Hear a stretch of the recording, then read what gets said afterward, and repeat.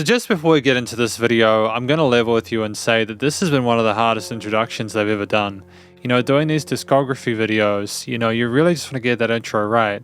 So I'm going to give it my best shot here, and I apologize if it's a bit wonky, okay? Because when you talk about Zhang Yu-Sheng as out of the focus of this probably extraordinarily long video. Now, for those of you who aren't aware, Zhang Yu-Sheng is one of the most incredible and prolific musicians that I've ever had the opportunity to review.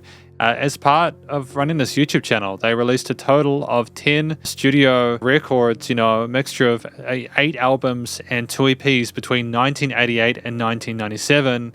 I get the opportunity today to be able to start the journey to review and rank his entire discography. Because Subshredders, my name is Logan, aka Spiderhands, and welcome to SP Discographies, where, as I mentioned, I'm going to be reviewing and ranking every song, every album, and Zhang Yu-Sheng's studio discography. Now, again, as I mentioned earlier, this is a long video, and the reason is because I'm going to be listening through each of these tracks, not in full. This is not a reaction video. I will be giving my thoughts over top of each track, much like I did with the Omnipotent Youth Society video that I had. So if you're interested in that Omnipotent Youth Society, please do check out that is in the playlist for this stuff. But yeah, I'm going to be listening through all 8 albums and both of the EPs, and so this video is probably 3 hours. There is also going to be notes in addition to what I'm talking about within these, because I'm going to be ranking these tracks. Like, the note's going to be visible on the screen, right? Just again, like with the previous video. But I'm going to be ranking these tracks. Each of them are based on a total of 9 different criteria, from like the vocal performance, quality of that, all the way down to how it made me feel. And I know from having reviewed 2 previous albums from Zhang Yu-Sheng, namely Karaoke, Taipei Me, as well as Duplicity, that some of these are going to hit me like a train, like a locomotive, and I look forward to that. But I will also attempt to put any biases aside, because the last thing I want is I'm going to be approaching this entire discography with what's called a beginner's mindset, where I'm going to sort of like open my mind and try to take it in as if it's the first time. I should note, though, for transparency, much like the Omnipotent Youth Society discography review that I did, I will not be featuring my thoughts on the lyric quality in this video, simply because I do not think that it's fair for me to review and rank songs based on like how things have been translated into a language that I understand. I understand that things are lost in translation, so I don't think it's fair to do that. So if you're wondering why, the words aren't being included, that's why. I'm just going to try and rank and review everything else. So there should be timestamps down here with all the different albums there, all 10 or 8 albums again and 2 EPs. They'll all be there, so feel free to check through that in the description if you want. I just want to sort of do 2 things before we continue. One, I want to thank all of those of you watching this who have recommended that I listen to Zhang Yu-Sheng's music in the first place. I appreciate it, because even before doing this discography review, I understood how amazing Zhang Yu-Sheng was as a composer, as a performer, and I really think I'd be a lesser person for not having heard this music. It's part of why I wanted to do this discography review in the first place. If you do like the video, please like and subscribe, and more importantly, just please feel free to comment. If you enjoyed the video, feel free to comment if you think there's things I could improve on, because I'm always happy to try and work to make better videos. This is still a kind of a new thing for me. I'm recording this at the start of my journey through these 10 releases. I don't know what it's going to be like at the end. Final thing, I think this is coming out the week before Christmas. So if you're watching this, happy holidays. Hopefully you'll have a fantastic season there, whatever you do, however you celebrate it. And potentially Happy New Year. I wouldn't mind getting another discography review done before the end of the year, but we'll see how we go. But for now, we've got Zhang Yu-Sheng. Hopefully you enjoy it. And I'll catch you all tomorrow for the first album, which again is, I think it's called I Miss You Every Day. So I'll see you then. Stay cool, Shredders. Album number 1, I Miss You Every Day. Track number 1, Follow Me. So for the first track of Zhang Yu-Sheng's official studio release, I think I've kind of been spoiled listening to his later material. I think that the vocals were great here. We were comfortable in a head and chest voice here. I don't think that Zhang is as comfortable here as he is in later releases, though.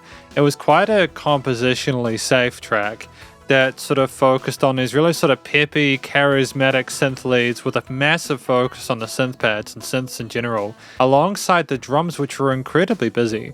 I do like the different percussive patterns, including the focus on the 16th triplets, and especially the post-production and how they went between the various sides of the stereo field. I think that was pretty dope as well.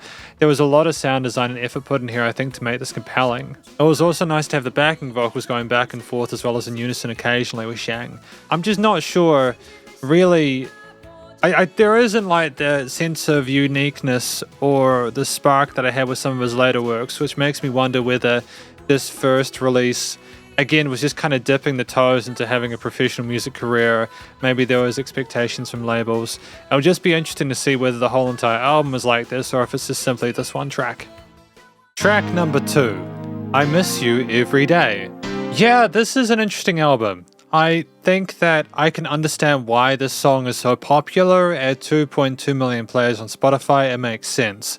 It's very much your sort of traditional sort of ballad format. It has a really heavy focus on those synths, the keys, the bass. There were interesting bass tones. I did like the bass tones that were introduced earlier on. They kind of wow. I love that style there. It reminds me of some of the basses I heard in video games like Guardians Crusade from like the late 90s.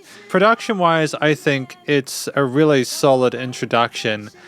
The comments I made on the previous track about it being quite compositionally safe are relevant here. I think that within this sort of poppy kind of format where we've got set sort of expectations for melodies within the chorus and verse parts, it works well. The kind of choir vocals in the background were an unexpected sort of I wasn't expecting those. I don't mind it. They were kind of quiet, so I assume that Zhang was still meant to be the focal point here. But it was just interesting to have those as a subtexture. I would have thought that if we're going to have backing choirs, that'd be wider or something like that. Still good though. Like musically, the way it was written, there were no weird notes or kind of awkward situations there. And I think that, it made more sense to me structurally than the last track did, for instance, with the interlude that we had in the previous song, where a lot of it was just like a different chord progression with the different tone fills and stuff like that. I feel like Zhang is a bird in a cage with this one, again, listening to his later works, but considering we're doing this from the earliest album to the latest, it's really just interesting to hear Zhang working within a box and just trying to make his own sort of stance within it. Otherwise, I'm happy with it.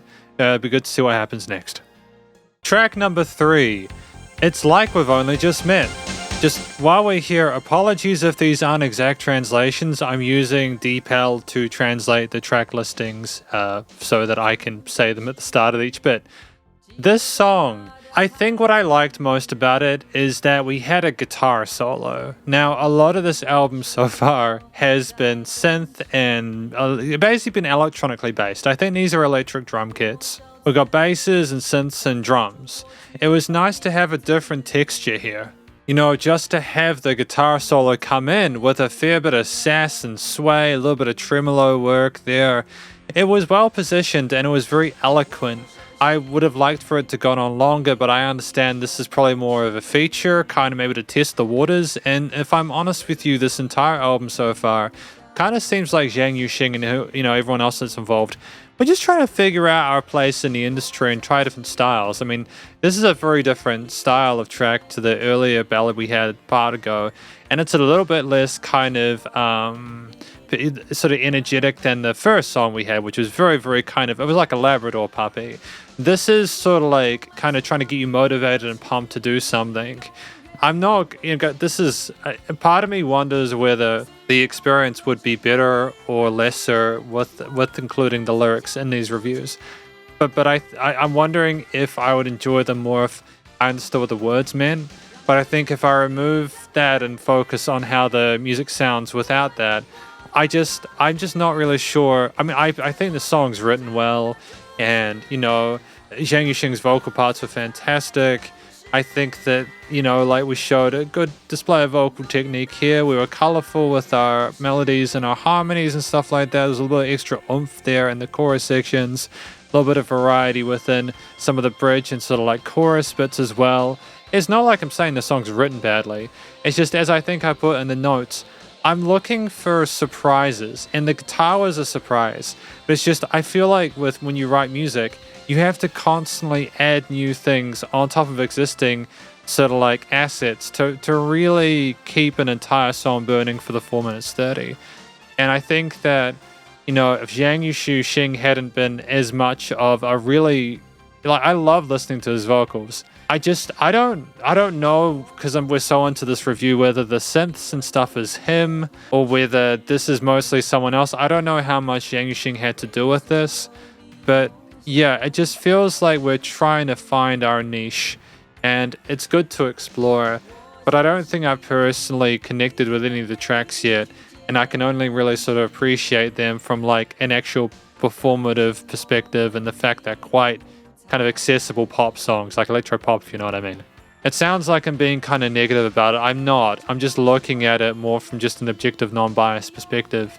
And yeah, it's okay though. We got the fundamentals down.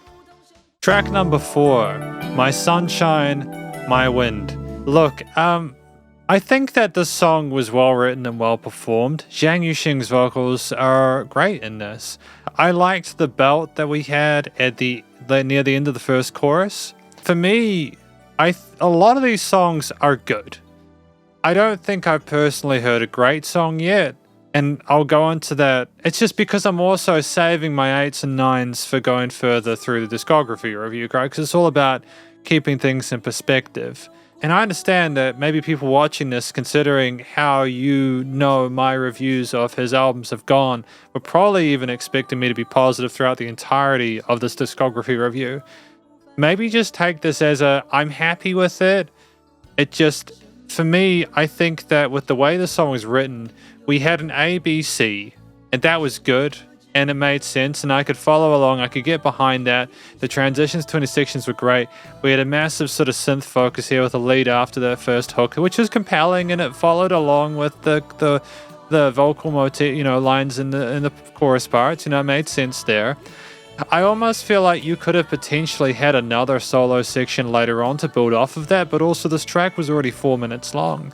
And part of that was because we took that lead part and then we went and did A, B, C again. I'm wondering if you could have even halved the verse, but then we wanted to tell a story within that time frame. And that's, again, part of the blessing and the curse of doing not including lyrics, is that, I don't know what parts were missing. So I've just got to base it off of what I've heard. I think there could have been further development with different instruments outside of what we had there. I'm wondering if we were limited by the use of the synths, the synth lines, the bass, the drums, etc. with the keys. We seem to have a core group of instruments at this point, which we had throughout the album, which is good. Don't get me wrong, I like that consistency there. I'm wondering if it's a stylistic limitation or a production limitation with what they had to work with at that point recording this album. But it also just could be what Zhang Yu-Sheng wanted to do. And I'm going to go with that, and I respect that. I think given the sort of finesse we have with the way we're writing and the wide variety of different synthesizers we featured here, I'm wondering if some of these ideas could have been more compelling if we'd actually played them on different instruments. But at the same time, it's still a good song, still a reasonably good grade from me. I think a lot of these at the moment are 7s. In fact, I've literally got 3 of these which are on 7.17 at the moment overall, which again is not a bad mark. It means they're good songs. I'm just looking for a little bit of I hate how generic this sounds, like an X Factor or something like that. Something to really sort of take me aside and just be something really special. But we'll see how we go. Still good music.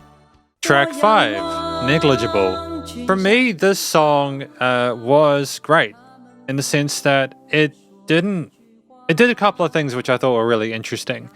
It completely moved away from the sort of percussive focus that a lot of these previous tracks have had in favor of having the keys, the synth, the bass eventually as well. I mean, it had some occasional sort of hits, I think, but it didn't go full drum kit, It basically kind of floated. There was even that midsection there where I think a woodwind came in, which was really stunning. And it took me by surprise. And that's kind of what I was looking for in the previous songs, is I'm just looking for a new sound to kind of go, oh, this is a new ingredient in the mix. I want this kind of take me on another, like, oh, okay, I've got a cat on my knee. Nushki, hello. You say hello to people. Yeah, hello. You go Gil. You don't want to say hello, do you? You go down. I got Nushka around the place. She says hi. What was I talking about? I think that what I liked about this is that the moodiness of that woodwind made the kind of song float for a moment. Like you were sort of doing something we haven't really done a lot of with Zhang Yu-Sheng's tracks throughout this album. Just sitting there and kind of simmering in it. The music surrounded you, and just having that woodwind, that lead there as a kind of not a distraction, but like a separation from a lot of the hand-holding we've had for a lot of this track was just a great contrast. It was also nice, again, if we haven't had the woodwinds to come in before, to have that as a new sort of texture. And I think that the combination of that plus the lack of drums just made for a different overall vibe throughout it. Honestly, this is probably one of my favorite tracks so far throughout the album, and this has made me more interested in the rest of the record, because at that halfway point, you really want to know it by the first 5 to hear out 6 and 10. So it'll be cool to see if we introduce any stuff in future. It is a shame that this has got so few listens in relation to a lot of the other tracks, but regardless, I still think it's well captured. And even though we had a similar sort of situation where we repeated the first section again in the second with like that switch up with the woodwind in the middle, I still think it's still a stellar effort. Well done. Track number 6, As High as the Sky. So with this one, we had the sound of planes taking off at the start and the end, which, when you have a track titled As High as the Sky, that's kind of what you want, and I kind of adore that. I have a penchant for when musicians not only, write and record and, they make amazing music, but they also kind of hint at what the track is about outside of the story and outside of everything else. That little bit of extra context there is just quite special, and especially, with how it came on with the massively sort of like charismatic, sort of empowering vocal parts there, the synths, the galloping drum line as I put in the notes. There's even multiple guitar solo bits there. Everything within this track is wanting you to have a good time. It's not overstepping the boundaries. It's not trying to overwhelm the listener. There's a sense of peace with a lot of the how pretty and soft some of the individual elements are, but how they sort of combine together is kind of adorable and is very elegant. And I would say that this is probably one of my favorite tracks off of the album. It seems like this part of the album is a little bit stronger in my opinion than the first, although that's subjective. And of course, up to debate. Feel free to let me know in the comments. I think Zhang's vocals here, as per the rest of the album, there seemed like there was less repetition with this one. Yeah, I think a lot of it was due to the choirs we had in the background, further sort of like decorating things and allowing things to sort of remain with the sense of diversity there. It was also, again, those sort of triplet tom fills that we seem to like with the drums. We seem to like those electric kicks going dun-dun-dun-dun-dun, that kind of stuff there. But I think it was the multiple guitar leads, including that solo, especially at the one at the end where we kind of had slides, and there was an elegant phrasing there. Did elegant quite a few times. It was just great to have. I think the combination works incredibly well. If you're going to go 80s, go full 80s, man. Have those synths, have the electric drums, have the bass, have the kind of catchy anthemic vocals there with the leads on the solos. And I think that, again, the Foley on the plane was the icing on the cake. Very strong track. Track number 7, Tell Me, My Dear. This song sounded like Zhang Yu-Sheng was having a conversation with someone, and I appreciate that from the perspective of someone reviewing a song. I want to feel as if the way they're singing matches, at the very least, what the title says.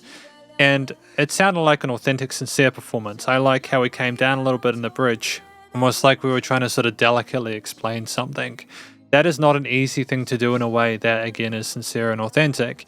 It shows me that Zhang Yu-Sheng, regardless of the language barrier, is trying to act or emote in a way which is emotively appropriate for the piece. And I think when you combine it with the really gorgeous sound of the different synths and keys and stuff like that, they're They're some of the most beautiful tones that I've heard in quite a while. There is something so heartwarming, and I understand why a lot of people love music from this era, partly because of the keys and the synths and how sort of brilliant they are and the freshness of them. It's why a lot of musicians are bringing those tones from the 80s and 90s into 2020s now, because a lot of it just sounds great, especially after the saturation of the early 2010s electronic stuff. It's really good to have that at home. I think that it was nice to have a more traditional form factor with that authenticity from the vocal performance, in part because of the fact that we coupled that with that really elegant sort of like solo whistly thing going on in that interlude section. I think it was the first track where I couldn't really pick why we had that specific interlude there and how it sort of parted with everything else in the section. But with this song, I think what made that whistly synth lead thing work is that it niched really nicely with the choir vocals and Zhang Yu-Sheng in that outro chorus. It seemed like we were bringing something new and allowing that to couple with something that was already established in a way where it made musical sense. So well done on that front. Brilliant effort. It's just a really well done track, even though, again, it's quite conservatively written, it's quite safe. I still appreciate the effort put into making it kind of special regardless. Track number 8, Nothing is Impossible. When this song started up, I thought it was going to be pretty intense. I thought it was going to be big and boisterous and quick, and then it just kind of went back to halftime. It kind of became more like a lot of the tracks that I've heard within this album so far. They're well orchestrated, safe, clinically thought out compositions that follow the fundamentals of music theory and composition. And I think that they're very sort of safe, poppy, catchy vocal melodies and harmonies, like we double track the choruses. That solo section with the guitars and mid-range, it's not like I'm just only here for the guitar solos. Like, don't get me wrong, with the previous Omnipotent discography review, I completely sort of like nerded out over a whole bunch of different things going on. It's just that the kind of thing that makes these tracks unique often is like that specific alternate lead tone outside of Zhang Yu-Sheng's vocals. Granted, I really did enjoy the verse melodies that we had. I think that they kind of twisted nicely. I think we even had some parallel majors and minors in the backing occasionally that had a sense of an exotic nature to it.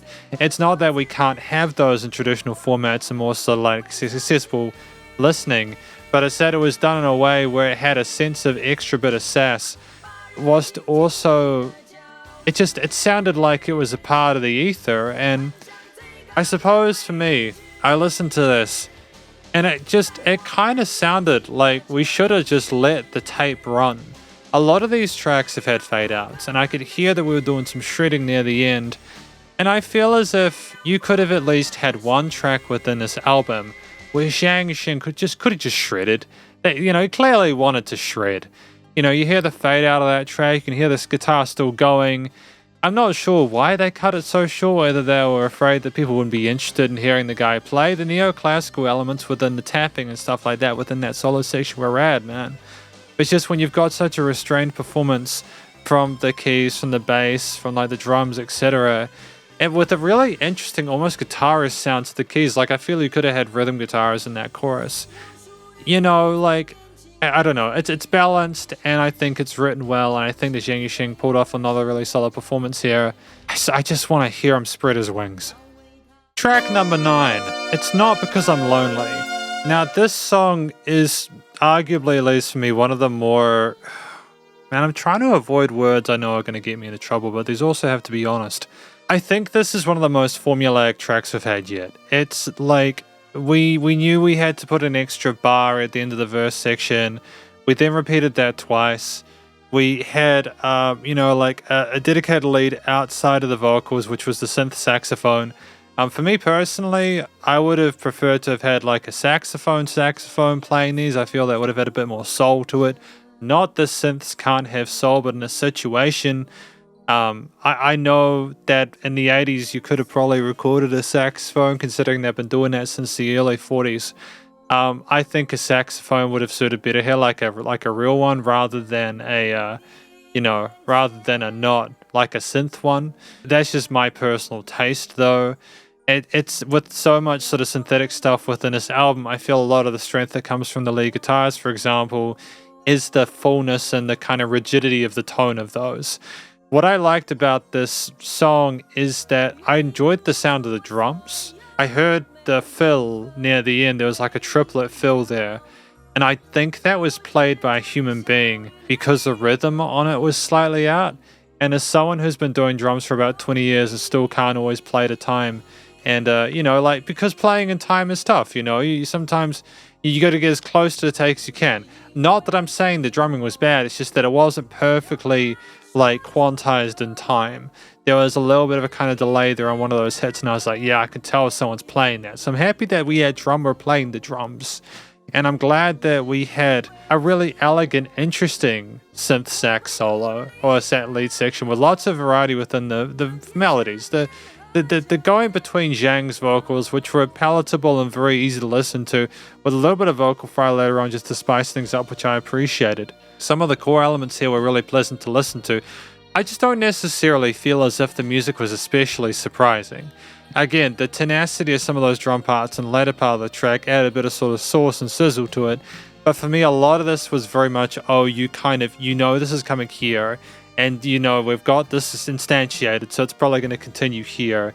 So I think my general comment on this album at this point, this was definitely Zhang Yu-Sheng tipping their toes into the water of having a career, trying to sort of poke around at different genres they might like. Again, just... I know I shouldn't be making these comparisons, but after having to listen to later albums, it seems like we were restrained here. That there was more of a clear direction to keep more of a similar kind of a track with it. But we'll talk about that more in the conclusion. Removing the later stuff, because that's not relevant here, I think that this was nonetheless a well-written track. I just wasn't particularly excited about it. It's a good song. I just didn't really hear anything in it that made it great. Track number 10, Even If It's For You, It's For Me. So I liked this song. One of the things I liked about it is that with every single other song in this album, they've had a fade out. And they didn't have that here. They just had the song end with the strings and keys. I think that it showcases a lot of what I appreciate within this album. We not only understand the fundamentals of music theory and composition I've mentioned before, we know how to string verses, chorus, and bridges just to get in a way that works. We also had an interesting interlude section in the middle there, where we kind of switched in a different direction with the chords to kind of switch into a guitar solo. Now, we haven't had that with every track, for example, and we didn't really commit to a specific lead at the end, I think partly because this was a shorter song and maybe we wanted to really focus on that hook line. But I nonetheless feel as if this track worked because of the fact that it wasn't as predictable with the way that it was structured and adjusted. There were changes in there that made it sort of unique and memorable. I'm not saying at the same time that every single song needs to be a complete jumble of different bits and always unpredictable, but I think either you're going to need to continue to change things within a set idea, or you need to add new ideas in order to really just make sure the listener's intrigued. Sure, stick with an idea for a minute. If it's minimalist, maybe you can get away for longer, but you either go super minimalist and leave the person wondering, and you focus on sound design or stuff like that, or the mystery and intrigue of it, or you've already got quite a busy established concept with the different key arpeggios and stuff like within this, Zhang going strong on the mic from the start, maybe a little bit quieter building up into the chorus. It's just there's so much going on here, and we clearly understand how to write music and so stage it. There's never been an issue with a wrong note or a wrong chord or an awkward kind of positioning of different musical concepts within this. It's just that I'm greedy and I'm looking for more.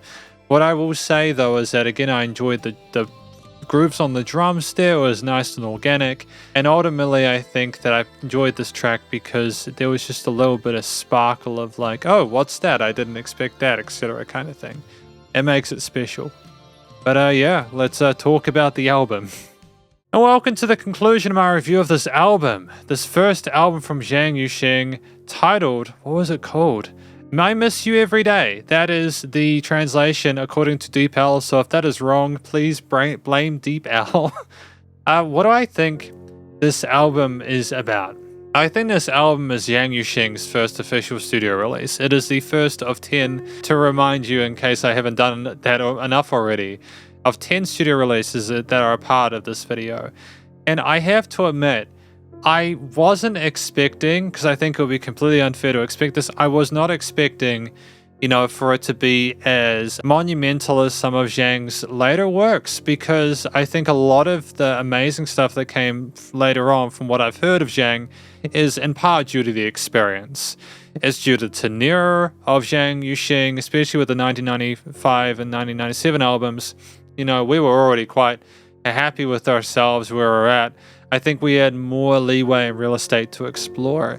I think if we remove that flexibility that comes with having proven ourselves time and time again and look at this, album from a beginner's mindset, I think this album is Zhang Yu-Sheng overall just trying to find themselves as a musician and an artist. And I think Zhang, as well as the team that they worked with, it was a good first album.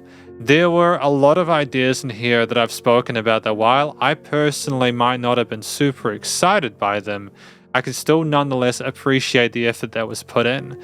There is basically, again, we don't know what the story is about because I don't focus on the lyrics, but if I look at the vocals, I think that, if I was to take a guess, I Miss You Every Day, a lot of these tracks sound like love songs. And the way that Zhang Yu-Sheng sang is that there were like ballads and pop tracks and all sorts of ones. Some were a bit more somber and like we're having a conversation with the listener, but typically Zhang was very comfortable in their shoes. We had great control of the head and chest voice there. There was not a lot of ornamentation, but I think we got a little bit more confident, if I'm not mistaken, later in the album, where we seemed to sort of free ourselves up a bit more for some big vibrato passages. I think the limitation of this album is that we had quite a rigid structure with some tracks or expectations of what we needed to do in order for the songs to work. So there'd be belts that we had to do that would work like once, but then we'd repeat them. And even though that might be great if it's like a karaoke thing or something like that, for someone who is reviewing it on the journey rather than the way things are put, like I want to go on a journey with the track, and if there's going to be a belt, give it to me the same time, but then just something different with it the next time. And I think that he might have added a bit extra to it and like the part after that, but it's like, it needs to hit different. It either needs to make sense why it is being done like that. I suppose again that's the language barrier kind of thing, but outside of that, I mean, like, look, if I TLDR, Zhang's vocals in this album are solid. I still think that we're finding a sense of, like, when I say he's comfortable in his own shoes, like the way that we write the melodies and the harmonies, whether Zhang or the choir or like the kind of sort of like one vocalist we had in the background with the second track, we understand how to write those parts. We're really talented. We're really good at making and producing music. It's not our ability to be able to write stuff that I say we're not confident about. It just, I just think there was almost like a rigidity to have a set melody and kind of not stir away from it too much. We were very sort of keen to stay with our key passages there, maybe for the sake of catchiness, but ultimately, yeah, that's my thoughts on it. I think that the vocals were well captured, the performance was solid, it wasn't over-processed, the guy can sing. At the same time, I look forward to there potentially being more diversity with the vocal passages, more exploration with the different directions you want to go with, and that. That's basically my comments on that. It's a great start though, especially for a first. I cannot state enough how much respect I have for Zhang with this album, because it sounds like a collection of 80s classic kind of pop hits, with a mixture of ballads and sort of synthy kind of guitar parts. But if we look at the tracks overall, taking the vocals out of the way, they're typically between 3.5 and 4.5 minutes. These are like a mixture of, ballads and like poppy kind of peppy, upbeat sort of anthems. And then we also have some more somber, sort of like moody pieces there where things are low key and we kind of sit there. I think one of the tracks as well might have been the 5th or 6th or something like that. We just sat there without any really drums at all. It was just mostly bass and woodwinds and like keys and stuff like that. I think that we had a wide display of different personalities. Did we though? Did we have a wide display of personalities throughout this album? We had a few different sort of directions we wanted to facilitate. We were very comfortable within those boxes we put ourselves in. I think we needed to do that just for the sake of trying to get this album across the line. It's more like Zhang, from what I can hear within this album alone, discarding anything else, is capable, I think, of kind of pushing past those boundaries. I don't know how to describe it. It's like I think that it's great how we were able to stack the different synths and key parts and bass and drums together so well across each of these 10 instruments, because if I talk about a few of the instruments I liked in here, I thought the synths and keys were phenomenal, man. Like, again, there's no issues whatsoever with the way that we did our sort of harmonies and melodies and main motifs. Like, isolated by themselves, they worked well. They genuinely did. We basically understood how to make a catchy, meaningful, sincere hook line or you know, like a verse part. The transitions between verses and bridges were dope. We added extra bars if we needed the vocals to kind of keep going for an extra part. The choruses were memorable. It's just that the problem is that because I don't think we necessarily had enough variety with the like, we had so much going on with the keys when they came in the intro that even if we came down with them in some tracks, it just wasn't quite enough. It's almost like, because I think of how active we were to get the listener's attention, a lot of the color in some of these sort of key and synth parts were really pretty, but would like instantly be into 1 or 2 or 3 layers, almost like we didn't trust the listener to stick with a concept without that, which is ironic considering that we had the repetition of these structures in the first place for a lot of tracks without that much adjustment. There were some parallel majors and minors occasionally within the synth and pad parts there. The strings as well, we had some lovely string legato sections there which were nice and smooth, and we flew between parts, and there were a nice mid-range resonance there that articulated really nicely underneath the really bright sort of charming right-hand bits there. With the bass segging nicely into the low end, I think we had a mixture of potential electric basses with synth basses. There was never a tone that was unwanted. Unlike my experience with the busyness and potential parts of the keys and synths, the bass was usually just simmering there, reflected the root notes well. There were some interesting rhythms with that. We didn't stray too far from the core kind of necessary requirements there. Like, we were comfortable moving forward. The bass was used in the sort of essence with the drums, apart from when it wasn't, like with that 5th or 6th track where there were very little drums. You know, with the drums, incidentally, the drums were intriguing. We either had sort of slower halftime kind of kick, snare, hi-hat sort of incidents with maybe some crashes or something like that. We had fills, but they were kind of nice and chill and sort of slow. They were more, again, the ballad format with the kind of dun dun dun dun. We didn't have a whole lot of energy to those, even though we had finesse on the kit. But tracks like the first one, what was the first one called? Follow Me, as well as the one with the As High as the Sky. We contrasted with those kits, man. Those kits were manic, dude. The drums were just ferocious. We had all these kind of 16th triplets and stuff, and they were great fun. There was just a massive shift with the way that we explored the kit in that. I don't know if we overplayed or not. Maybe part of the reason why I wasn't initially sure about the interlude with the first track is that we almost sort of like, we were clamoring for attention in a way that was sort of overreaching a little bit.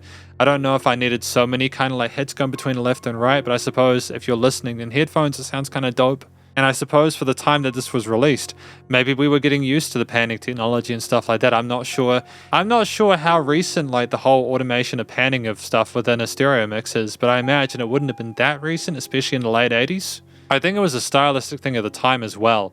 It's worth remembering that even though I had some comments about like the tones of the guitars, I don't know if I mentioned, I thought the tone, there was one solo in particular, one track in particular, I think it was, Nothing Is Impossible. I felt that the guitar tones were too fizzy, just in the lead sections and stuff like that. It's the late 80s. I know that we're not at the post-production part of the review yet, but I firmly feel as though, you know, the thing is that we've got to remember that we didn't have 2023 sort of perfect polish, you know, recording an entire like discography within your bedroom quality of studio production. Still sounds good, but it was 30 something years ago. With that said, I think that the way the drums were played, whether they were electric or acoustic, were great. And typically, I preferred the acoustic parts more. You could definitely tell when they were playing the kit, when they were kind of bopping along to the samplers and stuff like that. Maybe it was all, you know, electric drums. We just had some more sort of kind of sullen low-key parts there where it was a bit more sort of raw. Either way, fine. And then the guitars. The guitars were the highlight for me. It just seemed like Zhang was trying to reach through and grab at something a little bit different. There was these sassy lead parts there with distortion and sauce to it and spice to it. And it was very dramatic and tender. And it was tremendous when they came in, very dramatic. They weren't often. And that is something that I think is a bit of a shame, but to an extent. I think that part of what made the guitar special within this album is that when you heard them, you knew you were going to have a good time. That's because every single lead section that was played, or every single sort of overarching melody on those guitar parts, was not only suitable for the piece of music we were doing, but it also just displayed the personality there. It feels as if we had a lot of pieces of like key and synth parts, as well as the drums and bass and stuff that were appropriate for the genre and kind of had the personality of the genre we're playing in. But when Zhang came in with the guitar parts, assuming it's Zhang that was playing the guitars, that was like, no, this is me, baby. You got to recognize this. That there was some lead parts here which made the songs different. And it's alongside the kind of woodwind, that we had. Yeah, I think it's negligible. Track number 5 with the woodwind and then the lack of the drums made that track unique.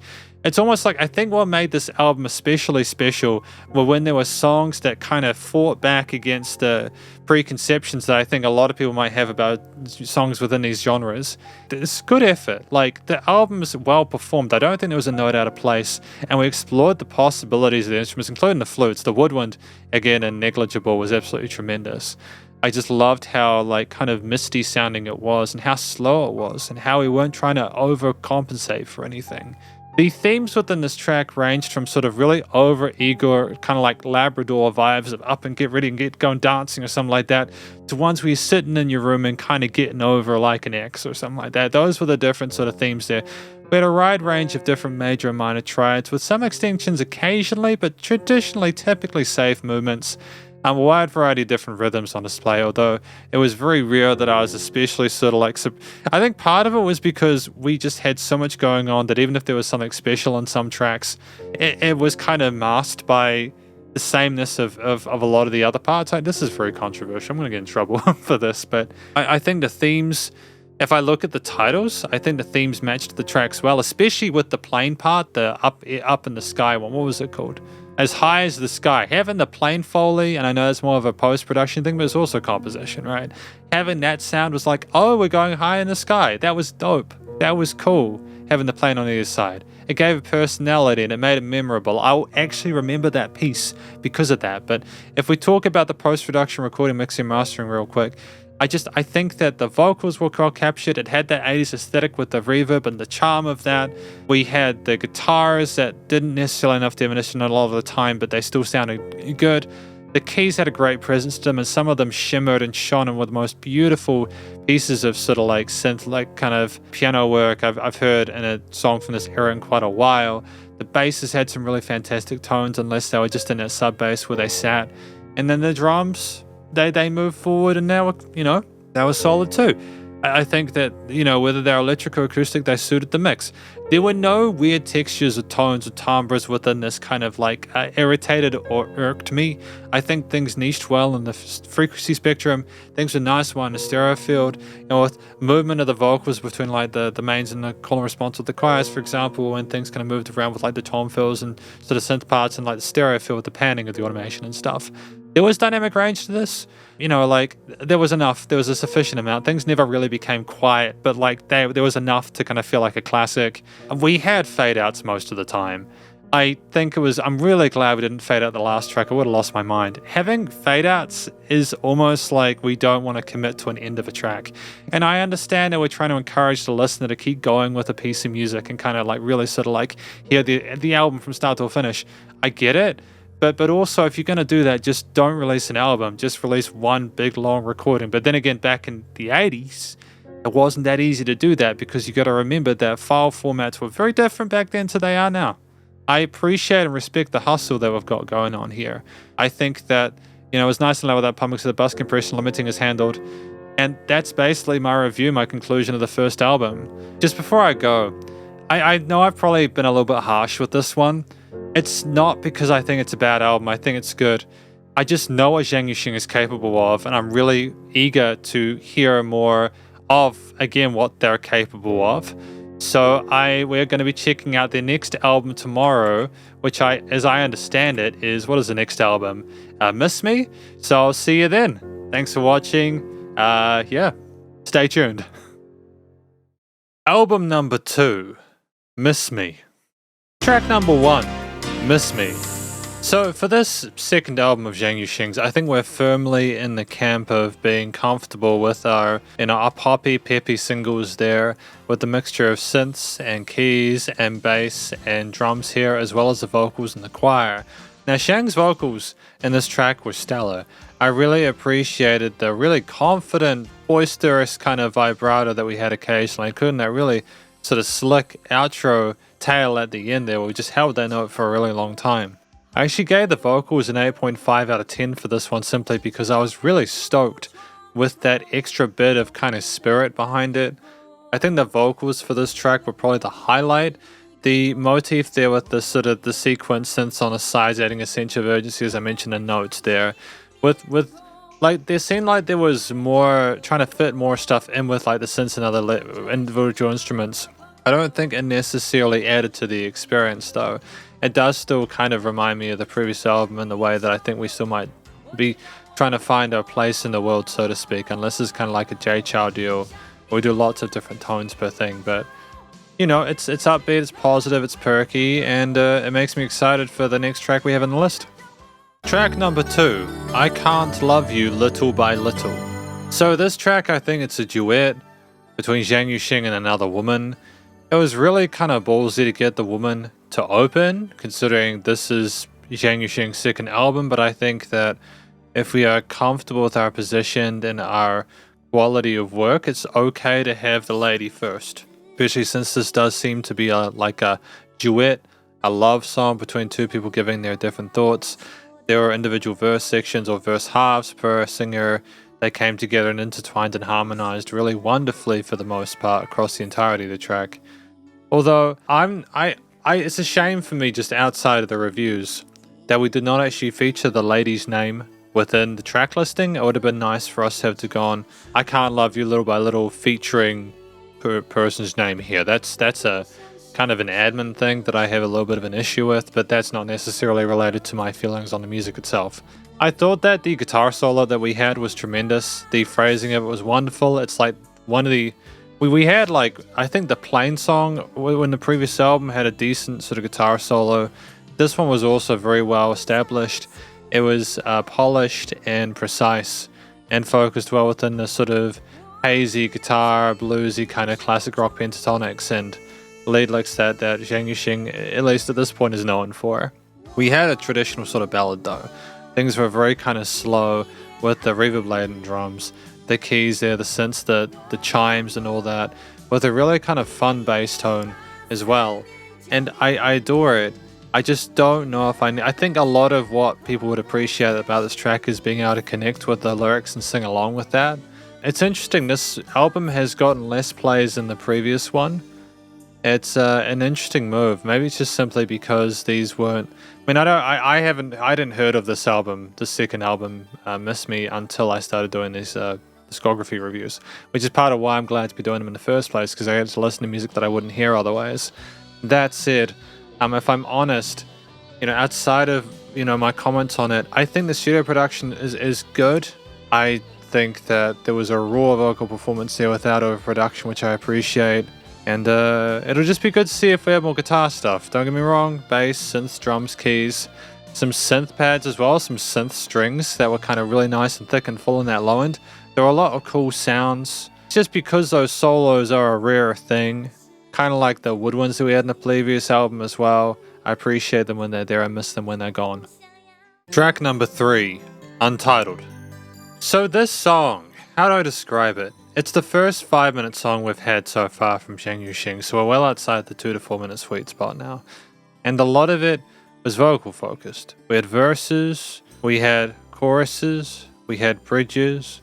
I think that what I appreciate, aside from the structure, because I would have liked some individual instrumental parts. Well, we had the whistly kind of synth come back, don't get me wrong. There was a cuteness to kind of whistly, but it didn't sound like enough of a definitive lead to me to really allow that to make up for the fact that it is 5 minutes. The guitar riff that we have at the start with the arpeggios, how much it shines, the glow to it is fantastic, and how it syncs in with the other sort of synthetic elements there, as well as the bass and the drums when they inevitably come in. It's very palatable, And it's nice to have a mixture of the analog and digital elements there to sort of really kind of sort of like, how to describe it, to mold it in a way where it seems more sort of tonally balanced. Worth remembering that back in the late 80s, the way that samples and stuff sounded wasn't necessarily as good as it is now, although a lot of producers wanted to go back in time because a lot of those old school samples had a sort of charm to them, you know? But ultimately, it was a well-written track. I just wish there was more sort of like alternate leads there. First fade out of the album as well, which is kind of intriguing. And yeah, we're good to see what happens next. It's just, we've had a bit of a range to this album right now, and I'm wondering if it's going to be a bit like the previous one. Track number 4, Just For You. So I think at this point of the album, I'm starting to get the hint that we're really sort of focusing on our love songs, our ballads. We're trying to stay in the lane of, this is our relationship, I love you, you love me, or I miss you, you miss me, etc. It's that kind of album, and I'm not getting that from the lyrics, because again, I don't understand the language natively, but that's what I hear from the way that we're singing, like the verses with like the mains and then like kind of the hushed side parts. It was almost like, it was very low-key R&B kind of, we're having a quiet conversation here kind of aesthetic, and I think that makes sense. If we look, Just For You, that makes sense for that kind of song title. Like, when I think about the genre that we've sort of slotted ourselves into with this album so far, this kind of track makes sense. Is it structurally exciting to me? Not necessarily. It's well done, but there's nothing that particularly catches my fancy in terms of something that pushes the boundaries. I mean, again, with our second album, we kind of look at what works and what doesn't. If I'm honest, like I at this point, I think I prefer the first album to this one. It's not to say this is a weak album. I don't think it is. There haven't been any tracks here that I think have been weak. It's just more than none of them, to be honest, have been especially strong, especially when I look at like the Plane song from like the next day, and even the first track off the previous, Follow Me. That was that just caught you immediately, right? It caught you off guard with how sort of just like energetic and almost hyperactive it was. Just For You, the saving grace here, I think, is Zhang Yu-Sheng's vocals. The higher range, the head voice there, that belt at the end, the eventual vibrato. We've clearly been working on our singing within this album, and it shows. Not that we couldn't sing in the original or in the first album, but in this one we're clearly more comfortable, I think, with the way that we express ourselves. And when you combine it with the sort of stable hands that we have with the synths, the chimey kind of keys, the kind of boing kind of bass guitars, the ballad drums with the reverb tails, going with quarters, having occasional 16ths. Like, there's not a whole lot of pace or urgency to any of these parts. We had a key change, as you would have heard, which was kind of dope, and I'm glad we haven't had too many of those. And I also appreciate the fact that we have been trying to stay away from fade outs throughout this album. I think it can be okay just to let things kind of sit and decay in a way which, not like a gross way, like in a musical way when the signal kind of goes quiet. It's nice to have that sort of just ability to do that. I know with the previous track it was long, so we probably had to do a bit of automation on that to kind of get it to cancel out, but still, it's like Just For You is a good song on its own. I don't know if I'm going to remember it at the end of this review. At the end of this discography review, I mean. Track number 5, There Will Be No Tears Tomorrow. I suppose at this point, when I first started listening to this track, as I mentioned in the notes, I heard a faster rhythm and I thought, oh, okay, we're kind of double timing it, we're getting a little more sort of energetic and rowdy here.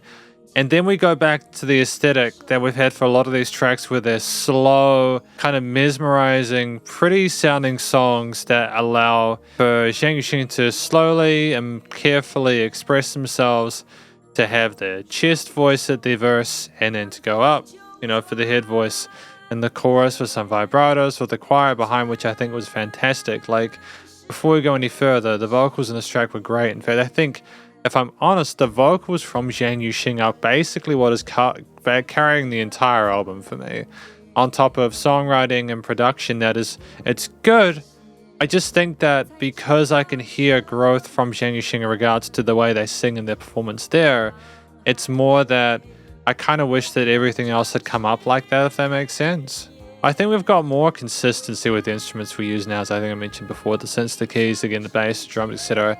We've got a set of instruments and like ingredients that we want to put in each of these mixes, and I think we're trying to sort of potentially figure out how many different ways we can communicate that to the listener before we start having to sort of go outside of the box. I think for a song titled There Will Be No Tears Tomorrow, it does kind of sound kind of sad, but there's such a glorious tone to the choirs and stuff like that in the chorus sections that it doesn't necessarily sound that sad. It's more the implication. Like, I think we had some woodwinds that they came back here, like a clarinet or like an oboe or something like that. I mean, they sounded great. It was a nice foil to a lot of the other sort of synthetic elements we've had previously. Not that they're unwanted, it's just, again, something I've noticed. What I will say, though, is I think that the structure of it, I don't think we needed that extra chorus at the end. I think that they did not do enough to change that. I personally feel they could have just been brave little soldiers and just not have had that last outro chorus. I'm wondering if they thought this was going to be the big song. It looks like next track, number 6, is the big song for them. I just personally feel that it was a missed opportunity to have maybe had more some of the other lead instruments coming over top of that.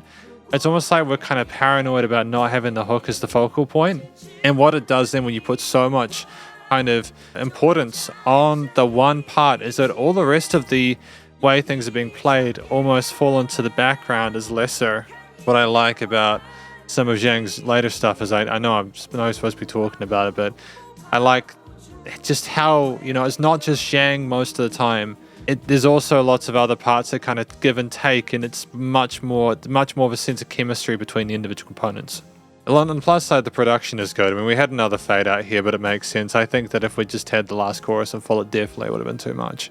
So I understand why they did it, but it could have been 4 minutes. Track number 6, Days Without Cigarettes. So I'm not sure if this is talking about Zhang Yu-Sheng themselves not smoking, or they're looking forward to Days Without Cigarettes. Either way, this is quite possibly my favorite track off the album so far, which, considering some of the comments I have made in this album review so far, I think this track has the right components within it. The triplets instantiated in the beginning on the guitars, with the sort of synth or woodwind leads on top there, with the bass and drums coming in later on, with switching, kind of moving things forward at a nice pace there, with some interesting vocal runs, with some string flurries, with guitar solos, like that really sort of stellar guitar solo from Zhang Yu-Sheng was tremendously voiced. I think we also had it as a sub-layer in the last chorus, if I'm not mistaken. What I would have liked is for that lead to have continued throughout and to reference it later in the track. It almost seemed like it was good not to kind of take more advantage of. And while I appreciate that we are trying to have an alternate lead that's more defined and refined, whilst, giving away that little bit of extra personality, I can't help but feeling we're still kind of worried about straying too far away from like the sort of late 80s synth poppy kind of ballad aesthetic that we've clinging on to for most of this record. It's the vocals in the chorus, whether they were the mains or the sides, were charismatic, and the theme overall sounded wonderful, nice and cheery and positive. There might have been some minor tonalities, but they're overshadowed by the brightness and sort of the tones of some of the instruments involved. Ultimately, it's a good track. Do I think it made the most of the 5 minutes? I think it did better this time because we didn't have a fade out. We fully committed to the outro. We had a really sort of like gorgeous kind of fade out with all the strings and a little beltry and stuff like that. And it was nice. I think, this is a strong song, this one. Track number 7, When I Was Trying to Share It With You. Now, this song is kind of fascinating to me. It's so busy compositionally. There are very few parts where there is not something occurring, whether in the center of the stereo field or on the sides. There's guitar parts, there's little kind of synths flickering around backwards and forwards here with automation and panning, which is kind of dope there. There is a lot of content, a lot of notes, a lot of interchange and call and response and subtle little jibs and jabs and amalgamation or attempts at collaboration between individual components that overall just harmonize really nicely. Like, a few of the things I appreciated about this track was interesting, sort of the end of the bridge going into that chorus, that build there, the note choice there was really sort of exotic and flamboyant, and I kind of dig the attitude with that. I think it was kind of gorgeous. The solo with the clean strings was a nice change from the distorted parts we've had in this album and the next. It was nice to know that we can also have a bit of sort of like clean shred. That was dope. I wish they had a real saxophone. I think it would have been cool if they had like a real saxophone. I'm pretty sure that's a synth sax. Nothing wrong, by the way, with using like a synth sax. And if someone is playing the actual saxophone, I'm really sorry. It just doesn't sound like a saxophone. Maybe that's a production issue or something like that. Maybe I'm just expecting a bit more body to it or something like that. But okay, let's just agree to disagree. At the moment, I think it's a synth saxophone. If I'm wrong, feel free to flagellate me. Although I'll probably already be doing that if I find out. If it is a synth sax, then yeah, I just think it would sound like it would have been pretty much golden, I think, with that as the main lead coming in. In a weird way, it kind of makes me feel nostalgic, as if I'm kind of reminiscing about music from like the old days where I used to play PlayStation 1 games and stuff like that, because I used to use a lot of MIDI instruments to save space over like recording full quality instruments and stuff like that, like actual recordings. The vocals were phenomenal. I like the interplay, especially in this guitar solo section between that and the vocals.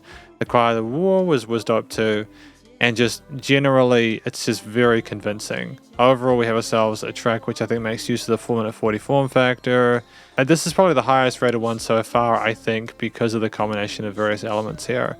Just everything just seems a little bit more sort of fleshed out, a little bit more sort of polished. And maybe I just like the busy stuff, but I think nonetheless, it's a great effort, and I hope we'll hear more like this in future. Track number 8, Day. Now, if I'm honest with you, after listening through this album to the extent I have, I was a little bit worried about a 6-minute song. I was thinking, okay, are we gonna have 3 or 4 choruses, including a double chorus, maybe a key change at the end, and have similar instruments to what we've had so far? But oh boy, this is a completely different beast to anything else within this album. Do not sleep on this record. That is the first glimpse of what I think Zhang Yu-Sheng is completely capable of. When we take the training wheels off, when we remove Zhang's limiter, this was a sensational piece of music. It is a long form track with multiple sections that have verses and choruses. We have a really engaging structure because we don't just have that sort of one theme, one main sort of concept with the softer elements initially. You know, what the slide guitars and the different sort of string parts, you know, with some interesting drum fills going in throughout. We then have everything pick up in that middle section, and you just get shred guitar, you get tapping, you get awesome cool stuff going on with the driving 1 and 2 and 3 and 4, and the drums are just going forward, and the bass and everything, and Zhang is also building up into that, and there's just so much tension and such a phenomenal effort. I adore it to pieces. It's not that I have like a bias towards this kind of music. It's more that I think we have done the stuff earlier in the extent of the whole kind of ballad, kind of old school synthy, electro, kind of poppy stuff, kind of, you know, very somber. A lot of it's kind of very moody and stuff like that. This was more to it. This is a sort of a victory lap, I think. I think if I like double check my numbers that I have here, it surprises me that it isn't scoring higher than 806. I think the production is good. I'm basing the production on like 1 being the absolute worst to 10 being the most pristine, incredible production I have. Part of why I gave this a 7 out of 10 for production is not Zhang's fault. It's because they just cut him out at the end. They cut it short. Like, why bother? Why bother stopping at the 6-minute mark? If he's got some call and response to do with his lead guitars, he was roaring away, man. I think it was an absolute miss on behalf of the studio engineers and the producers involved within this. I think you could have just let it stop. Let it be an odyssey, man. Make it a 9 out of 10. Like, just more room to sort of speed around. And I think he was already making concessions, kind of cutting off from that intensity a bit. It was such an elegant return to the quieter section, the rules of the bell curve being applied here. A sensational piece of music. It's just a shame about the fade out. But everything from the vocals technique was wonderful, great technique there with the vibratos, head, chest, voice, and all that covered. Great chemistry with the choirs as well. The various parts on the slide guitars, the bass, the drums, the keys, and all that kind of stuff. With the sort of distorted elements coming in mid-half, really nice and strong. And like the kind of synthy brass, the ba-ba-ba-ba-ba, you know, it's just super duper potent. This is my favorite track off of the album by far. Well done. Track number 9, Angels of the Earth. Now, after They, this seems like a little bit more of a return to form, and it's bittersweet because I loved the journey we went on with They, but I think we're still kind of firmly in this place with this album where we're loving our slow kind of... I'm not sure what Angels of the Earth is meant to mean. Is that sort of a comment on the broader concept as like a spiritual thing? I'm sure you guys can let me know in the comments, and I'd thank you if you would. Help is greatly appreciated. Zhang's vocals were fresh here. There were some interesting harmonies coming into the chorus sections, for example, especially in the center. I liked the different drum and harp patterns there. Around like the 130 mark, there were some interesting drum fills that were going on that had a great sense of sort of movement with the 16ths and were kind of a bit unpredictable, and that made them sort of fun to listen to. The harps that came, they were fun the first 5 to 10 times, and then they were sort of like, I didn't know if we necessarily needed them much more than that. If you have a really cool effect or a sound and you do it too often, I personally think it loses its charm a little bit, which can be a shame because I think that this is still a well-written track. The components within it are solid. The progressions within the hook are catchy. The melody hook lines are memorable. I think that there is promise here, and I understand there's an audience for this kind of music, and I think that if we consider it firmly and purely within the genre that we're trying to attach ourselves to throughout the most of this album, it makes sense. You know, for the time, it makes a lot of sense. I think that They was more of a gamble than anything else. But I firmly believe that They is probably the strongest track off of this album. It just full stop. It probably is the strongest track off of this album. And just in terms of musicianship. But I will say that I still think Zhang sang this very well. The direction and heart was in the right place, and at least we have a sense of stylistic sort of consistency throughout this entire record, which I can't necessarily say was what we had for the first, where we seemed like we didn't really know what we wanted to do all of the time. And not that we were incompetent, but that we simply, I think in the first album, we didn't necessarily know how we wanted to approach things, and I think it was the second one we kind of knew what we wanted and we're just kind of figuring stuff out, getting the finishing touches. Track number 10, Adventure Boy. So why is this song at the end of the album? Like, why is this one at the end? Because this is my favorite track off the entire album. We had this really enigmatic sort of sequence of synth at the start, which had a lot of energy and pep to it, and we came in with the drums, the synth brass, and all that kind of stuff. The rise with this going into that verse section with the huge kind of like just sound of Zhang just at his peak for the time anyways throughout the album. The vocals have been a delight throughout this record for sure. But it was also the lead work on the guitars, man. Sensational use of tapping and slides and bends and all sorts of crazy stuff. And what I like, that this track did well is we didn't just have one section where there was like a lead. We had several amounts and kind of strung things together, as opposed to They, which was more of an A, B, A kind of big section, 3 big section kind of thing. This was just an adventure throughout with a more similar sort of oral aesthetic, with a similar combination of makeup. They just continued to sort of redevelop itself and sort of like change and adjust over time. It never became alien or unconventional or uncomfortable. It was a thoroughly great song. I think that the performances in general are absolutely spectacular. Again, Zhang's vocal technique was on par here, very charismatic in the role of the main lead. When we traded over for the little peppy kind of brass I've said peppy a lot, little kind of catchy little brass ba-ba-ba-ba-ba, like there's all these fun staccato-ish parts, and it's also the production. The production in this one was great. Like, it was having those like clean guitar leads on the side and having like the brass or like the synths coming on the other side, or the backing vocals. We clearly knew what we were doing with this one. And the problem with this album is, and this is something I'm going to probably talk about in the conclusion, is that this was at the end. It's almost like we wanted to hide these tracks because we were afraid that people wouldn't love them as much as our more sort of mainstream kind of ballads. And maybe that was a thing at the time. But as we're going to talk about in the conclusion, I personally have mixed feelings on that.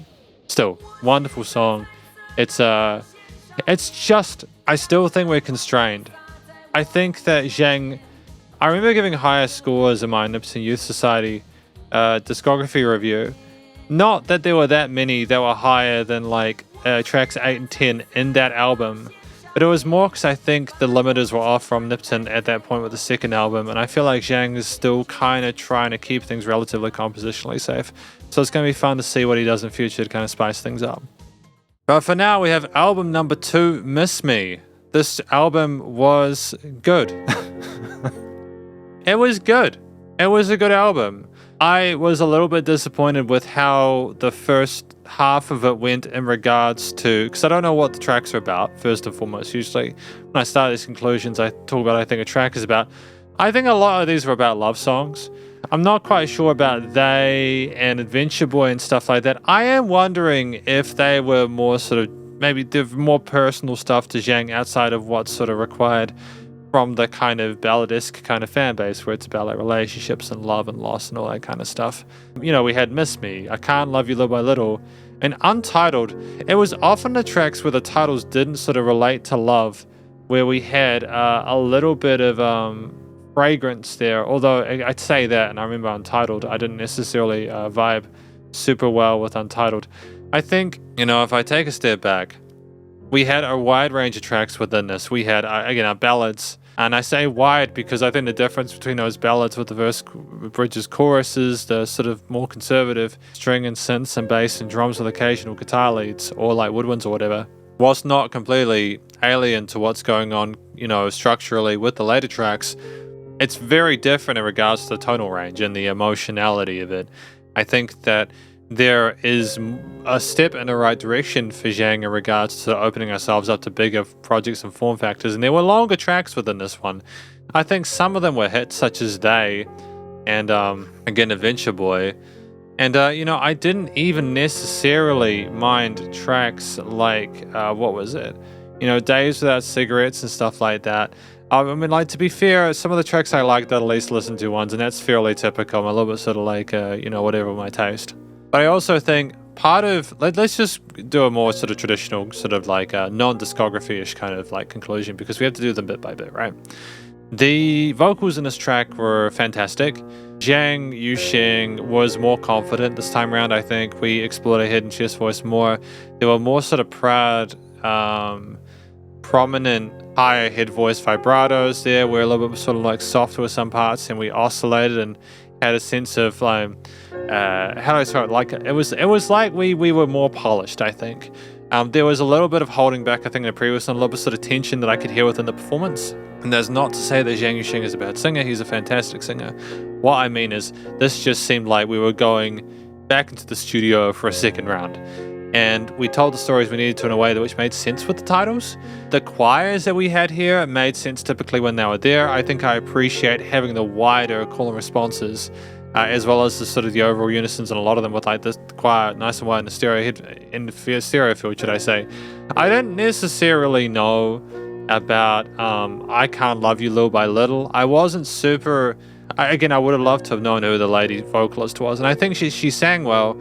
I don't know if it necessarily improved the experience for the listener by having a lady and a guy singing there, aside from it being a ballad of communication and being quite... No, it's not like... You kind of, I suppose you have to do it, don't you? And we didn't have a duet in the previous one, so it was nice for Zhang Yu-Sheng to have a duet in this album. I think, again, both sang well. It's just sort of nice to have that name, but... It's almost like I wonder if Zhang Yu-Sheng was having to sort of like come down to the other singer's level to kind of compensate, or whether they were both sort of singing their hearts out equally. And someone's going to probably be like, Logan, what the hell are you talking about? They're an amazing singer. And it's just, they sounded like they knew what they were doing, and there was polish. But there was also, I don't know, it just seemed like that was sort of like trying to maybe even overact in the performance. Like we needed to sort of like really commit ourselves. It could also be the tone of voice. I'm not sure. I'm going to sort of hesitate on that. I think both singers, the singing across the board in this album was solid. How about we just sort of like leave it at that? I think that's what I want to say and what I want to mean, and that's a good way to end it. There were no flaws or faults there as far as I'm concerned. There were some very, very solid vocal parts. The tracks in general, though, structurally, you know, we had our verse, bridge, chorus numbers with some double choruses. We had occasional fade outs, but there were less fade outs on this one. And I kind of appreciate that we simply allowed the tracks to end neatly on like a resolving note. It would have been occasionally kind of nice, I think, to have had an uncomfortable end, like to not have resolved on that root note. But I understand maybe we wanted the listener to feel comfortable.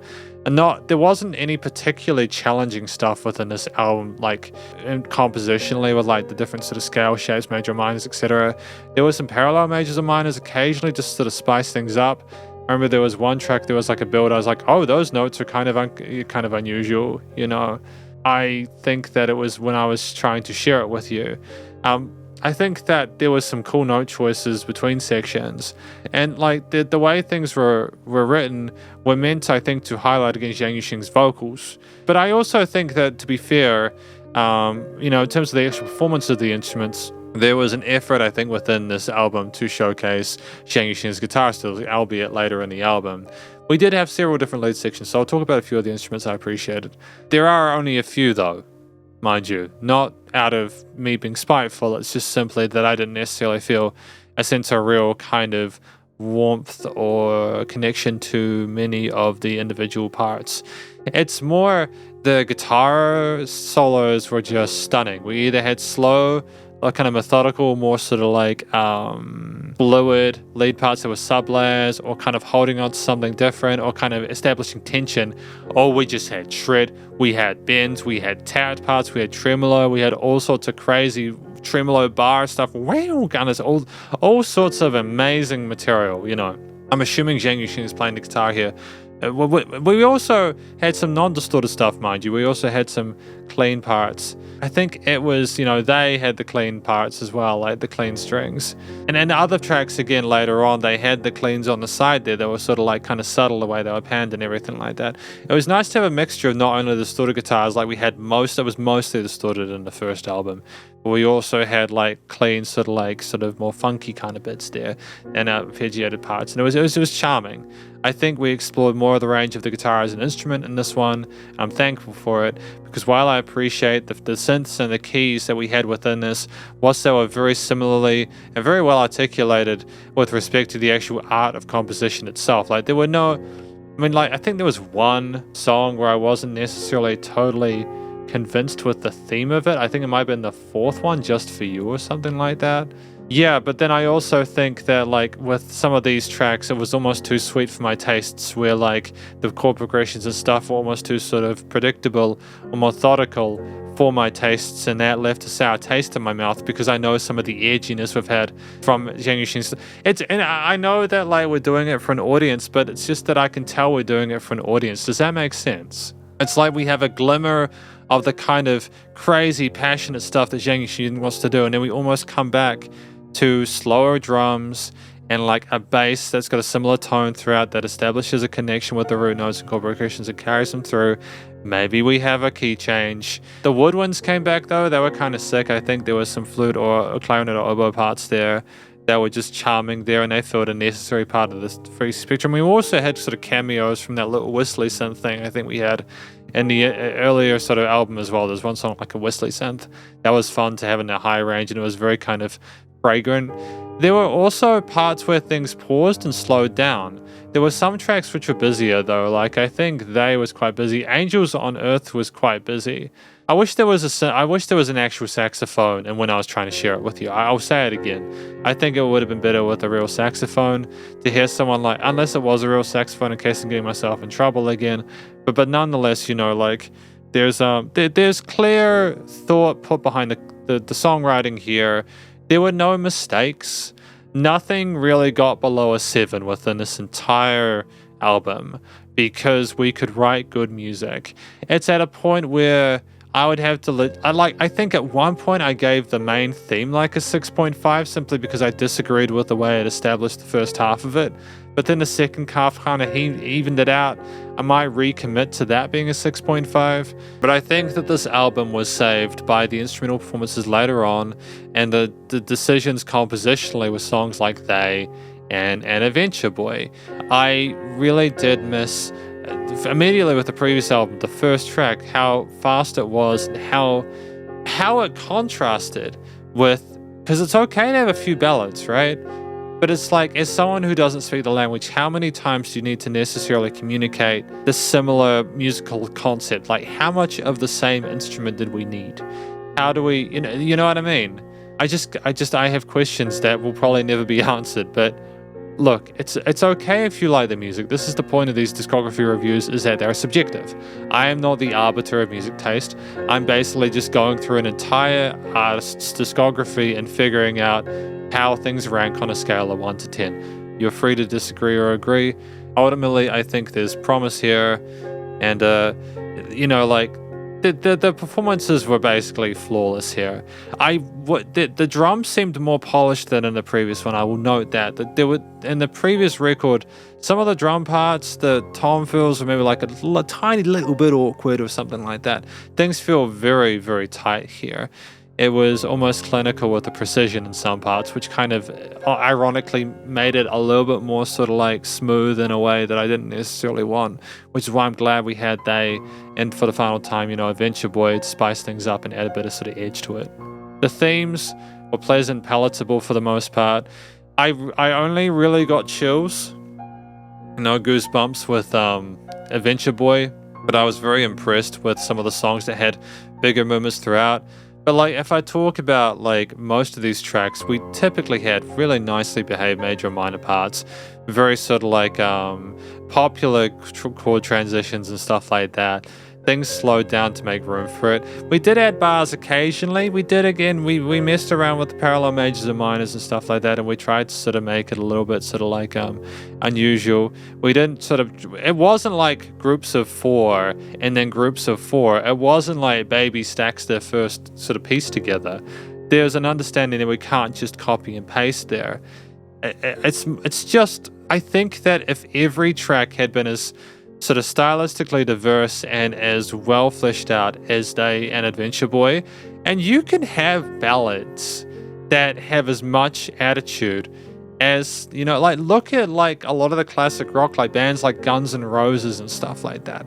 They managed to do ballad formats and stuff in a way which not only was like catchy and poppy in a sense that they probably wouldn't like to admit to, but also was hella heavy with the rock implements and stuff. And granted, they had Slash, but we have Zhang Yu-Sheng, or to be fair, we had Zhang Yu-Sheng, rest in peace. But the studio recording, mixing, and mastering was solid. I'm happy with how things were produced. I think that for the most part, aside from the occasional issue with like the, like the saxophone, I wanted it to be a real saxophone. The drums, bass, guitars, synths, keys, any other woodwinds, any other bits that were in there were great. What I think was good about this album is that we did more further exploration with the sound design there. We committed to some instruments being further on the side there. We sort of made the sound huge because of that. I'm not sure if that was necessarily something we're focusing on with the previous album, but we did with this one. I think the production in general got better as we went along. I think testament to that was how we handled the various intensities of those bigger form factor tracks near the end that did really sort of flesh themselves well. As I've said, flesh a lot. I need to go eat a dictionary, don't I? Or a thesaurus. I only ranked these 7 out of 10 for production for the most part, simply because either it was just the quality of the recording for the time they did it. I'm grading things on a scale of 1 to 10, including today's quality of production, which can be complete dumpster fire, but also the best stuff you've heard in your entire life. But it's also just the fact that again, with I think we cut it short. We didn't allow Zhang Yu-Sheng to cook further. That was a disappointment. That was a studio decision. I didn't like that, so that gets a 7 when it could have got an 8 or even an 8.5, depending on how things ended. It could have been an absolute ballad. The vocals were captured really well. They weren't over-engineered or overproduced. The things were niched nicely. Again, the frequency spectrum with no weird resonant frequencies and nicely in the stereo field. Things surrounded you. There was sufficient dynamic range here. Things were not over-compressed. And it was nice and loud without pumping, so the bus compression and limiting was handled. And effectively, this is my conclusion for album 2, Miss Me. So I've done 2 albums so far. We only have 8 studio releases to go. I started this thinking it was 9 and then realized it was 10. By the time you watch this, I would have done 10 albums or EP albums in 10 days. So, I welcome you if you're watching this at this point. I'll try not to say too much more because it's already long enough as it is, but have a go, man. Just try and listen to some new music every day. Because trust me, I'm so glad I've done these videos, man. It's so cool to hear where Zhang Yu-Sheng came from to where they got to around that 99.7 point, It's an absolute blessing. There's glimmers of hope within this album. Let's see what we'll go next with album number 3. Album number 3, Take Me to the Moon. Track number 1, Anacrusis, Anacrusis. I'm going to go with anacrusis. The Google definition of anacrusis is one or more syllables at the beginning of a line of poetry that are regarded as preliminary to and not a part of the metrical pattern, which is kind of dope. It's a nice way to start things off in this new album, which I should note is not just Zhang Yu-Sheng, it is also Stefan Hart. So as I understand it, throughout the entirety of this album, we'll go Zhang Yu-Sheng and Stefan Hart working together, which is kind of cool because we haven't had Zhang Yu-Sheng notably or noticeably work with other mentioned artists. We had a track in the previous album where we sang with another woman, track number 2, I think it was I Can't Love You Little by Little. But it's nice to have Stefan Hart mentioned here. It's a very interesting theme here with the strings, the soft kind of filtered brass there, the little tingles in the background, those little sequences there swirling around the headphones. It really is quite different to a lot of the stuff we've heard previously. It's a telling example, I think, of our beginning to shift in a different direction than we might have had previously. It's not like the album is immediately trying to catch your attention with this. I mean, there's intrigue, but it's not over the top. It's not in the sense that it's not trying to sort of hype you up or anything. If anything, it's trying to indicate there's a sense of danger throughout this, which isn't really something we've had before. And I should note as well, before we mentioned that, I don't know if I said this, we actually haven't had an instrumental track at all. Like, Zhang's always been in these. I do think we've got a change of pace here from our usual process of releasing these tracks, and that's very exciting. I like how ominous it is. It makes... I'm enthralled. We're going to just check what happens next, though. Track number 2, I Want to Open Up the Whole Sky. This is a complete shift from what we've had previously. The first 2 albums, it makes me feel as though... Because I think Zhang Yu-Sheng set up their own label at some point. I'm wondering if this is when they set up their own label. It was 3 years between the previous album, Miss Me If I'm Not Mistaken, and this. So that's a lot of time for things to move. And it's just such a different groove than what we had previously. There's guitar riffs, rhythm guitars on the sides there. The drum kits going the whole entire time with really sort of intricate, compelling fills. The bass guitar has a lot of movement. We still got some keys in there to kind of pepper things up and spice and color. But there was so many different solo sections, and the vocals were just so charismatic and huge sounding in this. There was no filter, there was no limiter. We were really just going on an adventure. If this is kind of what I've been waiting for a little bit. I think that this is a showcase of, well, Zhang Yu-Sheng, as well as, to be fair, to the credit of Stefan Hart, that's the limiter being removed that I've been talking about in the previous 2 albums. The variety of different riffs and progressions in this, alongside, I think, a better quality of production. I do really enjoy how those little tippy taps were going around the sides there. The guitar sounded huge. There was dynamic range to it.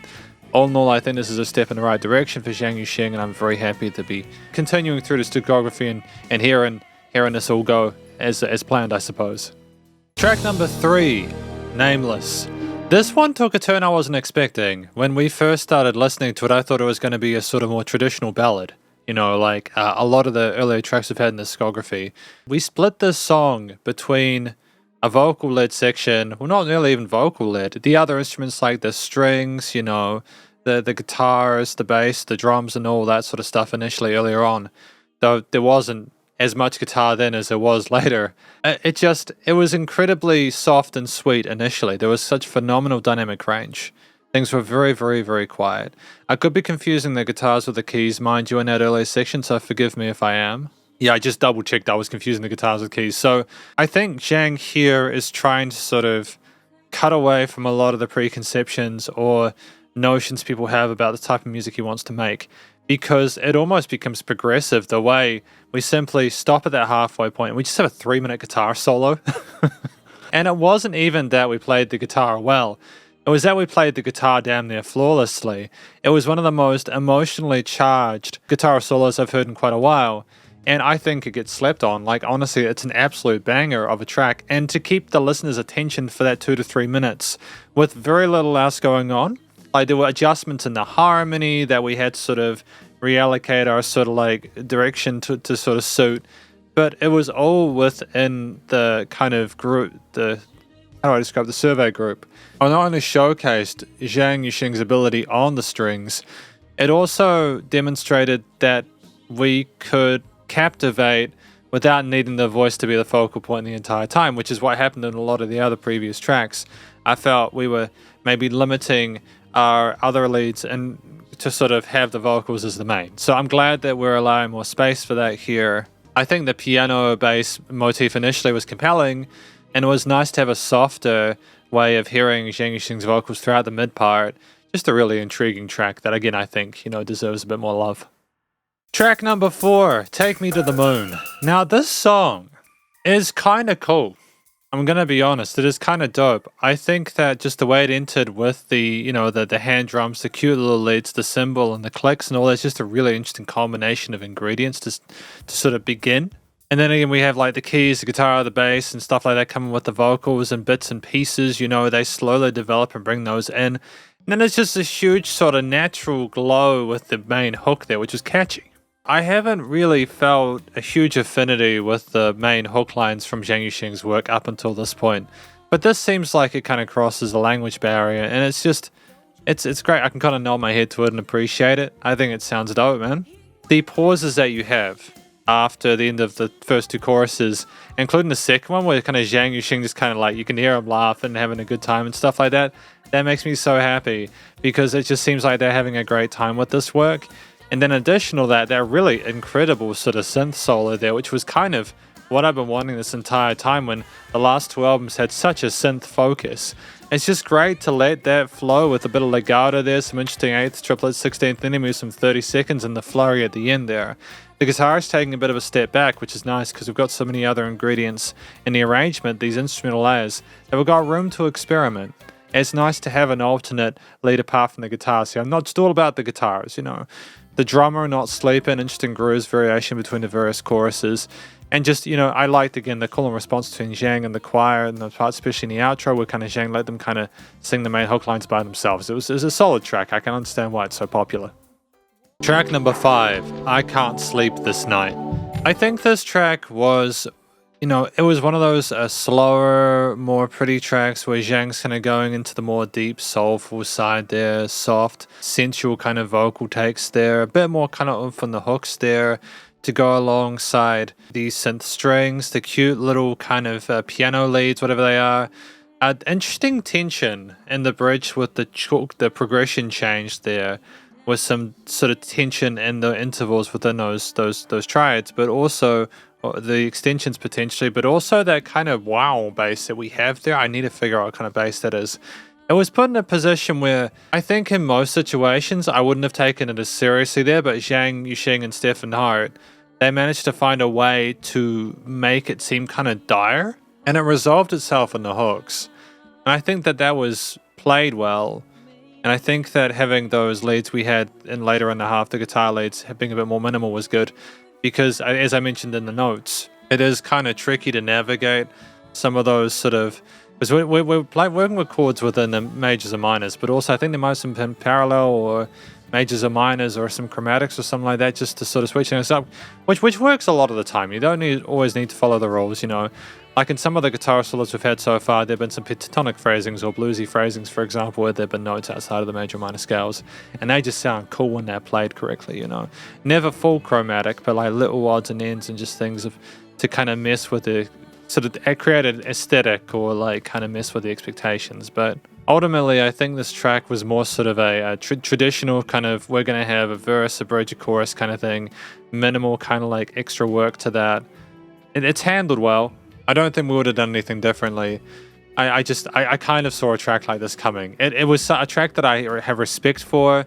Zhang Yu-Sheng does it well, but I'm hoping that we can maintain a sense of balance between the more sort of rocky experimental ones and this, because the first few tracks of the album were very intriguing, and I know we need these kind of songs because it's it really, people like listening to those, to be fair. We'll just see how things go. Track number 6. I'm Going to Turn the Corner. This song was such a shift from the previous one, I Can't Sleep This Night. I Can't Sleep This Night, it kind of makes sense when you think about what the title of the song is about, to be fair, with I Can't Sleep This Night, it being kind of moody and quiet and soft and stuff like that. But I'm Going to Turn a Corner instantly is like up and at 'em, We are roaring, we're ready to go, the guitars, bass, drums, the brass, everything is just kind of ready to go, punch out the moon or something. And we have so much energy and charisma throughout. The drums, for me, were like the star of the show to a certain extent because of the really kind of cool tom and cymbal work and some of those bridge and fill sections. The guitar solo was just absolutely tremendous. I don't know how I'd scale at some of the other performances in here, but I think it served its purpose. It was, in my opinion, the right way to put it. I liked that we had call and response or layering of the second, like the mid-chorus had guitar in its second repeat, if that makes sense, which I liked over top. That's kind of what I think you should do. If you're going to have a similar message, put something else on top to kind of give it a bit of extra size without overwhelming things. We handled things well. And as I mentioned in the notes, I think it was great to have that end part there with just Zhang Yu-Sheng's vocals and the drums. It shows that Zhang's, like, we're just so strong with the way that we communicate. And the delay tails as well, it kind of gives you an insight into how they mixed and mastered things. And just the size, again, of those drum fills and just the metronome-like capacity we have in the performance. The percussion is so strong in this album. But yeah, this is the first half of the album, and to me, it's a step up from what we had previously. Not that the previous albums were weak. There was a lot of good music. I still am reminded of songs like They, as well as the Plain song from the first album. But there are some absolute bangers in this record, and I'm excited for what's going to happen in the second half, especially as we have a part 2 for the first time. I think we have a part 2 of I Want to Open Up the Whole Sky later on, so let's go. Track number 7, Total Hair Tour. Now, I'm not sure about this one. Initially, I was kind of a fan of the alternate time signature we had. I think it was 5/4 for a lot of it, at least in the outro parts. But then we got to the main hook, and I'm just not sure if I was totally convinced with how things were phrased there. I like how it ended. Da da da da da da boom. It was kind of cool how we had that return to a semi 4/4 thing going. Not that I'm sort of alienated by alternate time signatures. I like my progressive stuff. I like my alternate time signatures, my polyrhythms and stuff. I'm just not sure if it necessarily improved the experience, but I think, to be fair, we were trying to do something different to what we'd had before, with most, if not all of this, wasn't 4/4, so it's cool that we're experimenting.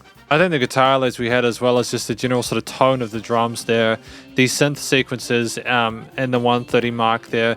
I think this was a track where we tried to find a whole lot of different fun sounds and really show off the sassiness of them. It was like a palate cleanser. It was an attempt to sort of spread our wings and see what kind of zany stuff we can get away with. There was a quarter note accent that kept the whole time though, and I was nodding my head. I'm going to show this track some love. I think that it's a solid effort by Zhang Yu-Sheng and Stephen Hart.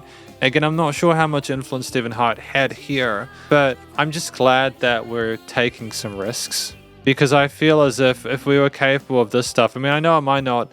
I think this is the least listened to track, the second least listened to track in the entire record, which I guess if you're looking for more sort of like easy to follow stuff, that might be the case. Still, from a compositional perspective, intriguing. It showcases our fundamental understanding of music theory and composition, as well as our attention to detail with the advanced sort of portions of that.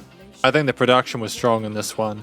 There was a general nice level of glowing with the individual elements here, and ultimately it just sounded very kind of classic rock, like very 80s rock, which is interesting because this was in 1992, which was ironically, this came out at a time really quickly where the grunge music was getting a bit more sort of like popular, and that was basically an argument against like the 80s big hair kind of rock aesthetic of the crazy guitar solos and stuff.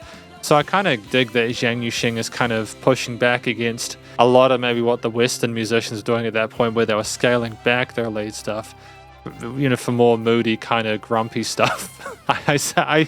Grunges, I like my grunge. Don't worry, I'm just being facetious. The shred's dope though. It's not even shred though. There's been so much range with the different sort of guitar solos, as well as other solos throughout this. But we shall continue. It did sound proud. The crowd chants, and this is dope as well. Let's continue. Track number 8. The grass is deep in the heart of the lake.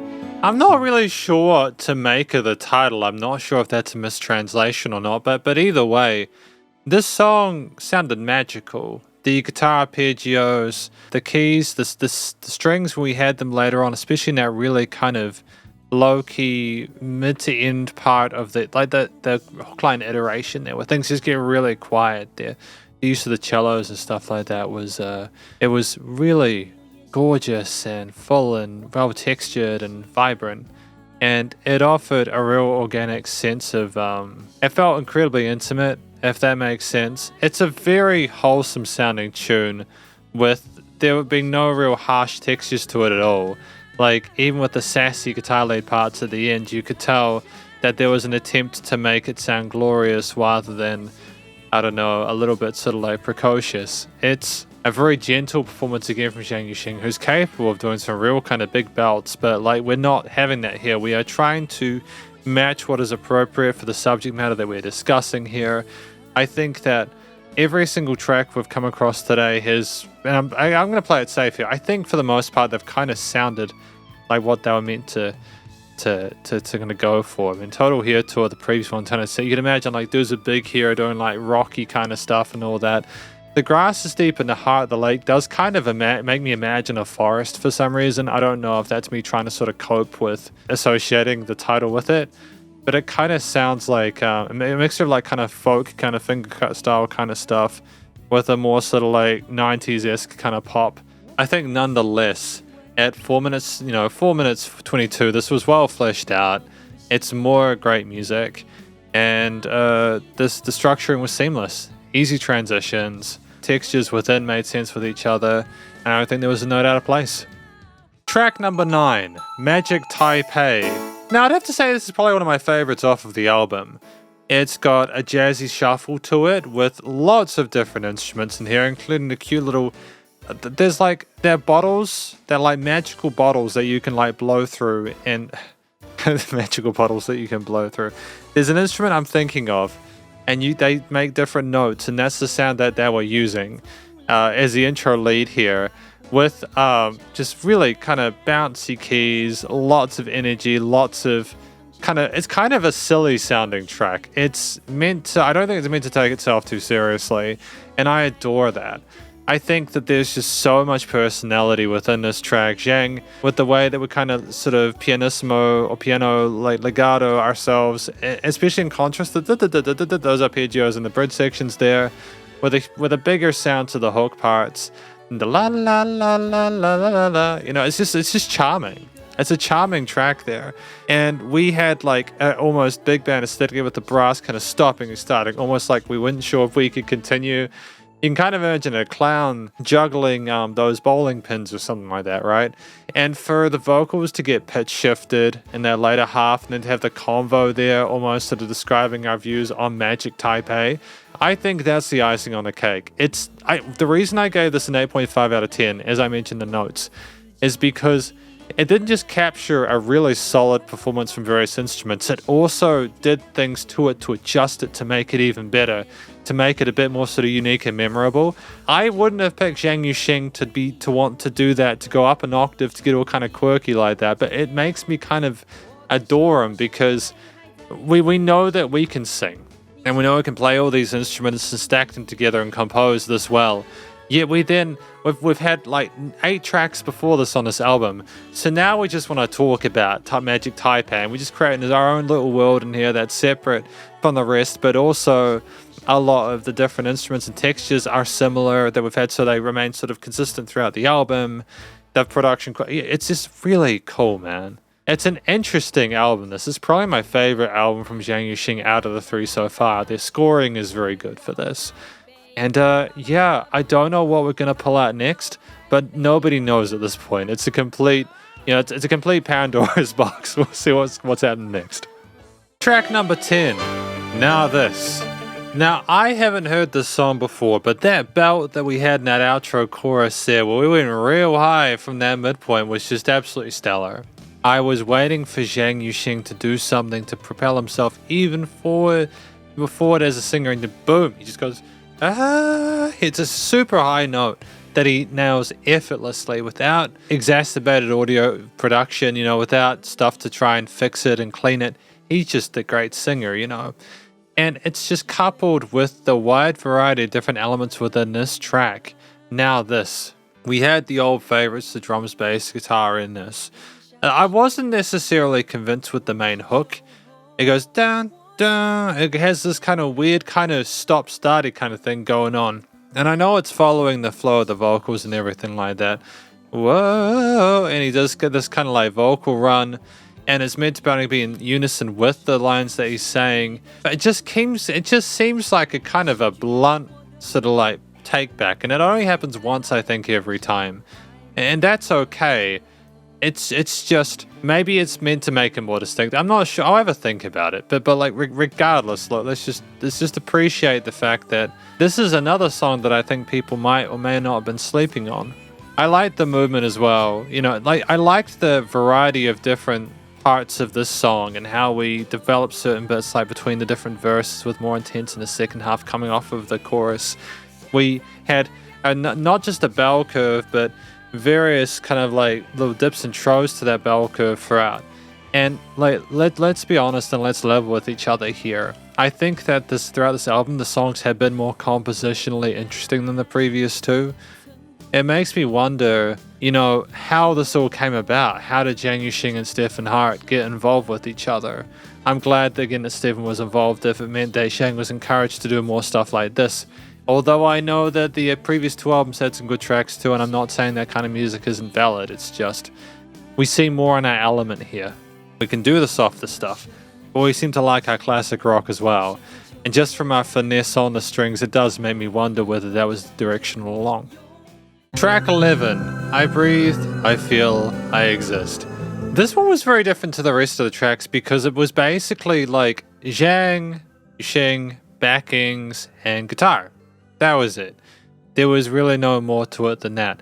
And I kind of got to show some love for that, because if I'm honest, what I enjoy is that we've kind of stripped back a lot of what made a lot of these earlier compositions compelling, and we're showing the listener, hey, you thought you liked it with everything else? Wait till you see how much you appreciate it with just this. And so we spend most of this track kind of going through more sort of like flexible, palatable, sort of fingerstyle kind of guitar parts. There were some really intriguing harmonies earlier. I wasn't sure about the phrasing of those parts and how they were melding together, but they worked out in the end. It was very folksy. And we came up over time with Zhang kind of being a little bit loud, and I was expecting him to be in the mix. I suppose it was just simply because we mixed it for the album, even though it didn't have a lot of those equalizing other sort of alternatives kind of layers within this piece. But when things inevitably built up, we just shredded. We had the scat, that kind of stuff going on there, which was really fun. I haven't heard that from Zhang Yu-Sheng yet. This was a tremendous opportunity, I think, for Zhang Yu-Sheng to really sort of spread their wings and just fly. It is a great sort of example of what you can do when your limitations are removed, as I've said throughout this. I think that'll be my main sort of taking point from this entire album discography, album review of my example. The third album is the one where we knew we could do whatever we wanted. It was stellar. The shred, I could hear on the fade out. The shred after we did the scat with the guitar unison. Like, I'm wondering if he improvised that or if he like, I'm assuming that he would have written this and played it, but just the clean, how clean those lead parts were. It was just like, it shows the talent, the finesse there, the effort put into making it compelling. And just, you could hear the crowd behind him kind of clapping and stuff like that and having a good time. It was tremendous. It left me with a really good feeling at the end. It's one of those songs where I don't know if you could release it nowadays because I think people's attention spans are kind of shot. But back then, you know, this was an absolute piece of majesty, man. I'm so stoked to have the opportunity to review it. If I haven't said it in this album review already, as I have in the previous two, thank you for recommending Zhang Yu-Sheng's music to me. I love it to pieces. Track number 12. I Want to Open Up the Whole Sky Part 2. As the final part of this album, I think that it ties up a lot of what makes this album special really neatly. It showcases the rockier elements of this record because a lot of it has been rock. It's been catchy rock. It's featured distorted guitars, as well as big basses and drums and keys, and another synth solo here. It makes me wonder whether Stephen Hart did some of the key work for this, whether they're involved, because we might have had a synth solo in the previous album, but to have two here is quite intense. And forgive me if Zhang is also doing the The solos on the synthesizers for this track as well. The man had no limit on the amount of talent there. It wouldn't surprise me, to be honest. It's a shame to me that this has received only 11,000 plays. I understand that as a part 2, it can seem like you have to listen to the part 1 first. I think the song stands well on its own. There are no weak tracks within this record, and to me this is no exception. This album overall has scored higher than the previous 2. I'm looking at the average score now, but I won't show that until later. But I think that it does, again, as I mentioned, just to TLDR, because I've spoken a lot and it's a very long, I've been recording for 1.5 hours, as per the rest of the last few nights, so I want to keep it short for you guys. But near flawless instrumental performance, lots of interesting bits of like ornamentation of different instruments, kind of having sort of parts, like there was some interesting sort of synth lines sprinkled on top of the existing rhythm motifs and stuff within the verse and chorus sections there. The hook line was catchy as hell as well. You could bop your head and sing along to it, very sort of recognizable. Haven't always gotten every single hook line absolutely bang on in this, but that's just simply just because there was just like one with like an awkward to like stop in like the near middle part. We do have some great hook lines, but this track has one of them anyways, I think. The vocals suit really well, enough time for Zhang Yu-Sheng to breathe, and I think the production in this was solid. But yeah, no, that synth solo in the middle was absolutely spectacular. And there has not been a weak solo section throughout the entirety of this album. I just don't know where we're going to go from here. It makes you wonder what other surprises and adventures we have in store for us within the next 7 or so studio releases, because we've done 3. We're at part 3 out of 10 here, but we'll see how we go. We're going to go to the conclusion now though, so I'll see you then. And welcome to my conclusion of the 3rd album in Zhang Yu-Sheng's discography, the 3rd official studio release titled Take Me to the Moon. Now, this album is by far my favorite. I really adore the effort put in every single regard. To me, this seems like a different direction. You know, if we talk about what I think the album was about, what it represents to me with this partnership, and I need to stress this with Steph and Hart, although I'm still not quite sure what the partnership between them is, so if anyone in the comments can explain that to me, that'd be great. But I just think that, 3 years after the previous album, we were just given leeway to do whatever the hell we wanted. In previous albums, we were kind of pushing at getting more sort of lead sections and having some raunchier elements, but there are a lot of love ballads and stuff like that. But when I look at this, starting with Anacruxis, which is like more of a kind of like an ominous kind of instrumental intro, we hadn't had an instrumental sort of track in here before. Nameless and Take Me to the Moon, I Can't Sleep This Night, I'm going to Turn the Corner. None of this seems like it's particularly about ballads or about love or relationships or anything like that. These are more sort of, at least from the titles alone, seem like concept pieces. I think there's a lot of emotional depth within this album, and it showcases, I think, a desire in Zhang Yu-Sheng for more. I firmly believe that after 2 studio releases, we're at a position where we kind of know what our voice sounds like, how to work in front of a mic, how to write songs, how to write them in a way that will make them sort of like what we want them to be, but also meet the needs of other people. I think this was a step of like, no, I'm going to have my crazy synth solos and my guitar solos most of the time. I'm going to have tracks in 5/4. I'm going to have tracks which are just me and a guitar and, and a choir behind me. There is so many different types of song within here that I think are different to the previous 2 albums that it showcases effectively in evolution.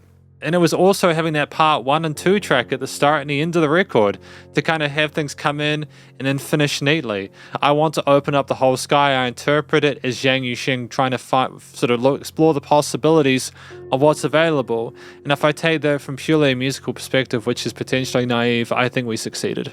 You'll notice, by the way, that I had a battery icon flashing in the previous part, the previous conclusion. I apologize for that. It might even been for the one before it. These are just long reviews. I'm listening through the entire track, making notes, ranking them via point scores, and then doing the conclusions at the same time. So I have to listen through them in full, but nonetheless, this was a joy to listen to. Zhang Yu-Sheng's vocals, though, are absolutely stellar. These are the best yet. That note that we hit in that really high note in that outro chorus or that final chorus was absolutely insane. That belt, that range, that confidence is just sensational. And we had tracks within this album where we were quiet and soft and somber and kind of low-key and more sort of controlled and more sort of like delicate. We had other tracks where we were boisterous and in your face and we're just having a real good time. Like we were laughing, I think, at one point. You know, the laughing and Take Me to the Moon where we kind of paused. And then Zhang Yu-Sheng, you'd hear him kind of laughing and talking and stuff. As well as the track, I think it was Magic Taipei, where we do a bit of vocal modulation, go into an upper register. There's just so much character within this album. We are really kind of trying to go beyond what we had shown before. We know how to be great, and now we're trying to be excellent. And I think that if this is a signal of what's to come, the next few albums and EPs should be absolutely stellar. Whether it was melodies or harmonies, Zhang Yu-Sheng nailed it. There was not a weak track vocally within this entire album. So to be fair, there were not vocals inside track 1, you know, Anacruxis, but that's fine. Again, having an instrumental intro, it showed there was something bigger to come, and especially in a 12-track album, because this is huge. This is a big effort, 12 tracks. We saw it, man. It was great. The tracks, though, the range of tracks we had, there were some sort of slower ballad format ones. There were a lot of sort of more kind of classic rock tracks with guitars, bass, and drums and keys. Some interesting brass and saxophone parts there. There were some songs, such as I think it was Nameless. Nameless was just, again, that slower ballad with the more kind of delicate vocal parts, the pretty tones and harmonies and textures. We didn't have the impetus to move forward, and things kind of floated. And then we get to that half point, and it's just a guitar solo. It's just a guitar solo with the pads and all that. And you just wonder, could we have done that with the previous albums? Do we have the ability to do that? But that is the kind of wonderment that we have on display here. And just genuinely, man, how did we even figure this out? It's magical because, if I've talked about the various instruments within the different individual tracks themselves. So I'm just to make this conclusion section not go for a decade. I've talked about a few of my favorite parts within this album instrumentally, because the structuring was just flawless. The various sort of there were no compositional faults within this. To try and, nitpick, there might have been one or two points which I mentioned in the notes and within individual tracks where I was like, I don't know if I like that.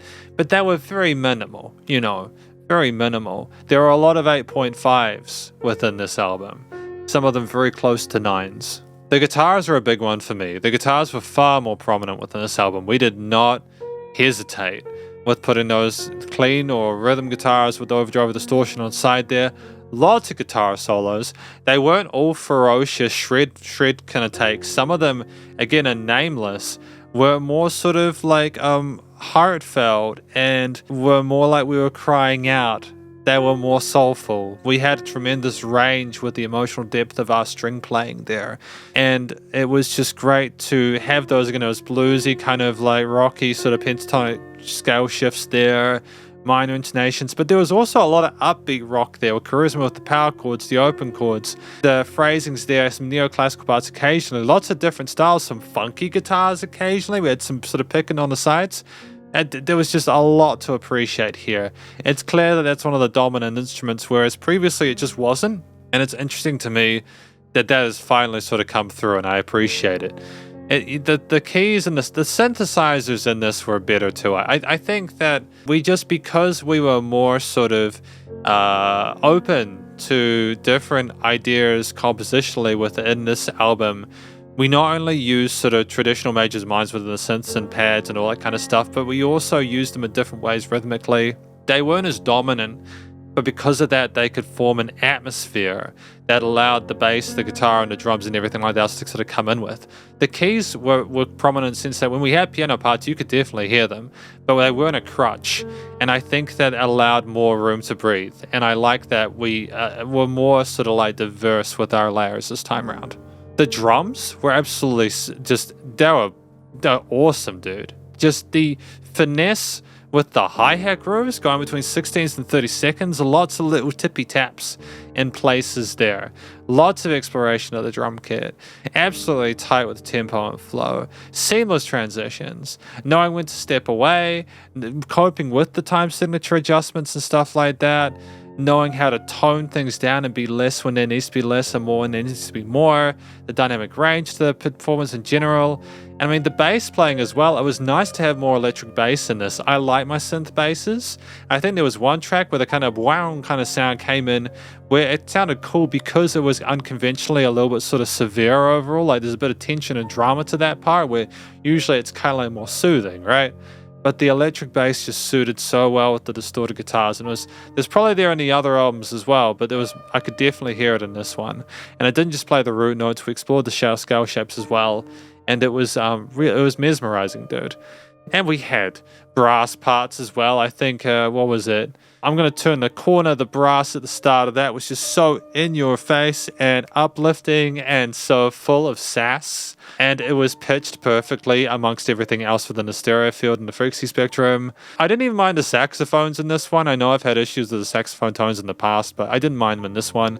They were less sort of synthy in this one, I think. And there was also just the use of like Foley that I appreciate. I think we had like the plain Foley in the first album, but it was like, again, in the Magic Taipei one, we really committed to the bit with the people talking conversations and stuff like that around here. I am wondering if we couldn't have done more of that in this. I'm wondering if we couldn't have used more Foley to tell more stories. I think that would have potentially put some of these tracks to a 9.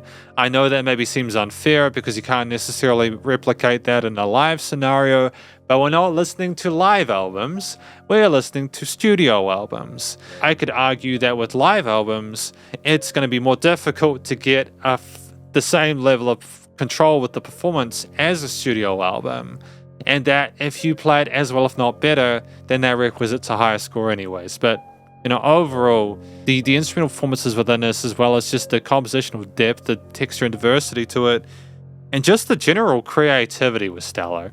And the themes overall, I think, matched what the songs were about. We had our fundamentals of music theory and composition down as per usual. We explored different sort of time signatures. We were kind of not edgy. We didn't just stick within traditional major or minor scale shapes. We had the blues, pentatonics, maybe some sort of harmonic and melodic minors occasionally. We were not afraid to explore parallel majors and minors. We had lots of ornamentation here, lots of like the shred, the tappy solos, the actual performances were virtuosic, if not damn near. And with the synth solo as well, the synth solos were magnificent, but just the drums, bass, and everything was just so tight. There was not a note out of place. And in general, I'm thoroughly stoked with the effort put into the performance of these, and I think that they suited the caliber of the vocals well. Finally, the studio recording, mixing, and mastering, I think in general is also better in this one. Things just sounded a little more sort of robust, and there was dynamic range here, but it wasn't too much. Actually, no, I say that. I wasn't necessarily happy with some of the vocal leveling within this. Occasionally, I think there were songs where the vocals were too quiet. Like, I think Nameless there were some tracks where the vocals were so quiet at the start that you really had to sort of peer and peek into it. You had to kind of absorb it through osmosis. Other songs, which was interestingly like, I Breathe, I Feel I Exist. You had the side kind of choirs kind of quiet, and then Zhang was right there, and so I'm not sure if I like that. I would have liked more balance with that, but then I'm wondering if that was a deliberate move to kind of get the listener to sort of peer in more inwards and listen more intently. Outside of that little qualm, I suppose, things were generally really nicely niched and leveled within the frequency spectrum in the stereo field. There's dynamic range. The vocal takes, they were just phenomenal. There was no fixing of stuff in post. There was movement of stuff around the stereo field occasionally, but I think there was less of a push for things to be too much kind of modulated. It was more of a raw kind of take there. I think that we wanted to sort of keep things where they needed to be in a way that was more replicable of a live performance. And it was nice and loud without pumping. So effectively, this is my review of the third album from, Zhang Yu-Sheng, titled Take Me to the Moon, again with Stephen Hart. I'm not sure if Zhang Yu-Sheng does more with Stephen Hart in future, but, Stephen Hart, if you're watching this, well done. It's just an excellent album. I think this is my favorite one so far. It got a higher score overall than the previous ones.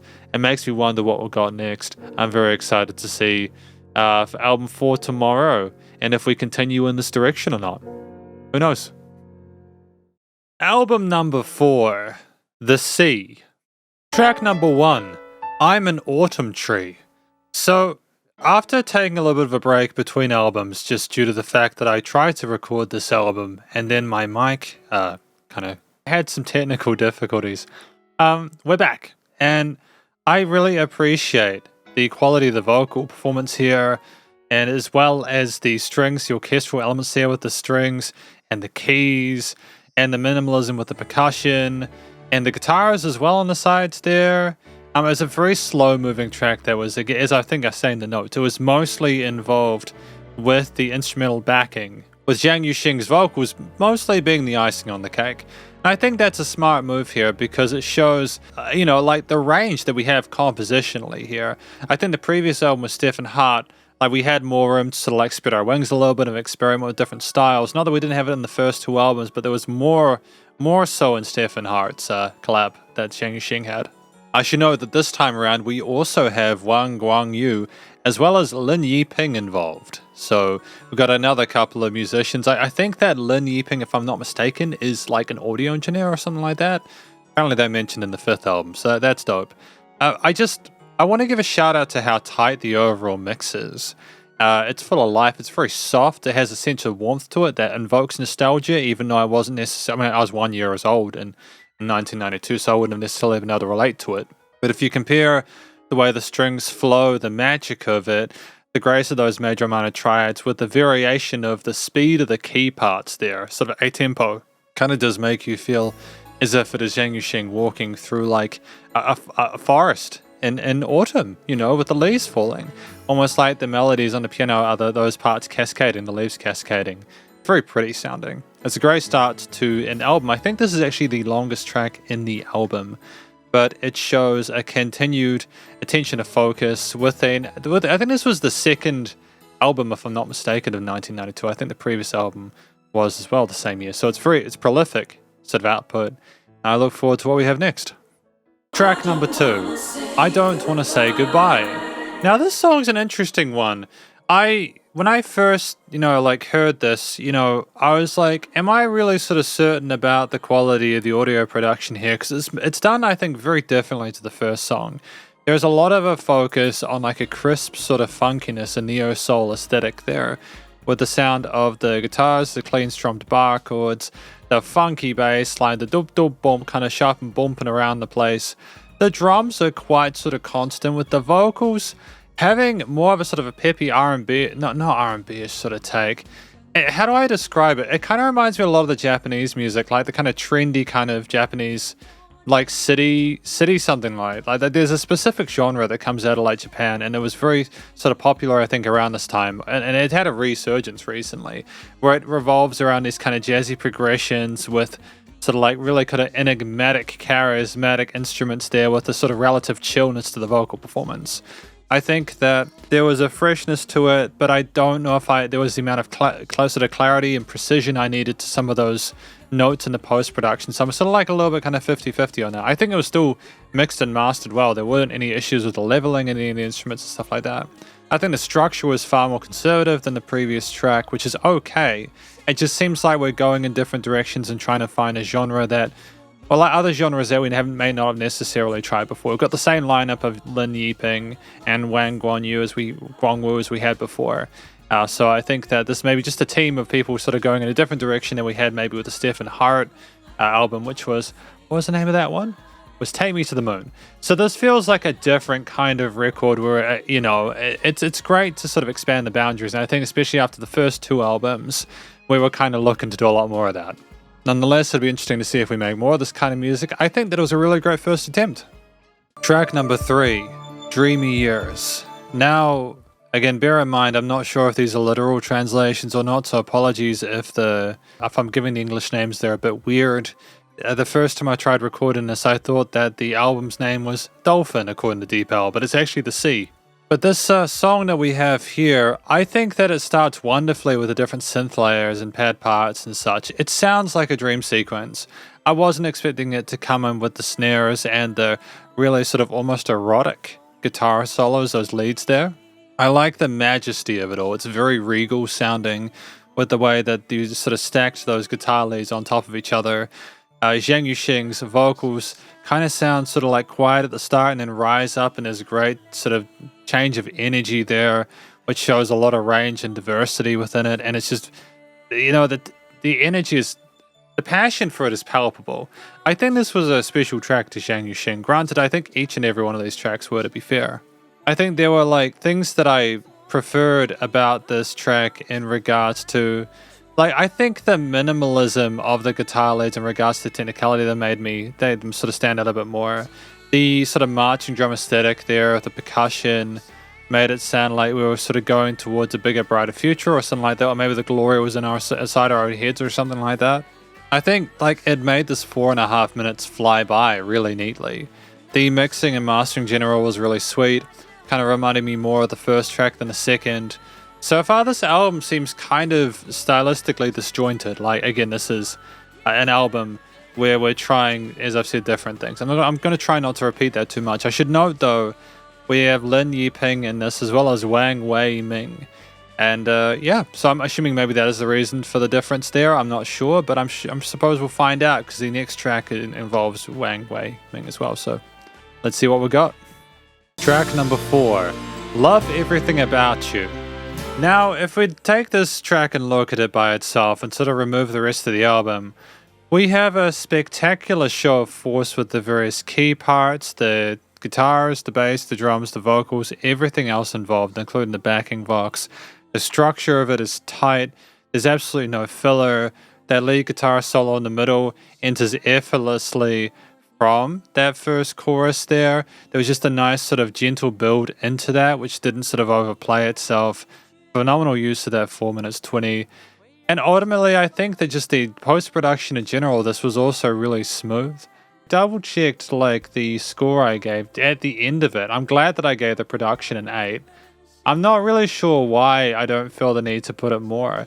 It's great production. It's like, maybe it makes me wonder whether what I'm expecting is like lots of different tricks, or if what I'm expecting is reasonable of the time, simply because it was the 90s when this was recorded, and the kind of production quality you had then might not be the same it is now. So I'm actually going to give it an... I hesitate. My brain's saying not to give it an 8.5. I'm going to have to think about that in post. It's the joy. This is why I traditionally do not, or typically do not give scores to songs, because either I regret them later, or if I was listening to them, I'd be like, oh, like, and like a different day, it's like, is this better than this one? But it's definitely great audio production. I don't think there was really a weak point to this. I like the fact that we had another repeated outro chorus, but it was done a second time and there were different tone fills in it. I just also want to give a shout out before we leave to the quality of the actual vocals within this track. There was something kind of special about this. The way that Zhang Yu-Sheng sang in this. It was like we had full control over our pipes in a way where even if we weren't doing kind of crazy wild notes all over the frequency spectrum, there was just a sense of like we were commanding the attention of the listener. And that's not something we always get. Often vocals can seem like they're either phoning it in or they're trying to sort of like play in a way, which is it. But we had a sense of force behind it. Like a passion that stood out amongst the backing vocals, and kind of you could imagine Zhang Yu-Sheng on stage, singing away. It was really well done. I think the leads, for the first time in a long, long time, if not the entire discography, really did like support Zhang Yu-Sheng's vocals. They were literally substituting in. The guy can shred, don't get me wrong, but it was just nice for the vocals to stand on their own and for me to enjoy both as much. And just before I go, that's potentially going to like trigger some people. So what I mean is that when Zhang Yu-Sheng has done solos previously, they've been phenomenal guitar solos. All right, it's just that we're at this point now in his discography where he's fully comfortable and he's kind of really sort of he's pushing his own sort of boundaries and limits, and we're really just getting finesse across the entire board. So there are a lot of exciting things occurring, and that's why I'd say something like that. He's a great singer. He's a great guitar player. Don't worry, I feel you. Track number 5, Struggle.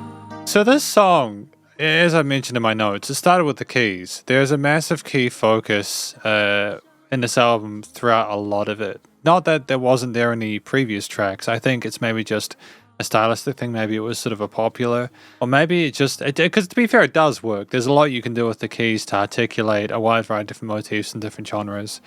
I do enjoy certain parts of this, such as the way the guitars were just kind of strummed with little mutes and stuff like that. And then we kind of went a lot bigger in those chorus sections. Though I wish we had kind of had room for a lead guitar solo, I suppose. We had the teasing of them in the pre-second verse, but we didn't really go further with that. I think that's why, again, in the notes, I was like, why didn't we go higher than that? Why didn't we sort of like flesh it out? But I suppose maybe it's meant to represent something going on in the story. Yeah, this track was effectively centered around the tale that Zhang Yu-Sheng was telling. I think that we had this kind of uncomfortable chord in the bridge part that, it flowed into a nice sort of positive majorish kind of sound that really, it was satisfying. It's a great sort of compositional technique to induce a sense of being uncomfortable, and then you're desperate for there to be that resolution there.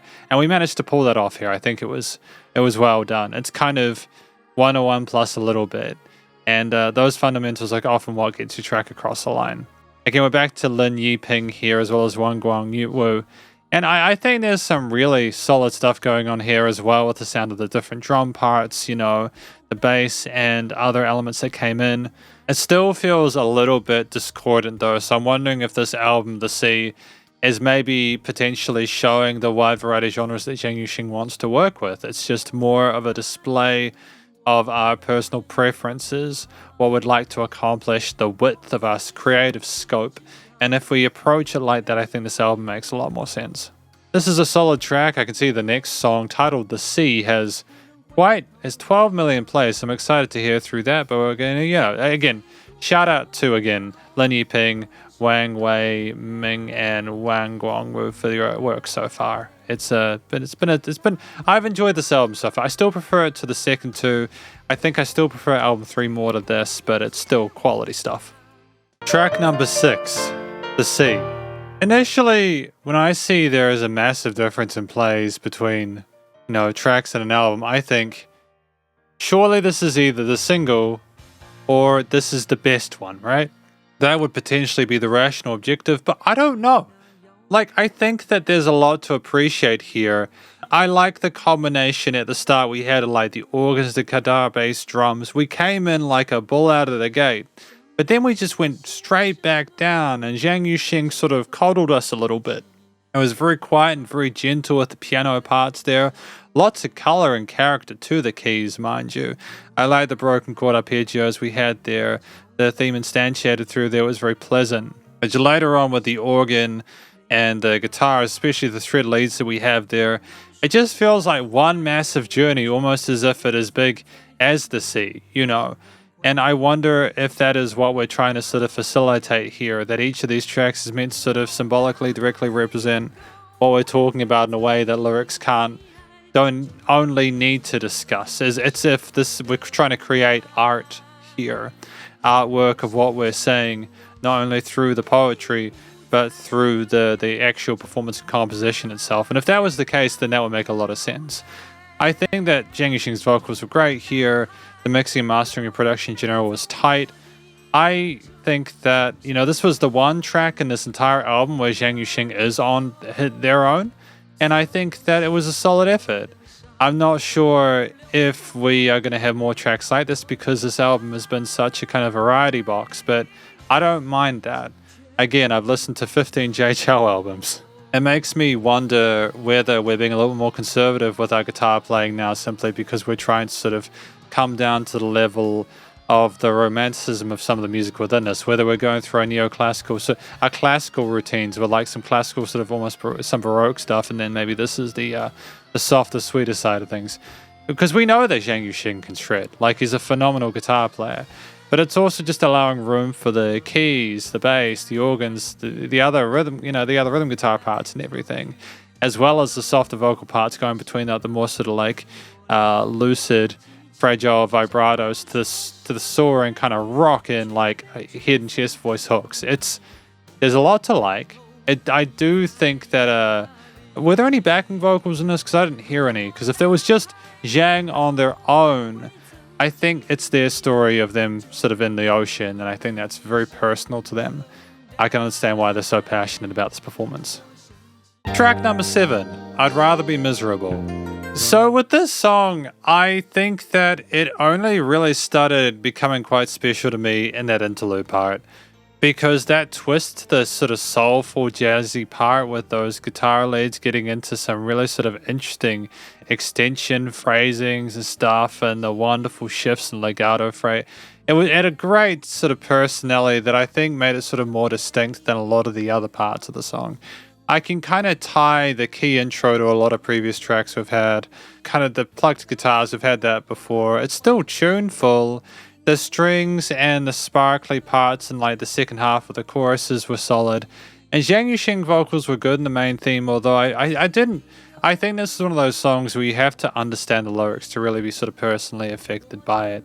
Which is a shame, because for me, you know, like, if I only really like one part of a song, does that make the entire song great? That isn't to say, though, that I think the rest of the track is like lesser or bad or anything like that.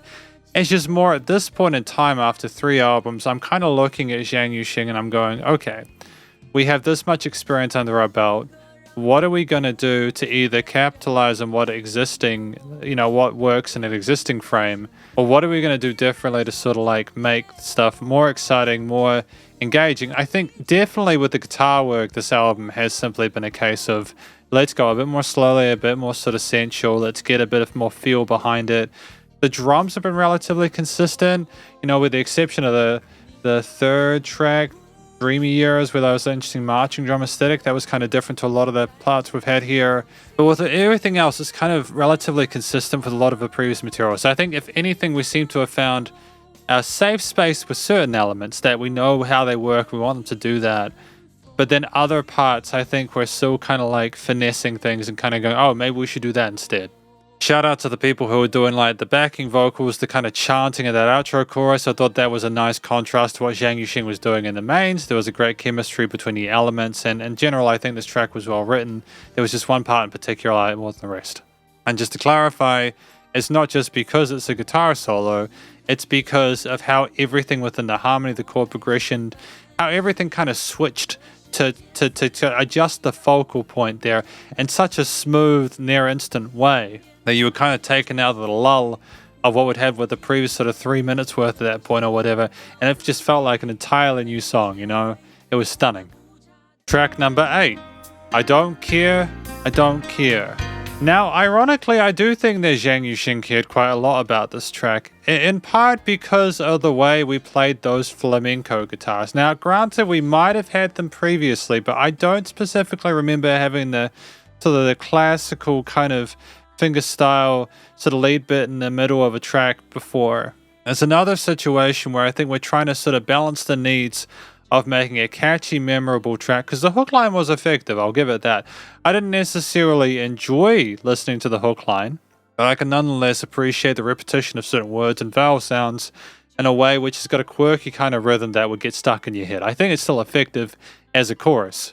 But I think for sure the stars of this for me compositionally or theoretically are the unusual chords we have in here with some jazzy sort of, again, flamenco Latin infusions. It's very sultry and slow and sensual, and it really just kind of invites you to soak everything up. Again, with the combination of the raw bass that we have. I would like to know what the name of that bass is. I genuinely would. It's got a... I want to know what tone that is. It's been throughout this entire discography so far. I need to know. But like outside of that bass there, with again the guitars, we might have had some keys here, but I think we had the guitar to sort of start us off, which was kind of neat. I think the thing that kind of brings all these tracks together, apart from maybe the first one, the Autumn Tree, if I'm not mistaken, it was Autumn Tree, right? Autumn Tree. I'm an Autumn Tree.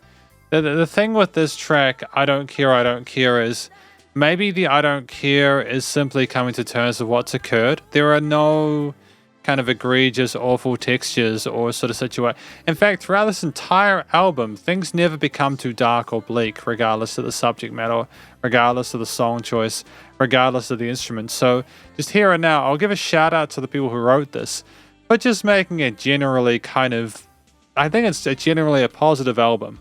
Whether or not that was like something they deliberately did, or whether or not I'm missing a lot of context without the lyrics, it's just been a really pleasant album to listen to, outside of potentially there being a little bit too much repetition in certain parts, like doubling of choruses for my taste and not nearly, because bearing in mind, I just want to say now, this track features Wang Guang Wu. I don't think I mentioned it for what was it? I'd Rather Be Miserable. It just has Wang.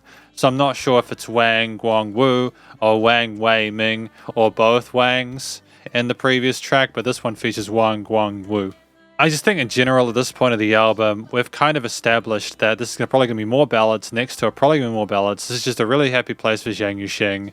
I know for certain that things get a little bit sort of more varied later on than they already are now. But I think I've also made peace with the fact that I just think Zhang Yu-Sheng just really likes to make these kind of songs. They're very heartfelt, expressive. Maybe they're not sort of centered as much around relationships and stuff like that as maybe the first few albums were. But it's still, again, that sense of romanticism I mentioned earlier with a huge amount of feeling within the strings, the keys, the harmonies, etc. A focus on the guitar, sure, but also allowing the other instruments to take precedent. It was also, just before I go, nice to have that sort of the rim shot on the drum kit, nice and smooth and sort of like subtle there. It's a great flow, man, a great atmosphere, and I look forward to the next two tracks. Track number 9, I'll Give You Half the World. Now, I think this is probably one of my favorite tracks off the entire album, in part because the sheer amount of joy and kind of quirkiness of it. What I appreciate is the the vocalization of that melody there in the verse lines as well as in the interlude section. That is one of my favorite things because it just shows that we're not taking the role of the instrumentalist as purely a way of representing that. We are allowing ourselves to go below simply being the storyteller, allowing ourselves to be part of the mix. The tempo was high. Was it high? 1, 2, 3, 4. Okay, the tempo wasn't high. There was just a whole lot of 16ths and maybe even 30 seconds there. The slap bass combined with the cheeriness and the freshness and the brightness of those synth parts with the guitar sort of bark. Again, it kind of reminded me of I Don't Want to Say Goodbye, except a little bit sort of like quicker. And it was just this general sense of pace that was caused, regardless of whether it was those sort of like really kind of frilly drum fills or the kind of the brass parts where they go up like that. Da, da, da, da, da. Like the vocals, they go like that as well. It's just peppy and like vibrant and full of joy. And I'm not sure what the track is about. I assume it's probably like an offer to someone to share half the world with them. So you kind of imagine it sort of a personality like this. As I mentioned in the notes, and it kind of reminds me of Magic Taipei a little bit. It's not nearly to the level of kind of like weirdness or like sort of unique. Like, how do I describe it? I liked Magic Taipei because of how experimental it was. I think I like this track simply because it feels like a splash of cold water over a lot of the more sort of like mature sort of compositions we've had here, which are a bit more sort of like somber, even if they're not necessarily really dark or sort of like meandering at any point. It just seems we flowed through this at a rapid pace. And I think when you consider the fact that each of these tracks has been probably well over 4 minutes, none of these is within that 2 to 4 minute sweet spot that I sort of like specify I prefer. I think I appreciate this because this seems like the closest to a single. It's kind of wild to me that now the music industry has changed so much that now we prioritize those 2 minute tracks. It just goes to show, again, I suppose the focus would be the focal point, even though there's so many interesting sort of instrumental parts going on. And it was colorful harmonically and melodically as well as rhythmically. There's a lot of attention to detail here. Wang Wei Ming involved with this one as well, shout out. It's just, it's a solid track. Probably one of my favorite off the album. Track number 10, China in the Heart. Now, I'm not sure what the song is about, but when I listen to it, there is a sense of sadness about it. I'm not sure why that is, as I don't know the lyrics. Maybe you guys can let me know in the comments. Hopefully, the commentary is, is nice and sort of like, is gentle. But I think that the way that we sang in this is one of the best vocal performances I've heard from Zhang Yu-Sheng so far. I gave it a 9 out of 10. And I want to explain why that is, because I don't think I've given a 9 out of 10 for vocals before. What I appreciate from Zhang Yu-Sheng in this track is not just the fluid manipulation of his vocal cords to create really compelling melodies with those acoustic guitars. It's not just that we soared above all that in that build section and the chorus, which was so full, with the backing vocals as well, which was absolutely tremendous. I liked how the backing vocals brought us into that massive sort of like swish of emotions that was the hook. But it was also those damn near flawless falsettos that we have with the vibratos. It's phenomenal, incredible vocal technique here that I don't think I've heard from Zhang Yu-Sheng concentrated like this. So it's a 9 out of 10. I think it's extremely difficult to sing that range that Zhang Yu-Sheng did in this song. I don't know many musicians who are able to do that, many vocalists who are able to do that. I look forward to hearing more like that, hopefully. It also sounded like for Zhang Yu-Sheng, this was a very emotionally charged track. This is a very different beast to what we've had previously. It was mostly orchestral. We had huge strings and everything like that. We did not sort of like vilify it with a guitar solo or a different lead. It was purely about the story that was being told there. We had swells, phenomenal dynamic range. The production I gave an 8.5 out of 10 as well. I thought that was absolutely stunning. Usually I wouldn't. Like if things were that kind of like claustrophobic in the mixing and mastering bus. I think from what I can tell from the music and how instruments were played, it was meant to represent a swell of emotions. And I think the production not only competently mixed and mastered things, but also made it more of a statement piece where it got really full like that. The drums were fighting to stay over top the rush of it. The guitars, the strings, the bass, everything. It was incredible. It was an incredible track. It's just sensational. And the track flew by. 5 minutes. Again, this is an incredibly solid piece of music. I would say I honestly prefer a song like this I almost prefer it to The Sea. Just simply because of how different it is to what we've had in the past. It's nice to hear these different angles of Zhang Yu-Sheng's capabilities as a composer, as a performer, as a singer, as a songwriter. It's also worth noting Lin Yiping as well being involved in the vast majority of these tracks, along with Wang Guangwu, as well as Wei Ming and previous ones. They've all done a tremendous job, spectacular job with this, and it's been a pleasure to listen through these tunes. Again, I'm still not sure how I feel about this album in regards to album 3, but I can hear an evolution of Zhang Yu-Sheng's style, and I just feel really happy that I've had the opportunity to hear this out. I'm glad that I stuck through this album through to the end, because I feel like a lot of the earlier tracks, that were good, but I don't think they affected me to a level that the previous did.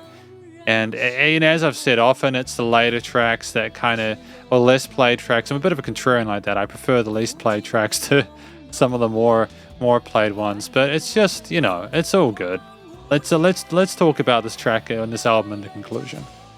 Welcome to the conclusion of my review of this album from an act named Zhang Yu-Sheng titled The Sea. This album is as deep as the sea. It is a incredibly varied album that focuses with a lot of different ballad format style tracks with verses, bridge, and choruses, but there's a lot of different styles involved.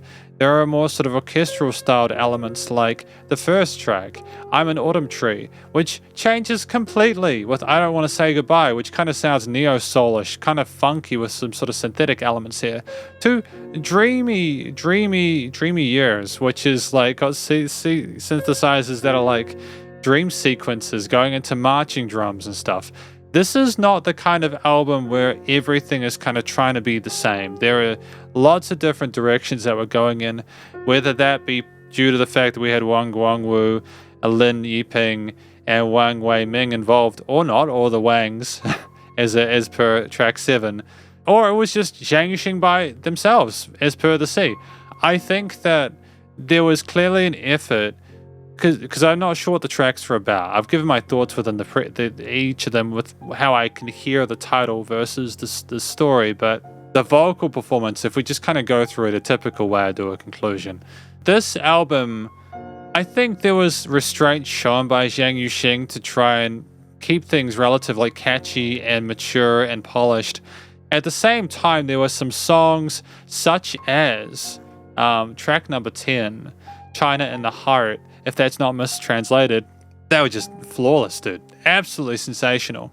It's almost like I think Zhang Yu-Sheng needed a specific mood to sort of really pop off in. And we had these particular stories where it just felt more appropriate to sort of sing the way that we did. It's not that a lot of these performances were great, but track number 10 to me was an exception, just with the wide variety, the range and the intensity, variety in it. Just we explored our capacities to a way which is very, very satisfying to me. And again, it's one of the best vocal performances I've reviewed, especially as part of these discography videos. Again, no disrespect to Omnipotent Youth Society, great singer, you can't compare them. It's more, especially because a lot of these tracks, if I was to sort of, I'm not going to make the comparison, they're two different bands. With a lot of these tracks here, the focus is on the vocals, so I appreciate that that a lot of them are top notch, and there's even some sort of like extra special parts. I think that when I listen to this album, there are a variety of different tracks, because again, as I've specified, Zhang Yu-Sheng's great vocalist, fantastic head and chest voice, typically sings in a way that's very appropriate for the emotion of the track, and has got a great sense of like technique with like legatos and staccatos and like vibrato and all that kind of stuff. We've got those bases covered, especially by album 4. It's why we had such a successful career, in my opinion, across the 10 years we were doing it. But the tracks in this album were between 4 and 6.5 minutes, and that's long. Those are long tracks, and I don't necessarily know if each of these tracks benefited from being that long. There were some tracks, I think, such as the third and fourth, where they had double choruses at the end. I think the fourth track, if it was Love Everything About You, it did have like variation with the tom fills and stuff like that. But I just don't know if these tracks could have necessarily just had like one less repeat, or they could have done the fade out stuff, which I complained about in the first and second albums. I think there was almost a fade out on every single track in the first album, if I'm not mistaken. With this one, it was almost like I got what I wanted, but then like I wasn't sure if I wanted it. It's just the give and take of doing these discography reviews, I suppose. Nonetheless, aside from them being a little bit too long, I think with the double choruses, and maybe there was still some double choruses where there was variety there. I'm glad we had diversification between parts. Even within the initial choruses, we'd have some parts we had strings added on, and then some sort of sparkly synths and etc. We had like transitions straight into solos sections afterwards. We even had some sort of lead parts, I think, very occasionally on top of outro parts. And it was fleshed out. There was no filler within these tracks, and I think, like the wide variety of instruments we had, including like string sections, guitars, bass, drums, piano, keys, synths, and there was a lot to appreciate. I think if I speak about a few of the things that I appreciated with this album, first is going to be the keys, the synths. As we had keys and synthesizers in most of these tracks, and typically they not only sort of like they displayed the chord progression and the basic melodies and the things you wanted to sort of establish, but we also had a sense of consistency, which was a rare thing in this album, from like how they were presented, because there were so many different styles. We had that consistency in the tone of those specific electric key parts, if that makes sense. I think it's nice to have welcome components when you have different overall arrangements of like different sounding basses, for example, or different sounding guitars, or whatever, different sounding drums. To have like one instrument kind of be there and be like, yeah, no, this is something you're okay with. It kind of brings you home and lets you know you're within the same album. But I think we colored those harmonies and melodies really well. They're an interesting component. And even though I wasn't always massively a fan of them being the literal first thing I heard in a lot of these tracks, simply because I figured if we're going to go for 10 different tracks, let's make the 10 different intros. But it was just a nice way, I think, of bringing people into the different journey they were going on. The basses were good too. I think we had the wow bass that was kind of a fun tone, and it was, and again, nicely tuned into the root notes of the harmonies. We didn't necessarily sort of like mess around too much with trying to get involved in upper parts. The electric bass, if we had any, would sometimes do that. There was also some sort of slap funky basses, I think, in track number 9. I'll give you half the world here. So like a lot of stuff going on with that. And like there was changes in energy and intensity there. And it was colorful and kind of adorable even at times, just how much it was trying to sort of like make you excited and happy, especially in track number 9, where there was just so much charisma. There was still a great sense of movement with like the drums and percussion elements and everything like that. And we were very respectful of the other parts of arrangement. But it was nice to have range in the different types of bass tones we had. The guitars in this album were typically more sort of like low-key than what we've had previously. If we had solos, they seem to be more about the feel rather than the technical sort of show of how much we can shred. I think this is maybe the part in a career where we go, okay, I know I'm phenomenal on the six strings. And this is not me saying that he did not play soulful stuff before, because he did. It's just me kind of like going, with most of this stuff, it was less about playing like a lot of different notes. It was about making less notes, and those notes specifically matter. I think it was track number 8. We had like a really distinct turn with some sort of jazzy lead parts on the guitar that explored the modes really well. And it was just I'm confusing that with I'd Rather Be Miserable, because track 8 had the flamenco leads and the clean guitarish parts. I'd Rather Be Miserable had some absolutely tremendous sort of jazzy leads there, incredibly well voiced, to the extent where I think that my favorite part of I'd Rather Be Miserable was specifically where the guitar came in, but only because of how much everything changed with it. And there were some rare moments in this album where I specifically felt even more of an adoration for Zhang Yu-Sheng and what that accomplished, because of just how much things shifted. It's almost like we were trying to, again, find that balance between writing catchy music that people enjoy, for people that are familiar with our previous works and again, we based our careers off, whilst also kind of clawing out a niche for ourselves and making stuff we really want to. And I think that this album, at this point, seems to have been more of a kind of a compromise between the two. Maybe we did a bit more exploration than like the sort of more kind of restrained stuff in the Stephen Hart one, Take Me to the Moon. With this one, I think we were trying to find that correct sense of equilibrium and nuance, and I think we managed to establish that for the most part. I did enjoy the drums in this. I thought that they were played with proficiency and a great sense of grace. The brass parts we had occasionally in flurries, such as in I'll Give You Half the World, were stunning as well, just with their sense of wonderment and sort of sparkle and zazz. Those were my main sort of favorite instruments, though. We probably had more in there, but those are the ones that kind of stood out to me. I know, actually, you know what? I'm going to talk about it. There's these sparkle synthesizers that we had occasionally, and they're very pretty and pristine.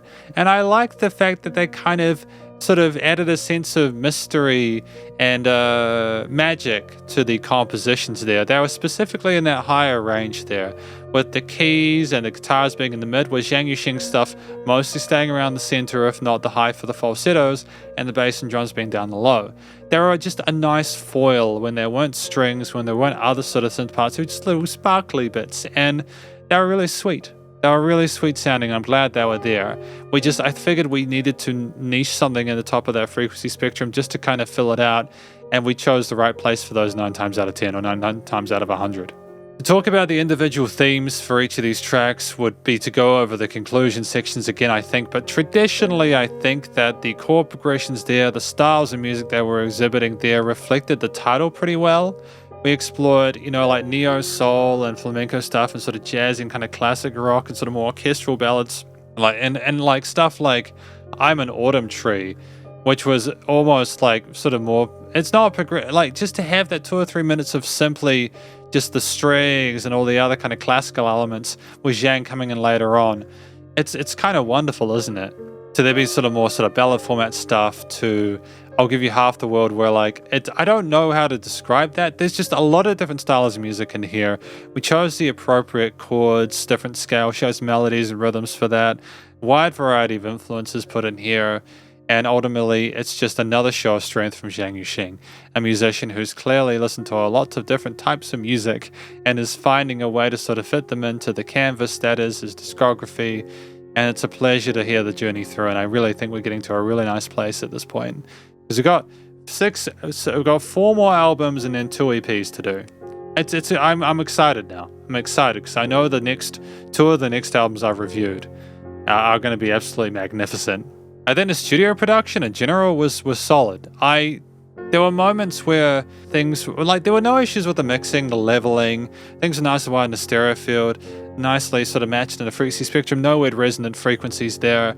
The vocals were captured really eloquently and they sounded nice and full. There were tracks like number 2, Goodbye, where I wasn't necessarily super convinced with the recording quality, purely because it sounded a little bit too sort of glacial for my taste, in the sense that there was a bit too sort of much high energy for me. But that, I think, again, was to kind of capture the sparkle and the magic of a lot of those reverb tones there, and to kind of make it seem really fresh sounding. So from a mixing perspective and like a production perspective, if that was the essence, I think that was done deliberately. It's times like this where I'm aware that there's a little bit of magic going on, especially in tracks like, again, China in the Heart, where we deliberately pushed against it to make it seem like a wall of noise, a big, massive force to finish things off. I could tell that they could mix well and level things well because of the way the guitar sounded on the left and right, the stereo field with Zhang in the middle. We clearly understand what we're doing at the desk, where we're not only just able to follow the fundamentals and get great sounding tracks, we are then additionally pushing stuff in a way that makes it, again, a work of art. It's why I feel very positive about what we've got going forward, because I think we've got a good team of people working with Zhang Yu-Sheng to get their artistic vision imagined and produced. You know, with it being nice and loud without pumping, and there being absolutely no issues capturing the vocal performances there. You could tell everything was played live. It was just a nice organic feel to everything with a great sense of chemistry and not a note out of place. This is, my really positive review of the 4th album from Zhang Yu-Sheng, titled The Sea. It is great to be back in the saddle. I did 3 in a row, and then I had to take a few days off because sort of mic issues. I'm going to be looking forward to doing tracks 4 to 7 before I take a break. Albums 4 to 7 before I take a break. I think it'll be like another 2 albums and then like the 2 EPs maybe. We'll see how we go, but it's just very exciting. I had to double check what the order of things is.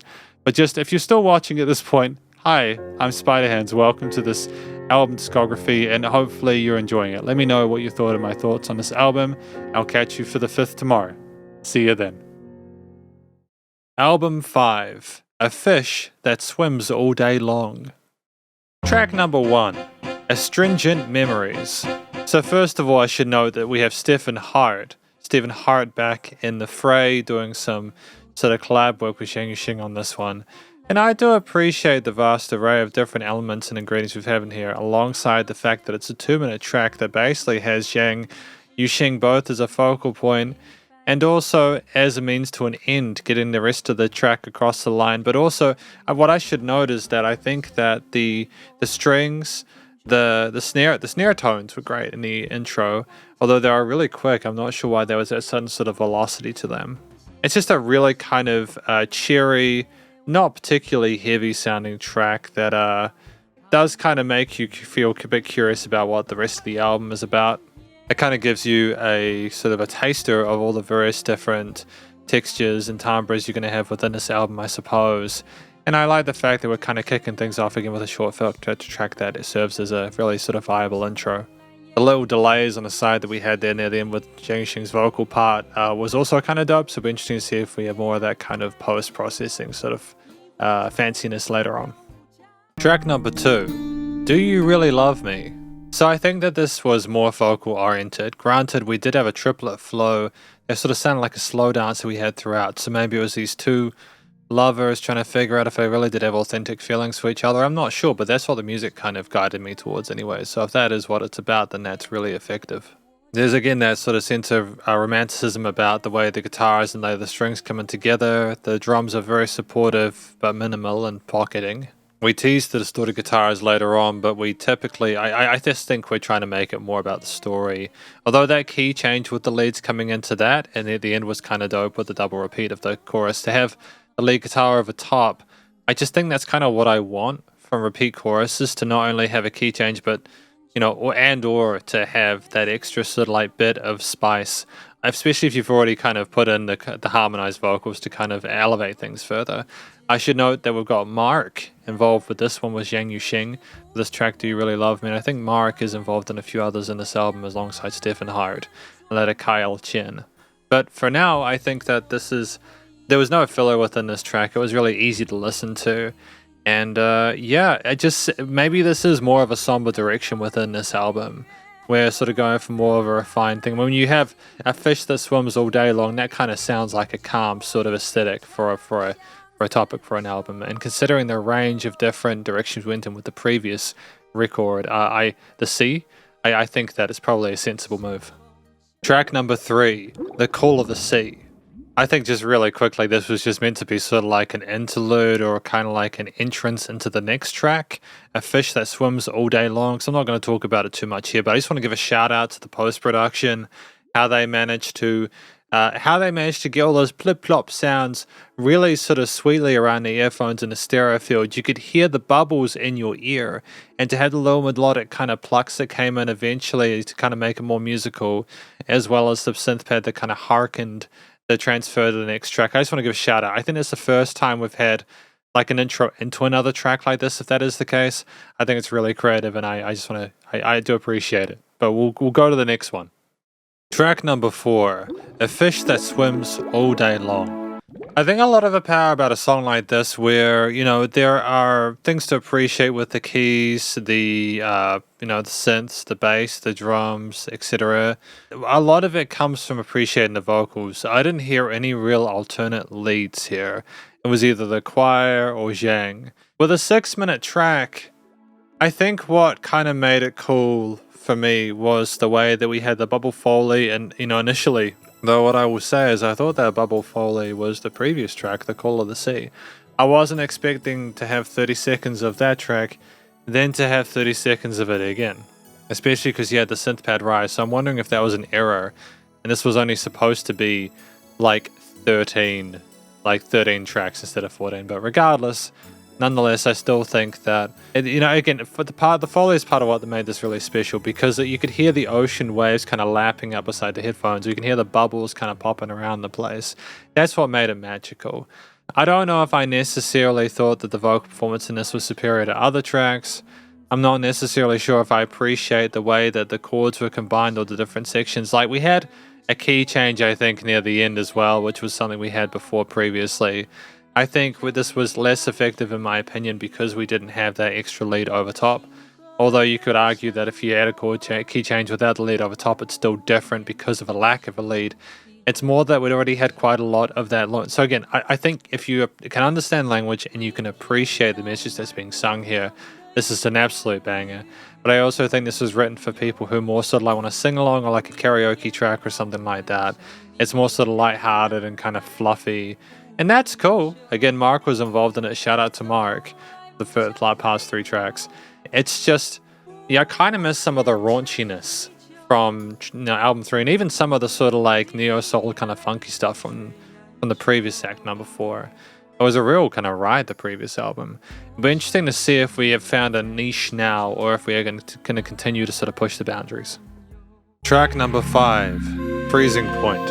So just after I started talking about, wanting more sort of experimentation, not that having the blub blub sounds and the ocean foley and the choirs coming in and out with Zhang Yu-Sheng and all that kind of stuff wasn't like trying to sort of like try new things and everything like that. I think that part of what made the previous track pop was the synths and how they kind of sounded like they were underwater. They had a kind of a crispiness. They also kind of reminded me of the, Super Mario 64?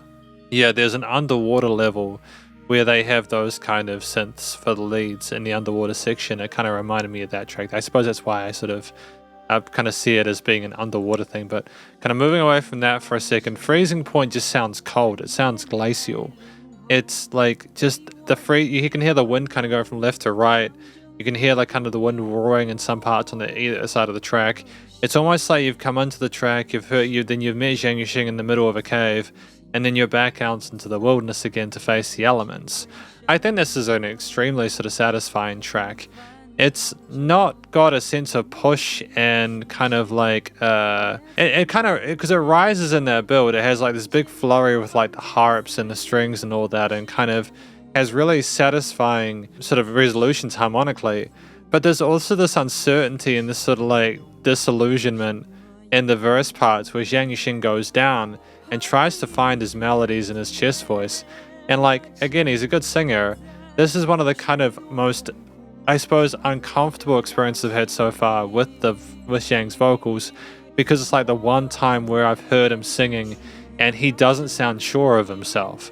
And I think it's partly because of the complexity of the harmonies in the verse section, but I think it's also because that's what Zhang Yu-Sheng is trying to emote here. He rises back up for the hook. Things become sort of like huge, and there's a real push on the limiter, kind of like the the last track of the previous album. It was China in the Heart, where things got really pushed in the mastering chain. I'm wondering if this is going to be kind of a thing that happened with Stefan Hart kind of being a little bit sort of more explorative, and Mark and Kyle Chen. I don't know. To be fair, I haven't heard Kyle Chen yet, but it's definitely a journey. This one was more of an aesthetic. It sounded like we're in an igloo discussing things. The production was tight. I like the sound of the Foley in both of these tracks. The production across this album so far has been very, very good. And I wonder if we're going to get more sort of cold stuff, more ocean-related stuff. I think that'd be a kind of neat way to go. Track number 6, Good Night, Sis. Now, I've actually previously reviewed this, I think as part of a fan request live stream or something along like. And I had a great time with it. I think this track is really well written. It's a ballad format, We have the piano initially with the vocals coming in afterwards. And we have like music boxes and strings and woodwinds and all sorts of fun things. It comes in its stages, and it helps us to keep the overall sort of concept fresh. Because if you have all the instruments at one, it can be a little bit overwhelming, And a 2-minute 13 track like the first one, which was Astringent Memories, it makes sense to have everything come in a bit more sort of quickly because you don't have a lot of time. You don't have a lot of time to develop it, but within Goodnight Sis, we had a total of 5:24, so we could take our time across the multiple different hook passages there, especially bringing in the drums at the end. And they were powerful when they came in. Da, da, da. We rose to the occasion. Everything built up to that final hook there. After that really wonderful woodwind section with like the flutes and all that kind of stuff, with the brass coming in later on the leads. Again, we didn't have necessarily a dedicated alternate lead melody, but I think at this point, I've kind of just come to terms with the fact that this is more about the overall sort of aesthetic of the entirety of the track, as opposed to having, this is the guitar part, this is the the vocal part. It's about creating a painting with these sounds, and Zhang Yu-Sheng over the last 5 albums has become a master of that. Shout out again to Stefan Hart. A lot of these tracks I've really enjoyed have come from Stefan Hart, although to be fair, Mark was also involved with that Fish That Swims All Day Long song. I just think this is one of those tracks where it ends really sweetly with that music box. I don't really know how they could have improved it. I just think it's a really great song.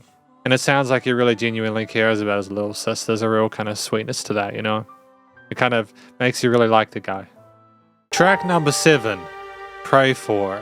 Now, this one was interesting because I got the impression that we were trying to sort of mess around with the listeners' expectations of like whether it's a minor or a major track. Without understanding the story, I can't tell what the angle for this is, because we had so many twists and turns with the verse chords and progressions and little harmony parts there, whether it be in the outro. Like, the intro was quite sad. It had a minor tone to it with the keys, with the synths. But then we have this kind of major lift when Zhang Yu-Sheng comes in, as if it's like a ray of hope or something. And I wonder if that's sort of meant to evoke something that I can't necessarily know without the full picture. I think that a few of the things I really appreciate about this track, again, featuring Kyle Chen, I'm not exactly sure what Kyle Chen did this. You guys can let me know in the comments. But what I noticed was really prominent was the panning decisions of the strings. Like, we had some on the sides and in the center and in the right. And what you may not be aware of is that is incredibly fascinating to me, because it's a conscious decision to simply not have like a sublead in the center or on the sides in one position. You're making it go, oh, here and here. And it's just a nice way of fleshing a song out, getting it past that 4-minute mark. Although I don't think they necessarily needed any help doing that, because a lot of it was just really compelling. There was no theme or idea that we stayed too long on. That guitar solo we had at the 2:45 mark was absolutely wondrous. It did not overplay. It made an entrance. It shook the floor, and it left. It bounced. I think that's all we really needed. The keys with Zhang Yu-Sheng's vocals harmonized and amalgamated really sweetly. But it was just, again, how things came down at the end without anything but, again, like the keys and Zhang with the strings. It was just mesmerizing how the music surrounded you, and I think that was a very effective track through its production alone, let alone everything else. Track number 8, One Man, One Dream. This is a very classy song. It was short and sweet, and I've got to be honest with you, I do really appreciate the fact we've got a few shorter bangers within this. It's interesting that we've got a wide range of different track lengths within this album. We really are just exploring the concepts we feel that we need to, and moving forward on those. I'll give a shout out to Zhang Yu-Sheng here, counting in like that, great sense of charisma and chemistry the rest of the act. The way he sort of introduces the woo, that kind of like a choirish kind of backing stuff was really cool. And it just seemed like Zhang Yu-Sheng was having fun. And with tracks within here where we've seemed quite serious and really sort of not intense, but like we're kind of really committed to the bit of kind of playing along to this sort of the intensity, whichever way emotively of the chords, progressions, all that kind of stuff. It's just nice to have a bluesy honky tonk piece with a bit of sort of fancy sort of guitar and bass. The bass was really prominent within this, really potent bass, actually one of the most potent bass pieces I heard in this entire album so far. It just was raw and raunchy and kind of, I dig it. It's a nice way to sort of freshen the palette for any more stuff we have later on. I appreciate the effort put in here by Zhang Yu-Sheng and the rest of the act to sort of like create, I suppose, a mood, explore it, and kind of bounce out with, again, that big sort of instrumental finish there. No one to take more of the spotlight they already had. It's just really nice. And we're starting to run out of genres to try. Which is interesting to see what else comes out of the woodwork. Track number 9, One Man, One Dream. Now, I'm going to be honest with you, my understanding is that this could be a cover that Zhang Yu-Sheng has performed of a track from an act named Zhang Mei-ling. Let me know if I'm mistaken by that or if that's mistranslated, but that's my understanding with this track. I like the way that things are set up in this. I like the individual components with like the guitars and the strings and the shakers and the soft kind of mellow drums, the kind of wispy, really kind of pretty vocals there that are very kind of soft and sensual and meant to sort of like mirror the way that the rest of the elements are played. There was a kind of mysticism to those lead acoustic parts in the center of the track. Personally, for me, the theme was very well established early on. I think a lot of this comes down to the story. There were like extra bars added occasionally. We didn't just have it in groups of 4 or 8. I thought that was kind of neat structurally. And I appreciate that it's okay to, like have songs that are like more sort of like standardized and kind of more sort of easy to sing along to and predictable. And also I imagine that Zhang Yu-Sheng may not have wanted to sort of potentially bastardize the original. It's just, I should also note, by the way, that Shan Qi Yuen, if I'm not mispronouncing, that was involved in this track as a once-off, I think, alongside Kyle Chen with their 7th track. There's a lot of featured musicians within this, and I want to sort of say I'm happy that Zhang Yu-Sheng is doing a cover. I thought that Zhang Yu-Sheng did a great job of singing within this. It was a shame we had the fade out because there was this really beautiful harmony near the end that lifted up, and it gave me an extra half a point on the vocal part because of that. It just seemed like we were pocketing overall for the entirety of this track to sort of make room for the original cover and the beauty of that. And that's fine, it just didn't necessarily excite me in a way that some of the other material within this album has. Track number 10, Hover. Now, if I start this track by going to the end, the shred at the end where Zhang Yu-Sheng with those 16th, like the 16th note, sort of like kind of stuff there. We were doing some phenomenal stuff, we faded out. And it's like, why do we fade it out? Let the guy play. We've had other tracks here that are 6 minutes long with much less within them from instrumental variety perspective. Not that I think they're lesser tracks necessarily. It's just, we had the backing vocals in the chorus here. We had Zhang Yu-Sheng bowing it out on the leads here. A lot of power behind us. Another Stephen Hart track. I typically like this stuff. But it just was really cool with the really spooky synth leads, man. And then, the guitars and bass were nicely controlled there. It was just kind of sort of surreal in the first minute of the track to have 3 different moods and ambiances there. We had sort of like, kind of sounded like we're in a war zone or something like that with that kind of low murmuring sound. Then occasional guitar riffs, kind of notes all over the place and dispersed. And then boom, the whole band is there. And that's the kind of adventure we went on with this. I appreciate the effort put in to make this an interesting song. I think that the performance was tight in general. It was nice to have an alternate lead there with that sort of dedicated guitar solo. And don't get me wrong. It's not like I know there haven't been a sort of alternate lead. Like there have been other sections where we had like woodwinds or like kind of synths that have been like sort of more kind of like subtle in how they're leading the track forward.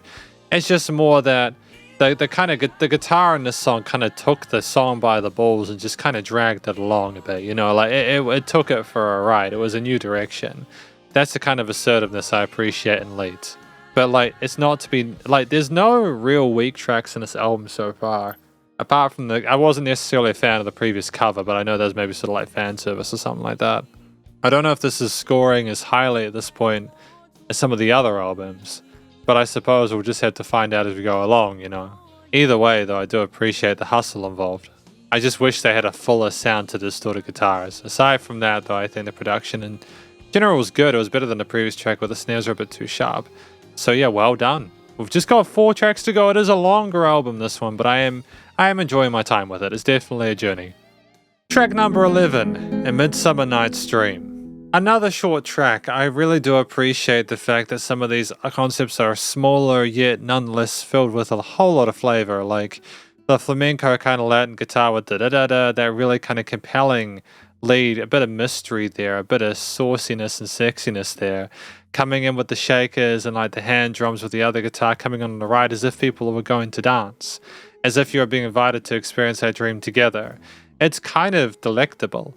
And the vocals were handled tremendously well. They were nice and smooth in the mix. With the scatting at the end, a nice sort of bit of instrumental. I gave it an 8.5 out of 10 for the vocals. I thought it was tremendous how we just flowed effortlessly in through the head voice to the falsetto, if I'm not mistaken there.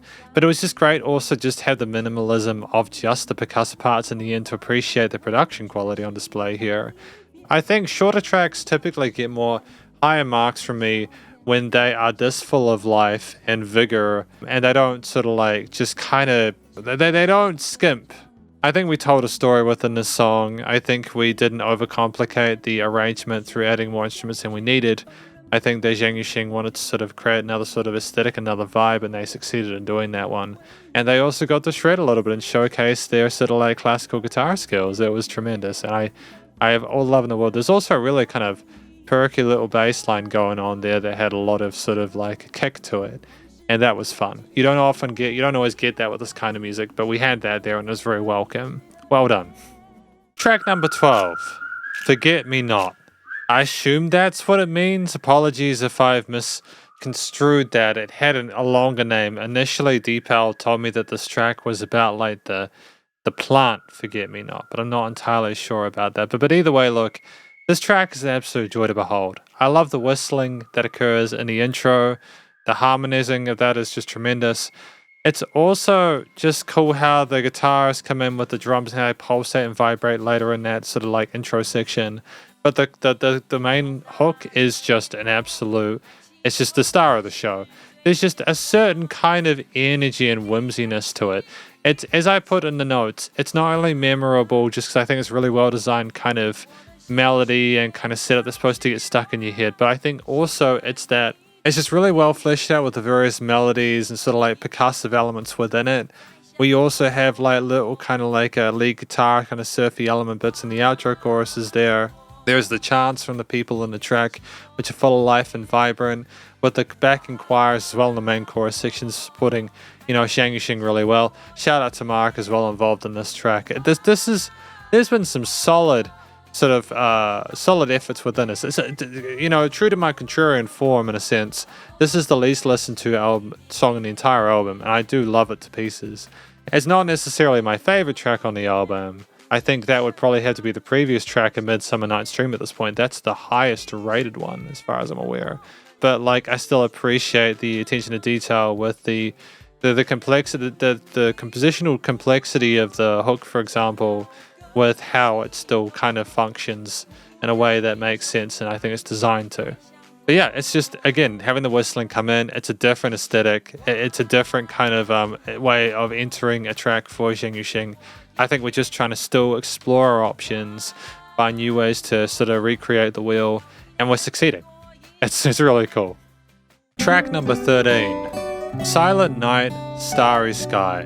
Now, this one, it sounds like a children's song. I get that impression because you have the children singing along at the halfway point. But there's nothing particularly childish about this in regards to the guitar playing. Because that guitar playing is some of the most complex stuff I think we've heard yet from Zhang Yu-Sheng. It is an absolute masterclass of jazz acoustic theory. It is just it's just wonderful performance in songwriting and composition. It's sensational. I think that this gets an 8.5 out of it. An 8. Lots of it. The structure is good. I'm happy with the structure, the ornamentation. And just the performance was tremendous. Just having the two guitars, but they talk to each other and sort of like move between. And there was still enough space for, the kids to come in and speak their truth as well. But Zhang just avoided that root note, avoided resolving that sort of like lead line for the vast majority of this experience. And I don't think we ever we might have gotten the resolution we wanted.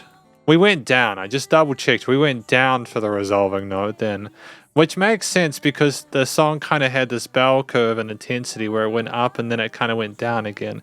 It was just a very classy way to go out. The guitars brought it up, the kids brought it up, Zhang brought it up, and then back down again. Considering it's very late at night when I'm recording this, it kind of makes me feel kind of sleepy listening to it.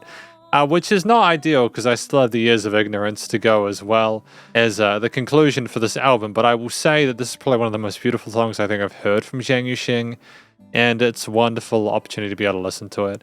I think at this point in his career, we really just had all the toys in our toolkit we needed to make whatever kind of music we wanted. And it's just, again, it's a shame that Zhang Yu-Sheng isn't around anymore, partially because I would wonder what he'd be capable of with today's audio engineering technology, like all the endless possibilities we have. A lot of us take for granted. I don't think he would. Yeah, sensational musicianship. The vocals are the icing on the cake. And it was great to have, again, the children recording things, just added a sense of homeliness and grounded the experience. Track number 14, The Years of Ignorance. Now, this is a track where I feel like it's a little bit bittersweet because on one hand, I gave the vocals a 9 out of 10 because the way we went through different verse sections and hook lines there, the way that the different singers were kind of structured and stacked and placed around the stereo field with the bass, the tenors, the altos, the sopranos, etc. We had a lot going on here that was incredibly positive with the actual performance itself. We clearly understood how to sort of stack the different singers within the frequency ranges to make a bigger sound. And it was huge in some parts and it went down a little bit. There was dynamic range to it. There was no need for any other instruments. It was incredibly well formed. The problem I have is that I can hear there is actual fragmenting and distortion of the vocal takes. And for me, that annoys me because it's such a wonderful performance. It would be damn near flawless to me if they didn't have those issues there. I'm sure this could have been something that could have been amended. But then there have been parts within this album where I've also heard those bits where the vocals have just been pushed a little bit too far. And it makes me sort of like appreciate what we have now, again, in regards to audio technology, because I'm wondering if it was actually incredibly difficult to do all this. I don't know the kind of studio that Zhang Yu-Sheng, Stephen Hard, and everyone else, had to work with back then. I'm not sure how big it was. Considering the projects they're attempting, I'd say they were recording pretty big groups of people. It was a phenomenal effort. It's just, to me, it is a shame because I think it would have been absolutely flawless if we just didn't have those little bits of kind of like those sounds there that I could hear on the headphones. Maybe they're not as audible through speakers, but aside from that, that's really my comments on it.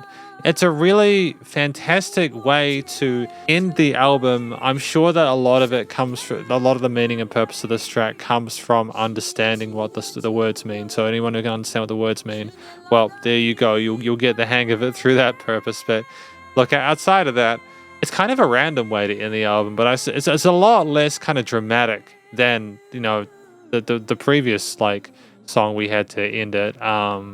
China in the Heart. But maybe we just wanted something a little bit more sort of upbeat this time. Anyways, we'll talk about it more in the conclusion.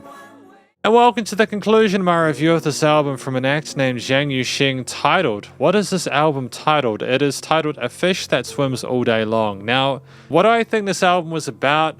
I think it was more exploration for Zhang Yu-Sheng, although it seemed more instrumentally conservative. There were some main sort of lead parts, but a lot of it was more focused around the aesthetic that Zhang Yu-Sheng wanted to sort of provide.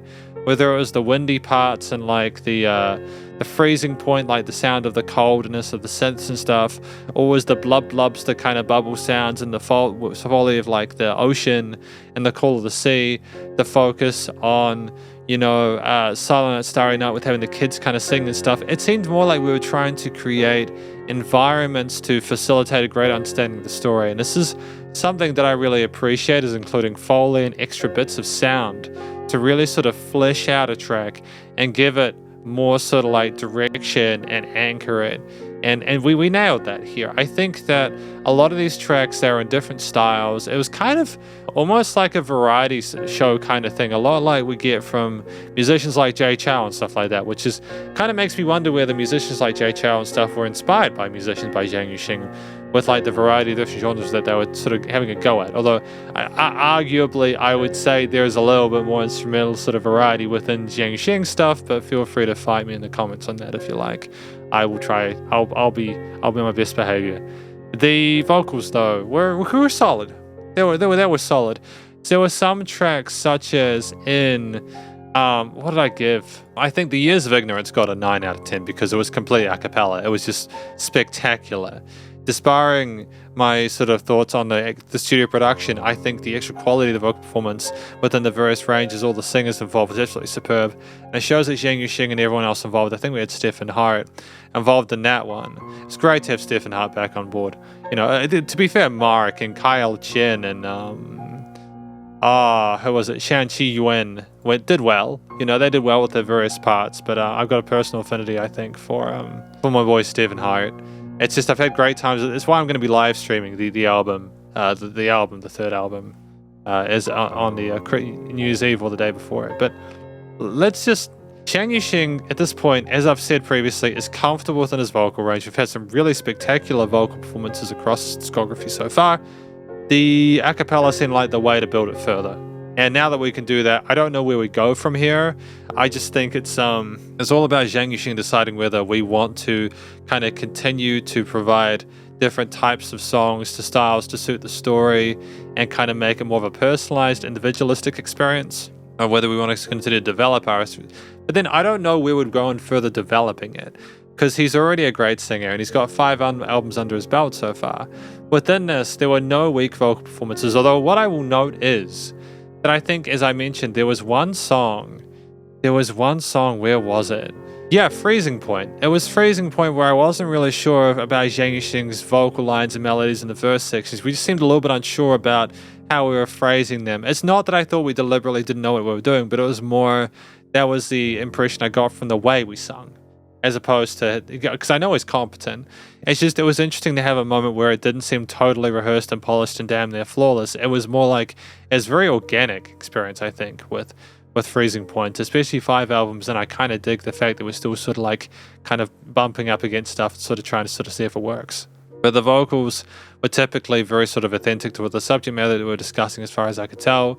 They were done in a style which reflected sort of the smoothness of it, such as, A Midsummer Night's Dream that was very kind of elegant and sort of sultry and stuff like that, with like One Man, One Dream and Hover being a bit more sort of like intense. There wasn't a whole lot of vocal fryness. It was definitely a journey. I'm going to save more of my comments on vocals for the individual tracks, conclusions I've already said, but the songs in this album were incredibly varied. To be honest, I'm not sure that Call of the Sea was meant to be by itself. I think this was meant to be a 13-track album, but it's fine as it is, as an extension and additional sort of repetition of the 4th song. We had tracks ranging from 2 minutes to 6. I think each of the 2-minute tracks was absolutely stellar. They were nice and short and sweet, went in and out. A few of my favorites include the Midsummer Night's Dream song, which was like sort of flamenco, kind of like Latin kind of guitars there with hand drums and shakers and stuff like that. Years of Ignorance being a shorter track as well. The a cappella was nice and smooth and short as well. And even Astringent Memories, like that was kind of a sort of a weird, sort of uncertain one for me. But I nonetheless appreciate the fact we're sort of testing the waters with shorter tracks to see if we want to include more of them in future. The longer form tracks I typically enjoyed them. I wasn't necessarily sure about A Fish That Swims All Day Long, just simply because I hadn't quite gotten accustomed to the reality that we were going to have more of a vocal focused track with consistent instruments that did similar things throughout. I don't mind that. It just seems like we're really, I'm still figuring out the overall trajectory here, whether there's a pattern we're moving towards, whether we're sort of barring our tastes depending on the person we're working with, or whether it's like more of a just kind of whatever we sort of feel like thing. There are a wide variety of instruments within this track, a lot of which I've spoken about. I'm going to talk about the guitars first, because what I like about this album is that we didn't start a lot of these with keys. In previous albums, we've been sort of like very kind of almost paranoid about not having the song start with synths or keys.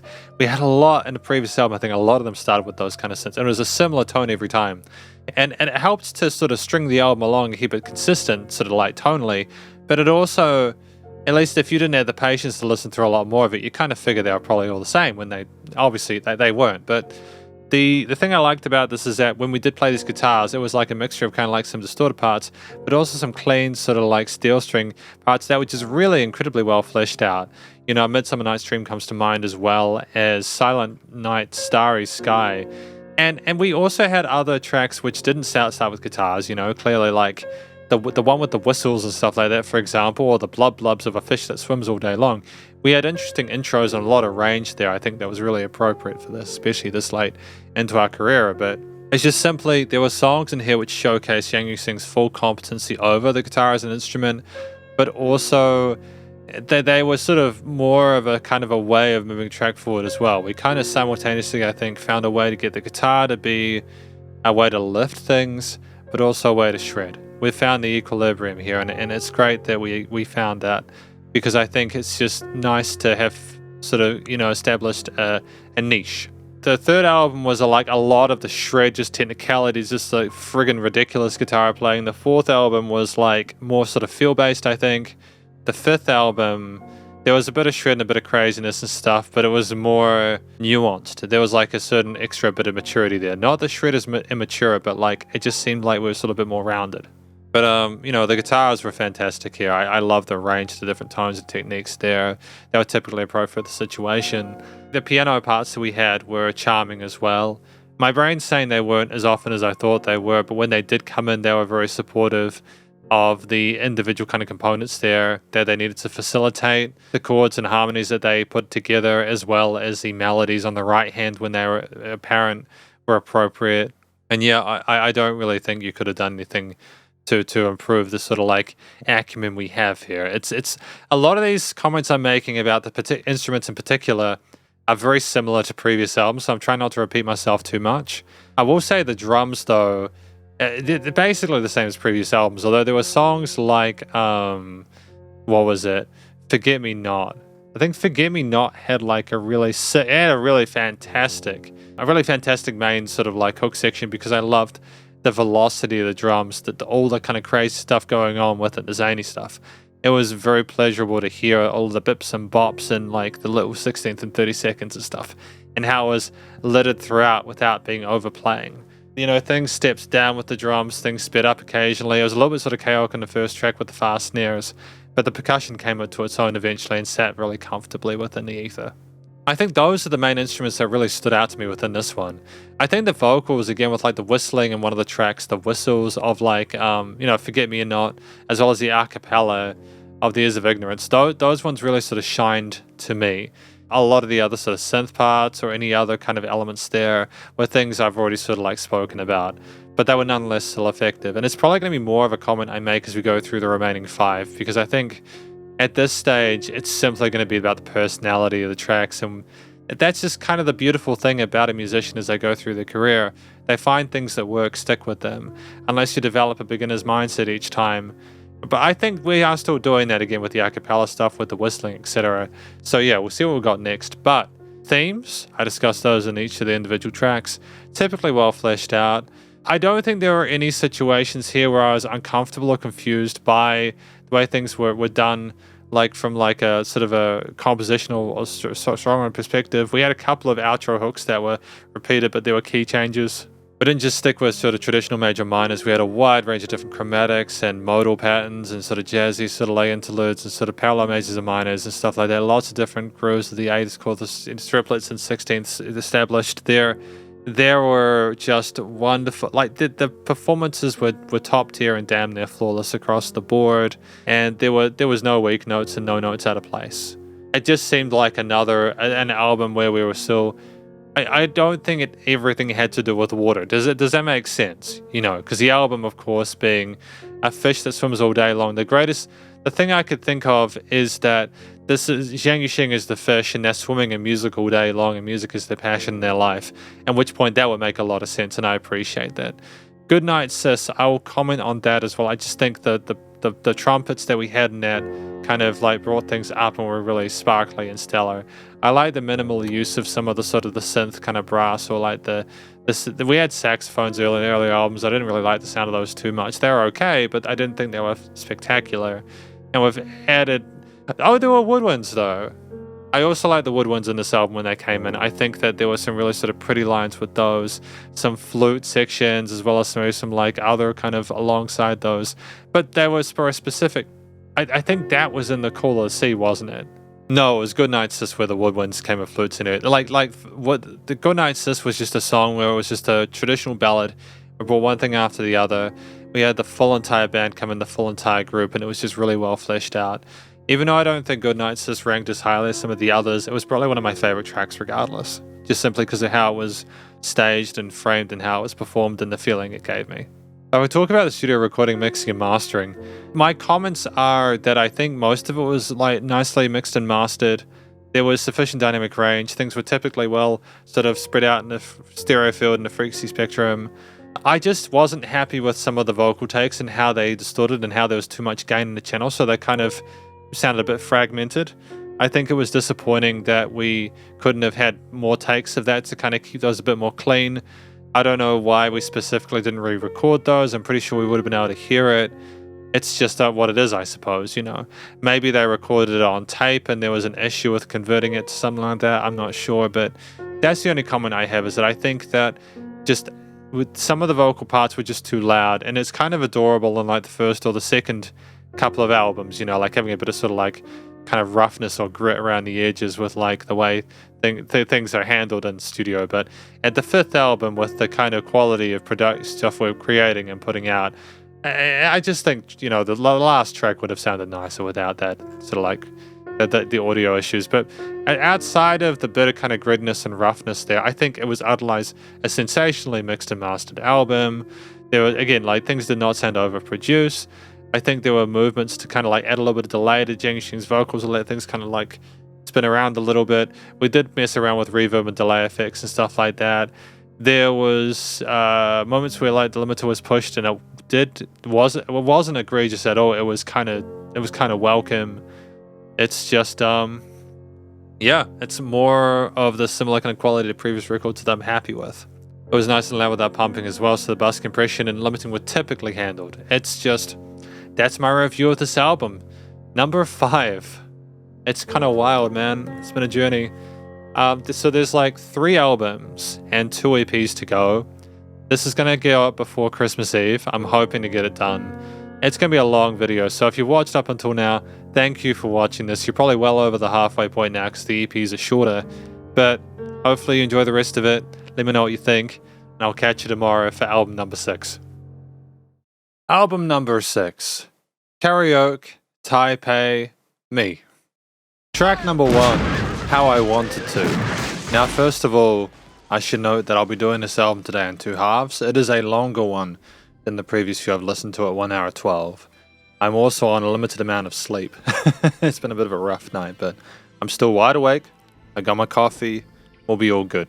But what I sort of want to highlight first of all is the complete change in direction with the complexity of the overall performance. Like the bass had solos, the drums had solos, the guitars had several solo sections. The key parts, the motif, the various grooves and chops and everything within it.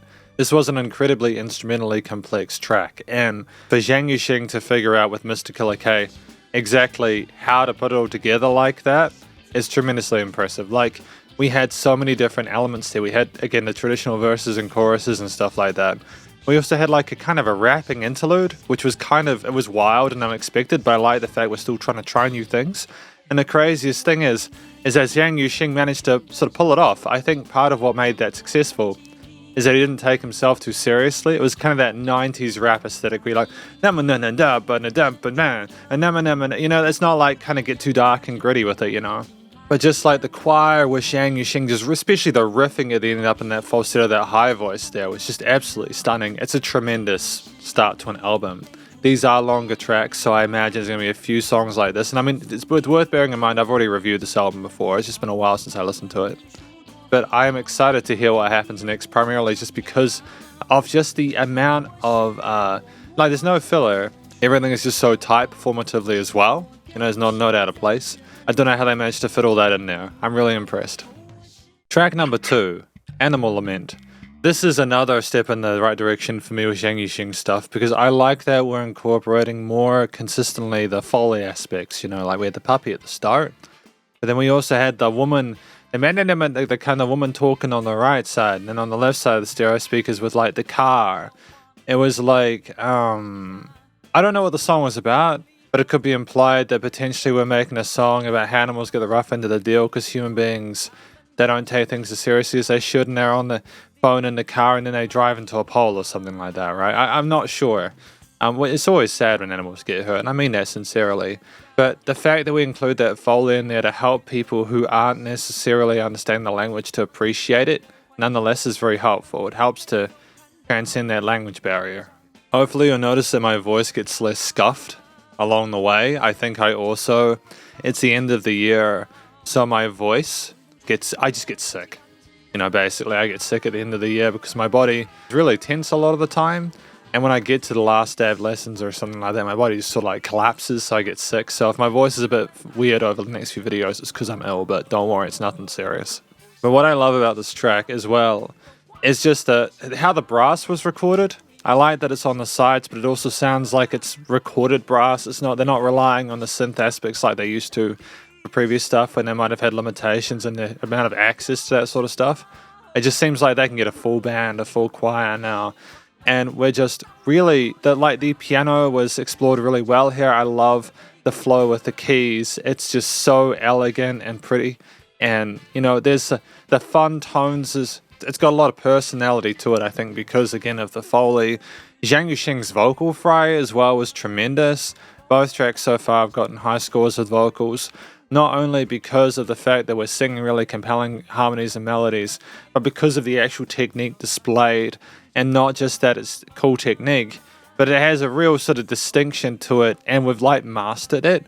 It sound incredibly comfortable doing things you might have done previously in little bits in the previous albums, but now we're doing them full bore, and it's just really tight. I mean, these are complicated rhythm sections with the different drum parts, the sort of snare parts here with the ghost notes in 16, 30 seconds, etc., the bass lines, and just it all comes together really eloquently. For me, I think this is one of Zhang Yu-Sheng's strongest albums. And this is with Mark, by the way, so Mark returns for this. I've got nothing but love for how damn near flawless everything within this track is. It's a really great sort of song, and there's no filler. It's a longer one, but I think because, again, final mention of it, because I know I mentioned it a few times, because of that section with the lady talking in the car thing, and at the dynamic range, how it comes up for that car crash and it goes back down, as if that was like way sort of over the top and then we're coming back down to a conversation about it. The production's tight too. I've got a lot of love for it. Track number 3, A Miraculous Light. Now this is another sensational song from Zhang Yu-Sheng and Mr. Killer K. The reason I like this is because we not only just have a tremendous piano interlude, which I think is the first one we've had so far off of the album, but we also have the string section as well, which is just so warm and lovely. When that cello came in as per the notes, it was just divine. Absolutely spectacular, dude.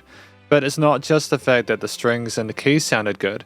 We had the drums come in with the really sort of slick entrance of the hi-hats, the bass as well, the full choir. Zhang Yu-Sheng's vocals were on point.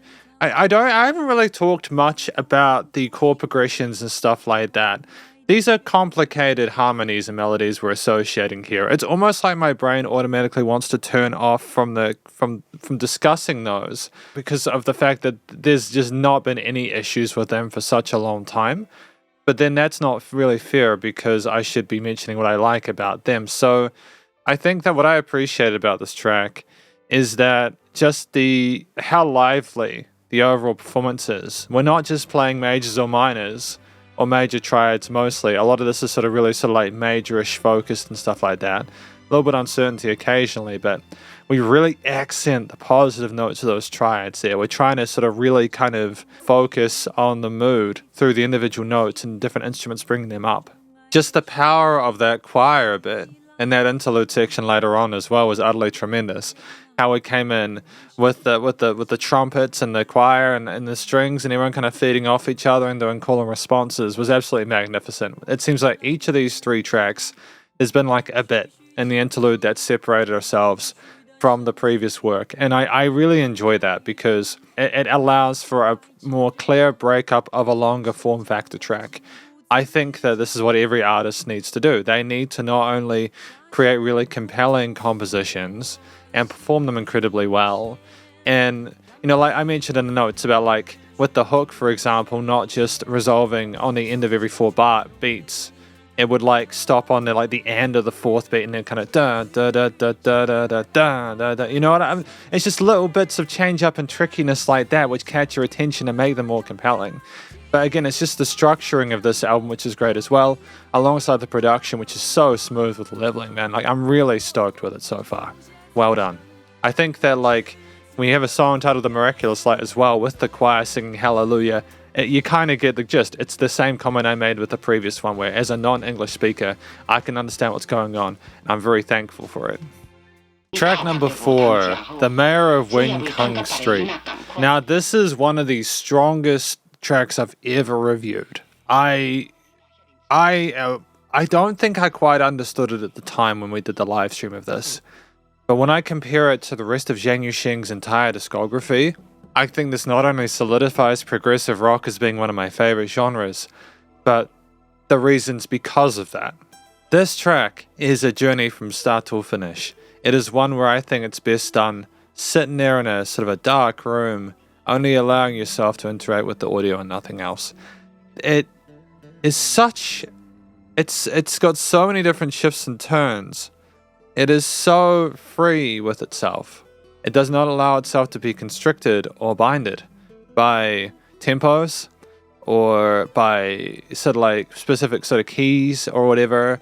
We allow ourselves to effortlessly go between minor and major situations, like the minor sort of tinges with the verses and the majors. We go between like shuffles and more sort of straightforward kind of 4/4 sort of classic rock ballad styles. We have sort of acoustic kind of synthy flamenco stuff. We have organs underneath it and there's kind of really kind of a tense ambience there. It is just an absolute godsend. I think honestly this is my favorite track of the entire album. It's got an 8.78 out of 10, which may sound ridiculous, but that scores up to a 9. And I think this is one of the very few tracks that I would give a 9. I think I'm hoping that I gave Omnipotent Youth Society a 9 at some point, or an 8 point something, but this is definitely a 9 out of 10. Especially just the vocals with the falsetto in that last part. Could you hear how high Zhang Yu-Sheng was going with that? I don't know. That was almost, could have been a damn near, could have been a theremin, but there's just so much passion throughout it, from the choirs, the vocals, to like the different guitar parts. Like the solo section that we had was utterly sort of ridiculous. The shred was just unbelievable, and we had an actual real saxophone. All the instruments sounded real, and there's just a lot more soul to me when you use those quote-unquote real instruments. I am blown away by this track. The production was sensational, going between the sort of straight recorded stuff to like the kind of filtered kind of stuff where you got the vocals with the guitar and then the guitars coming to the sides and things sort of floating and exploring around. It's a masterpiece. This is an absolute must listen. I'd say, yeah, it's one of the strongest tracks from Zhang Yu-Sheng so far. And when I think back to the start of the discography and how far we've come, it is absolutely tremendous. What a show, man. I would have loved to have seen this live. Track number 5, Lyrical Reminiscences of the Midnight. Apologies again if the translations are a bit skewed, but this is another very strong track off of an album that is full of absolute bangers. It's like we looked at our previous material and we were like, how can we possibly grow beyond this? Because there's been peaks, little kind of hints at what's to come within this album, I think, from previous passages where we got close to this level of detail. But I think what's so magical about this track is you got the Foley at the start, which, again, I cannot emphasize enough how powerful that is. It sounds like you're kind of tuning into someone trying to find their favorite radio station. There's a sense of nostalgia with the flutes, the woodwinds, the strings within this piece there. It's nice to have them filtered and then kind of come into their own. The movement to a piano ballad there is kind of touching as well. It's very kind of Disney classical kind of 50s or something like that. It's very orchestral. I love the fact that we had just the keys kind of all over the place, but in the best possible way, thoroughly exploring the right to treble clef. It was just magnificent. Virtuosic playing. And we also just had breaks there where we would just let the woodwinds play by themselves. This was a 5-minute 46 track, but because of the foliage bit at the start, because of the instrumental breaks, because of the key solo near the end, it didn't matter if we repeated stuff in the outro choruses or whatever. It didn't matter if the choir or the chorus. To be fair though, the choir, the production was tight there as well. Because we had like the backing slowly kind of get filtered. It sounded like it was coming through like a vinyl player. There was a sense of warmth and love and care within this, as per every single other track within this record. It seemed like Zhang Yu-Sheng was going for a softer vocal style here. We did rise occasionally, but it wasn't as forceful as such in the second track, Animal Lament. We had more of a kind of a growl to our voice, which is something I probably should mention there, which makes me kind of think of like the animalistic kind of side. But it's just, we really, with the shuffle, not the shuffle, but like the strings, with the brushes on the drum kit, that kind of smooth jazz vibe there, and with the old-timey kind of sort of overall ambience and atmosphere to it, alongside stellar production, and just, there were no weak points within this track. It's 5 for 5. You know, I'm blown away by it.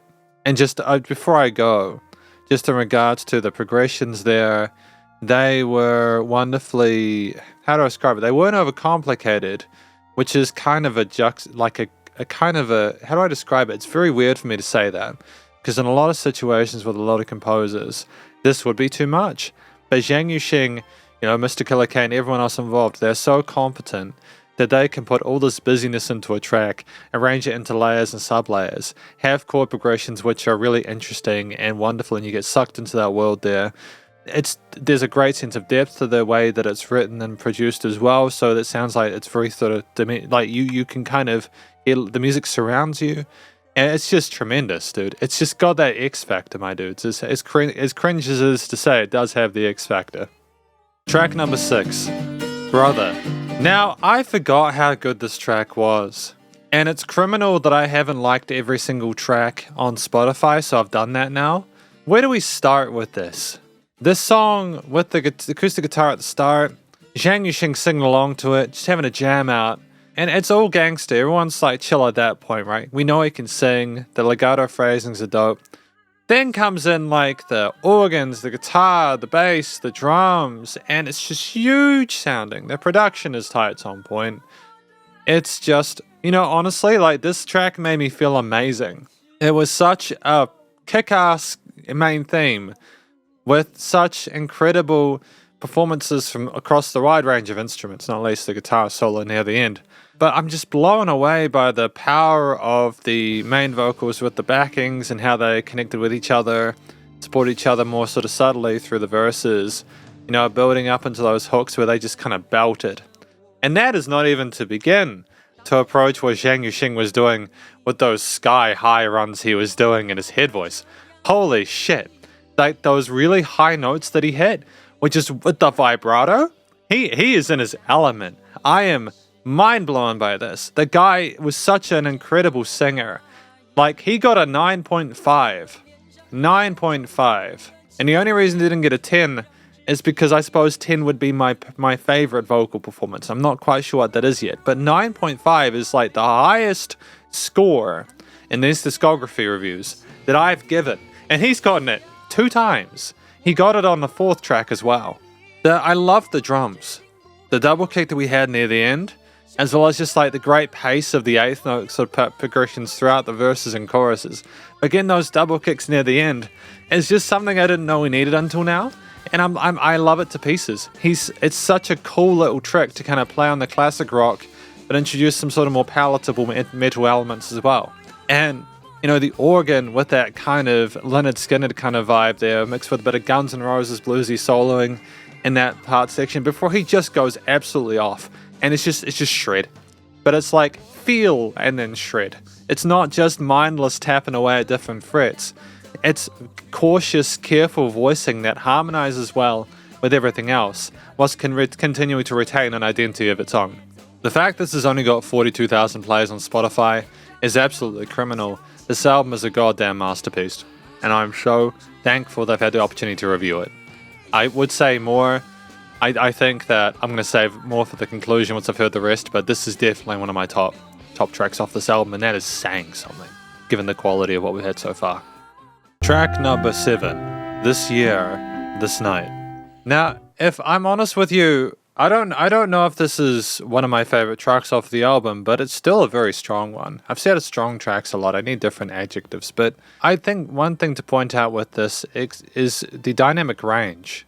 The dynamic range to this album is absolutely extreme. The song starts so quietly with the woodwinds and strings and stuff like that. It's such a difference to the intensity of the previous song, Brother. It's such a ride. Every song is a unique experience. And I think, as I mentioned in the notes, it's Zhang Yu-Sheng, I think, sort of, they've explored a lot of different styles. He's kind of doing the ones they maybe haven't tried yet and just seeing what they can accomplish. And I will say it again, if I've said it already, should I say. I think that even though this wasn't necessarily my favorite track, I still think it's very well made. A lot of the key components, such as the hook line being memorable, are solid. The vocals were great. We held tune.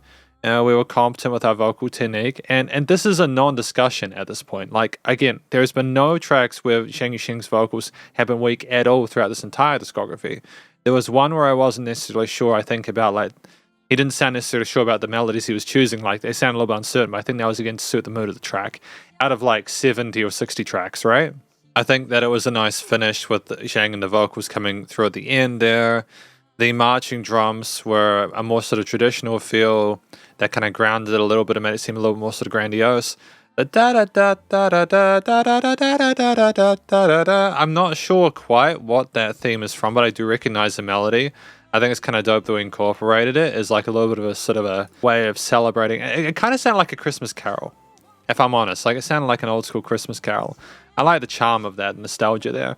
I'm actually going to give a little bit more of production value to... I want to give it an 8. It's great production. I don't know if it's incredible production. It's great production, so it's an 8. So just a good song gets a 7. Mostly good song gets a 6. And then an okay song gets a 5. So it's a great song. So overall, before we continue to the next track, I seem a little bit sort of fragmented maybe at this point. All of these tracks have gotten above an 8. That is not something we've had so far. There have been some magnificent songs which have gotten 8s individually previously, such as in the second and third albums where a few of them did. But this one, all of them have gotten 8s and some of them very close to 9. So I think that this, to me, is probably my favorite album at the moment from Zhang Yu-Sheng. Just before I go, I think, just quickly, part of the reason I think it sounded like a Christmas carol is that there was just such a warm kind of way of harmonizing between the various vocalists and the backing there. The strings sounded kind of precious and pretty and charming. And overall, the way it was produced and performed was sort of a semi-mezzo piano, sort of style, made it a bit more comforting. I think the combination of that plus the main sort of melodic motif and harmonies, it really just made it seem like a really cozy track where you just sit there and smile and sort of sing along to it. I really appreciate the way that these ingredients come together to make something really special. Track number 8, My Heart is Burning. Wow, I think my heart is burning after that song. It's that last part. I was really engaged with the doo-wop vocal style there. I thought it was a fun style we haven't done yet. I'm wondering what else is there for us to do, man. He's done so many different styles of music at this point. With the kind of sassy, bluesy, rocky kind of guitars with the pinch harmonics and stuff like that. We have, again, things coming together with the piano parts, the keys are nice and articulate there. The drums have a nice sort of gradual kind of pace to them. There's changes in the rhythm and nuance to the grooves there for some of the chorus parts. I think halfway through the first chorus, we kind of kick things a little bit kind of off kilter, but then come in around the end of the second beat or something like that, if I'm not mistaken. But it's not a kind of a smooth transition there. We're deliberately kind of mucking around with the expectation of the listener to throw them off, and I'm assuming it's something lyrical that helps there.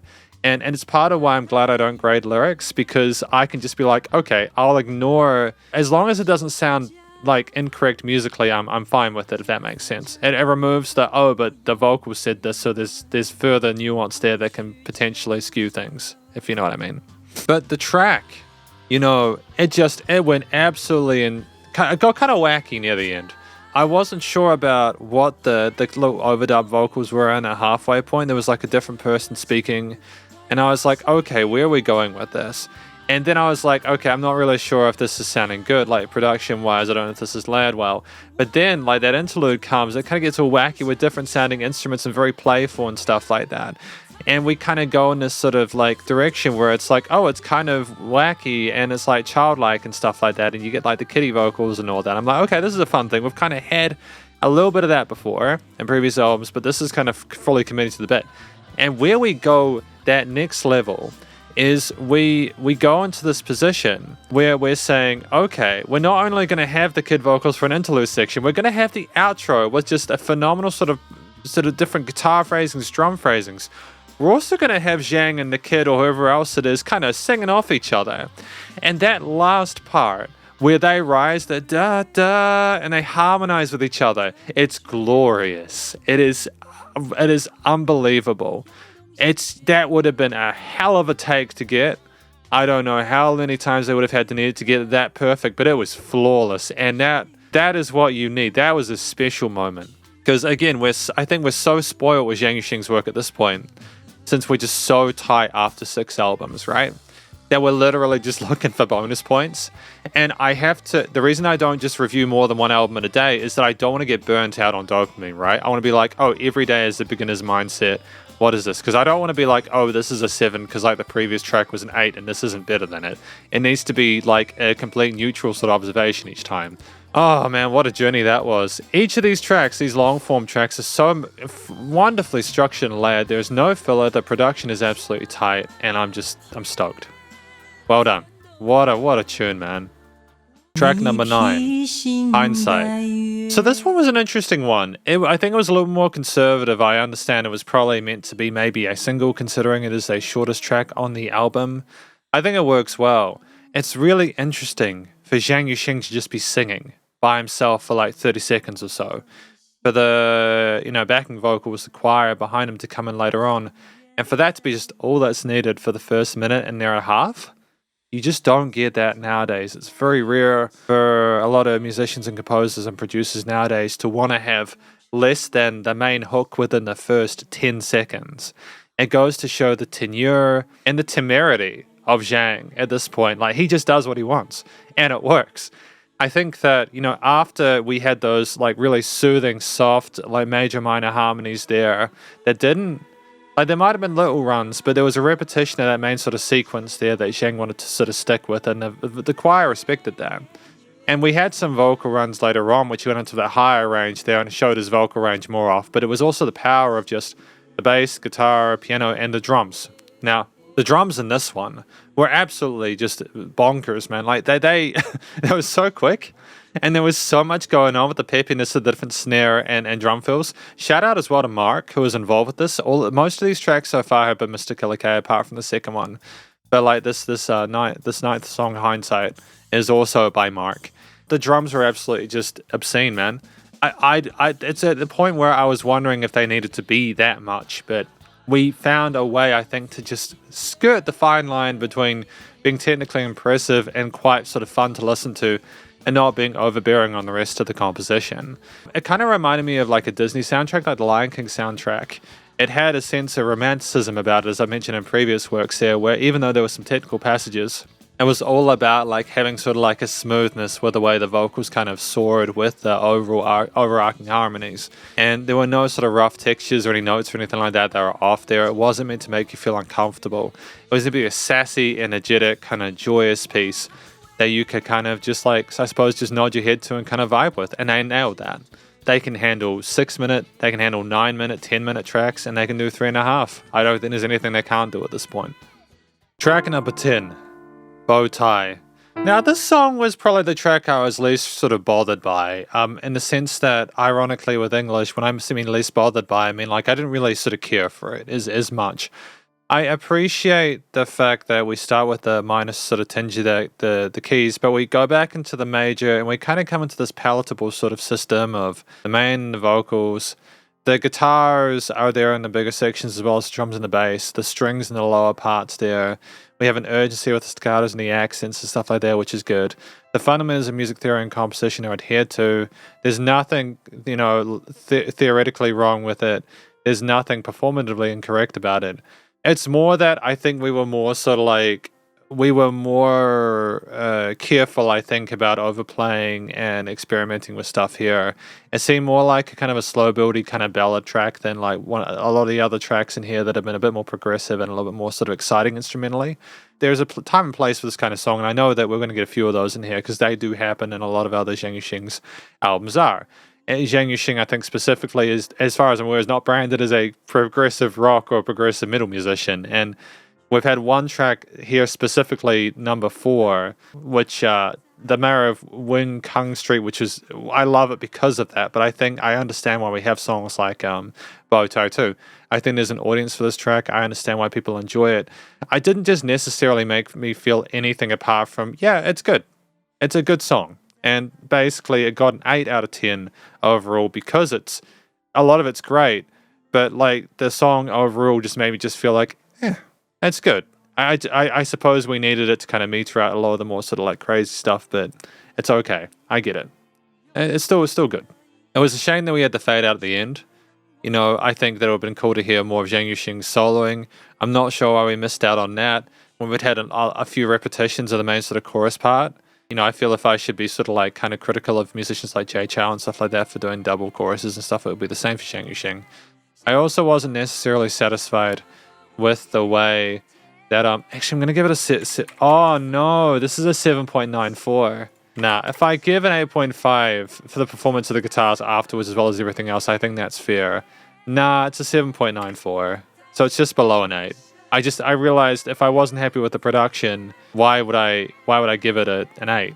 It was good. I don't think it was great production. The guitars in that the mid when the guitars were first introduced, and also in that solo section, the guitars just sounded a little bit weak. Like they weren't as thick sounding as other parts of the album. I'm not sure why we had it like that. I think there are inconsistencies across this album with the mastering of these tracks. I'm not sure if it's because they've been added to Spotify from different versions or what, but it's just how it is. Good song. I don't think it's necessarily a great one.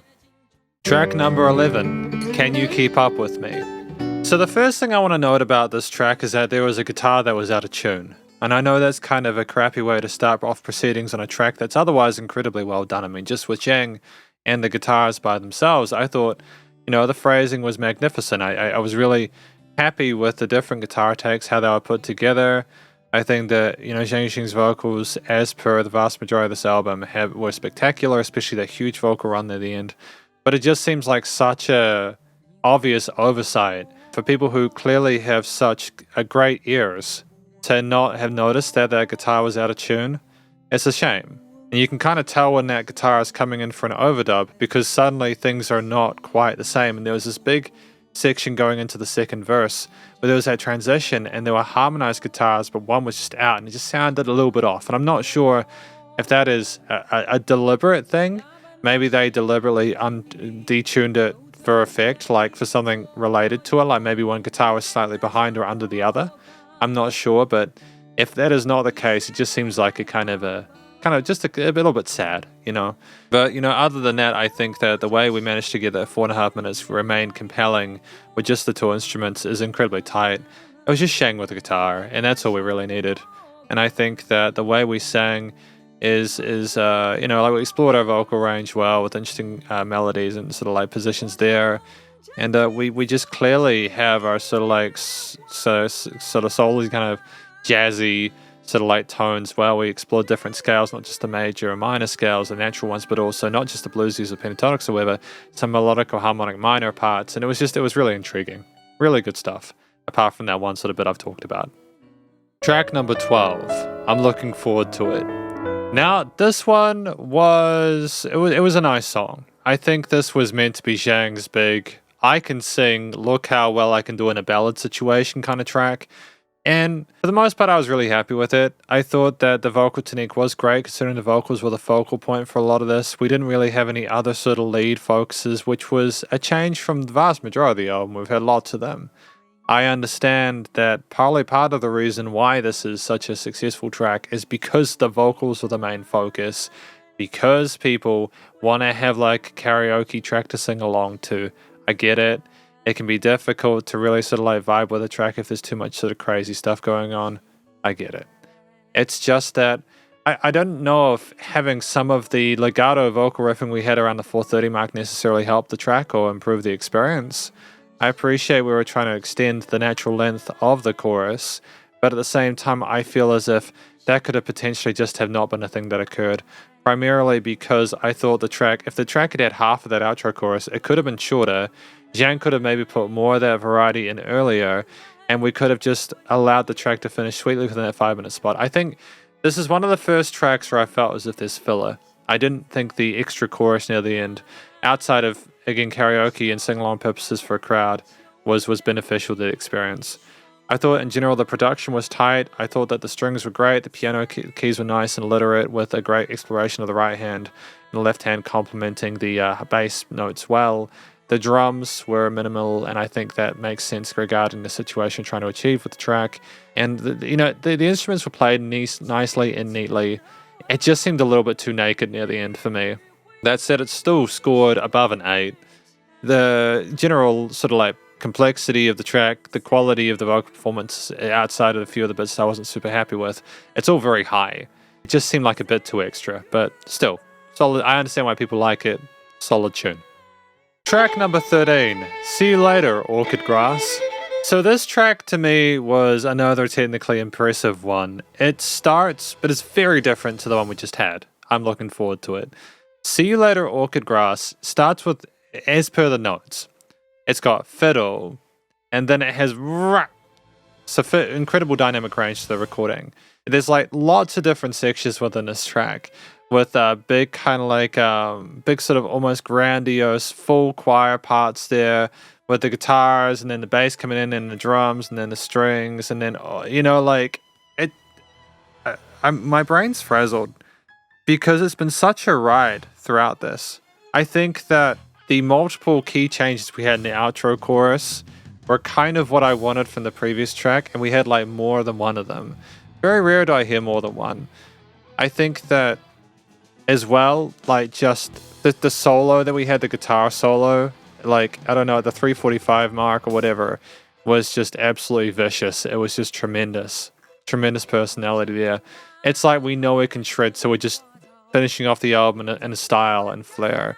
We had I'm looking forward to it, which was far more sort of like steady and straightforward, a safe hand. Going to See You Later, Orchid Grass. It's like the epitome of a variety album. I have not heard this much stylistic diversity since my JHL album reviews. It's been a wild ride, this album. The production with a wide variety of different stuff in the different parts of the stereo field as well was incredible. And just overall, we just had so many different instruments within this mix. Lots of different styles, from like sort of more sort of classic rock, kind of middle, so neoclassical elements there. Some more sort of orchestral parts there. We had the dubbish near the end. Just within this track, there's like 3 or 4 different types of music that we're trying to sort of include here. And we're just effortlessly going between them. And then, man, I'm going to go to the conclusion now because I'm rambling. We need to talk about this album in full. But what an adventure, right? And welcome to the conclusion of my review of this album from an act named Zhang Yu-Sheng titled Karaoke Taipei Me. Now, I'm going to go through this quite quickly because this particular album is a long one. I've been talking about it for a while and I have to pack for a trip. But basically, this album is more of what we've had previously from Zhang Yu-Sheng, which is trying different styles, different genres, different discussion points. We're just sort of exploring more of our abilities and capacities and trying to sort of further improve upon and do stuff we might not have done before. There were sections which were like sort of had the double kick and metal stuff like Brother. We had songs like I don't know if we've had the double stuff before, that See You Later, Orchid Grass, like having it's no, because it's not just one style we have within a track now. It's like 3 or 4, like See You Later, Orchid Grass. It's like within these longer form tracks, we are sort of really just trying to sort of make them entire journeys, apart from when we're not with I'm Looking Forward to It, because that's more of a straightforward ballad, but you know what I mean? Just there are songs like My Heart Is Burning and especially Brother, which just nails the progressive rock aesthetic. This is an album you need to listen to in your own time, again, isolated. I've talked about the tracks, what I think they're about within the individual formats, or at least I've given conclusions on them.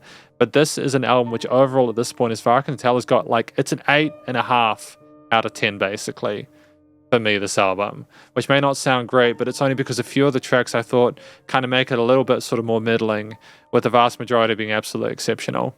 But if I sort of talk about the vocal styles we have within this album, Zhang Yu-Sheng not only had his traditional sort of hidden chest voice absolutely nailed, we had sort of dynamic range and expression, wide variety of different expressions with our vocal styles. But we tried rapping, we had vocal fry, we had these humongous high belts there. And we also tried the ballad singing in the 12th track. Now, I liked the roughness of the vocals. It made sense to animals like kind of growling, you know, that made sense. The absolute belter of a harmony there with the 6th track there. What was it? My Heart Is Burning. The way they harmonized at the end there, rising like that, was absolutely stellar, masterful. And the rapping section was just a whole lot of fun. And I enjoyed listening to Zhang Yu-Sheng having a go at it. And they sort of took their time with it, and it was neat. There were other songs which were a lot more conservative. And there was just one point, I think, in the 12th track there. I'm looking forward to it, where I was just like, yeah, no, it's fine. But I don't think we need this much of the same chorus, and we don't need to sort of... I think we oversung a little bit. We were trying to make ourselves a ballady ballad, and we were trying to do the ballad stuff. I think Zhang Yu-Sheng does work well with his legatos, and it wasn't like there was anything incorrect with the melodic phrasings or anything like that. It wasn't like the note choices were bad. It's just, it was... I don't know if we needed it. It just seemed a little bit too extra. There'll be people that disagree with that. Considering the amount of players it had, it's probably people's favorite song from Zhang Yu-Sheng. I'm sorry, we're just going to have to agree to disagree on that. The song should have been about 30 seconds shorter, should have had half as many repeats. Unless you're going to do a key change or include the leads like Zhang Yu-Sheng is shown to be capable of in other parts of this track, I just think that track was too long. But outside of that, the vocals were stellar as per usual from Zhang Yu-Sheng. No real weak points outside of what I've discussed there. In fact, a lot of it, there are a lot of 9s and a few 9.5s in this album for my scoring. The vocals were by far some of the highlights on this track. But if we look at like the way the songs actually were, the backing and instrumental parts of it, these songs ranged from about 3.5 to 9 minutes 44. There were very few tracks with any filler, the only one being the 12th track that I've spoken about. We had a wide range of instruments within these and a wide range of different sections. Some of them, such as the Mario of Wing Kung Street, were through composed. They were more sort of like a journey rather than like having a verse, chorus. But we had ballad formats there. There were some tracks like as well, See You Later Orchid Grass, which had... sort of, we had something and then like a chorus and another thing and then a chorus and another style and a chorus, and we iterated upon that theme there. And a lot of it was easy to follow. I understand why the 12th track is so popular, because it's a more traditional sort of like way of composing music. But I also feel as if some of the stronger stuff of the stuff was a little bit less predictable. We had a wide range of different instruments within this. The guitar, the keys, bass, and drums, the fundamental ones, as well as the strings, as well as woodwinds, as well as some brass and saxophone and trumpets and stuff like that occasionally. We also had Foley. We had sounds talking, or like people chatting on the phone, or like we had live recordings. We had some tracks where Zhang was just alone with his guitar. We had some tracks where it was absolute, just complete sort of like Brother was just an absolute ride. It just, some of these, there was a wide range of different structures and different tones and sounds.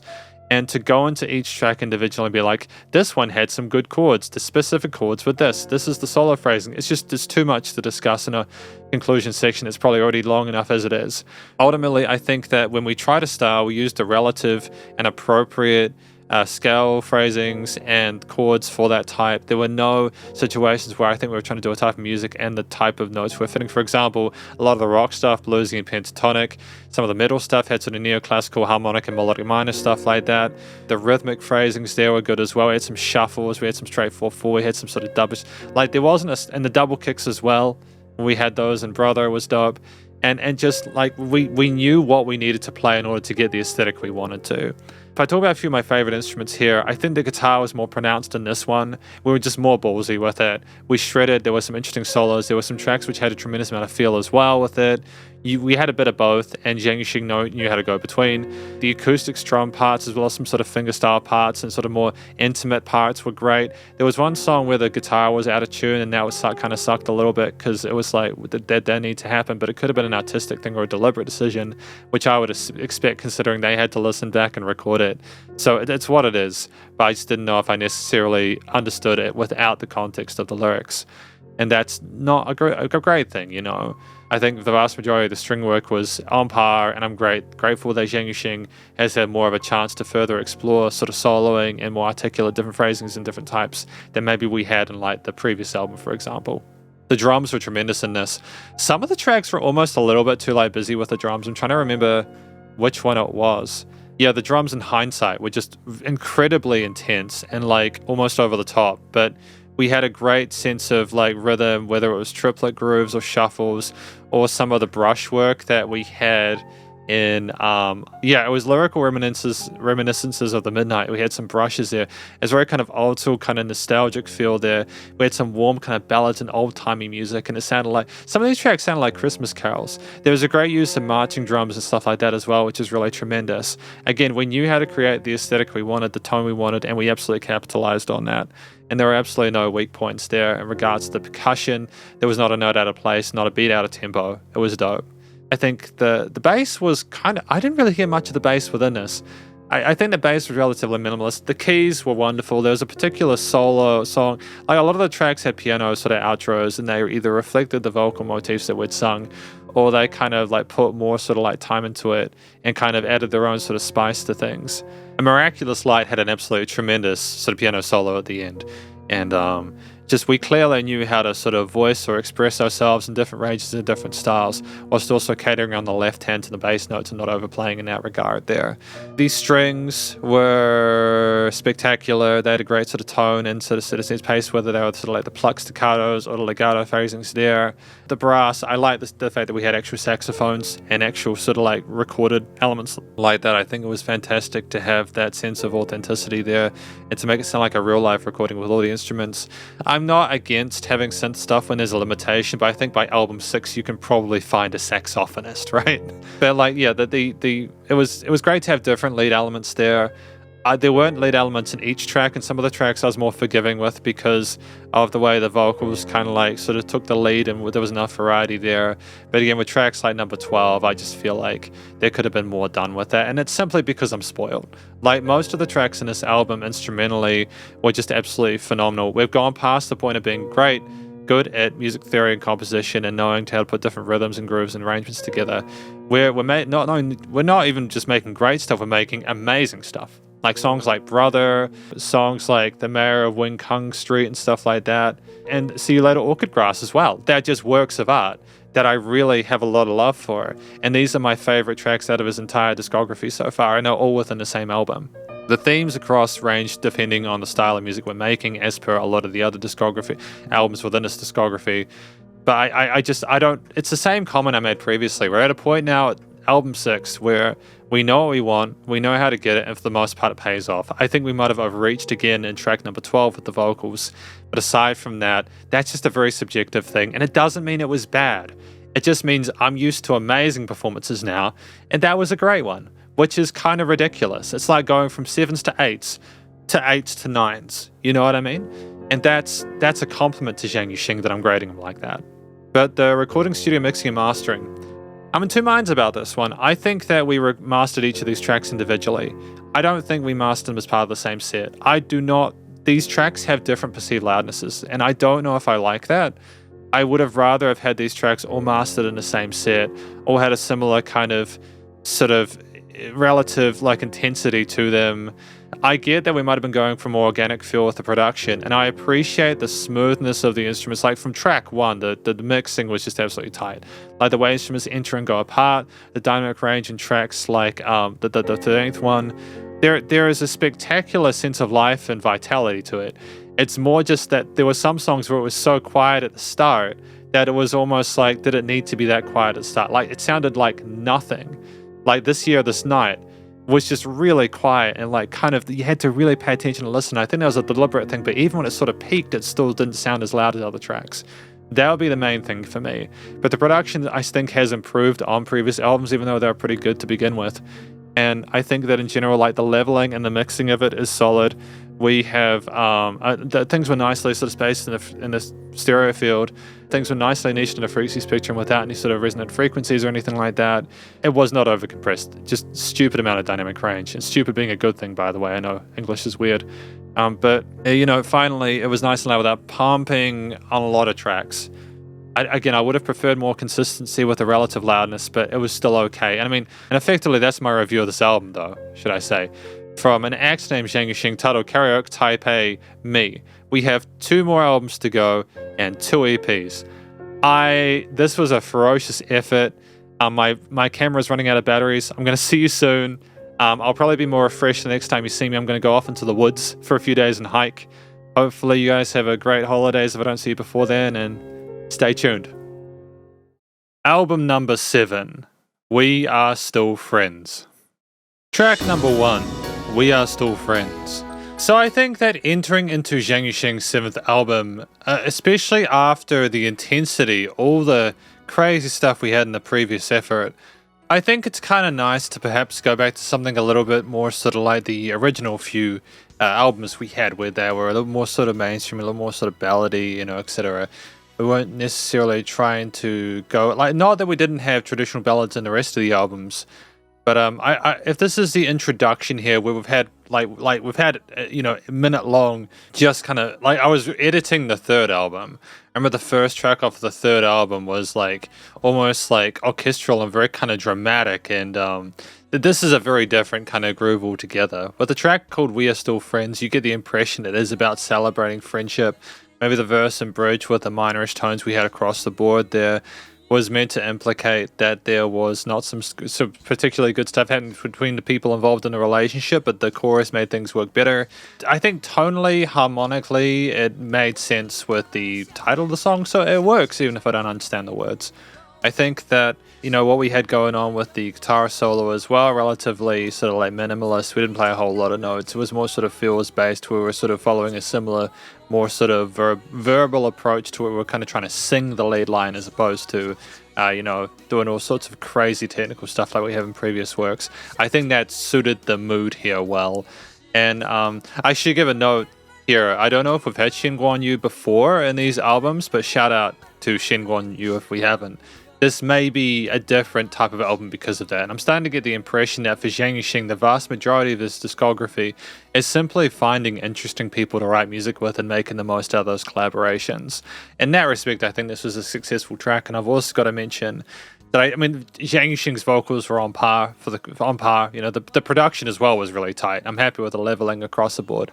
Fantastic dynamic range to it.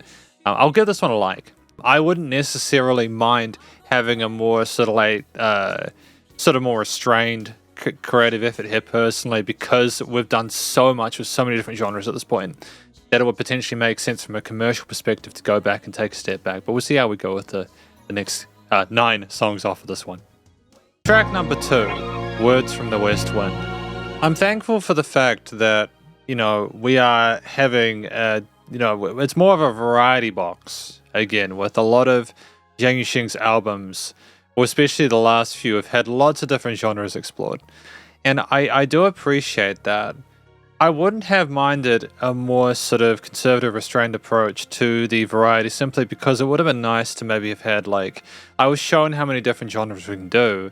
It might have been nice to see what Zhang Yu-Sheng kind of sits on, but then at the same time, that's probably going to contradict what I've said in the past about wanting Zhang Yu-Sheng to explore boundaries and stuff like that.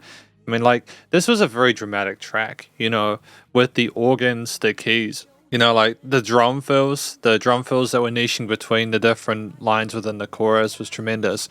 The vocals were spectacular. I like the production in this album. I think it's exactly what we need.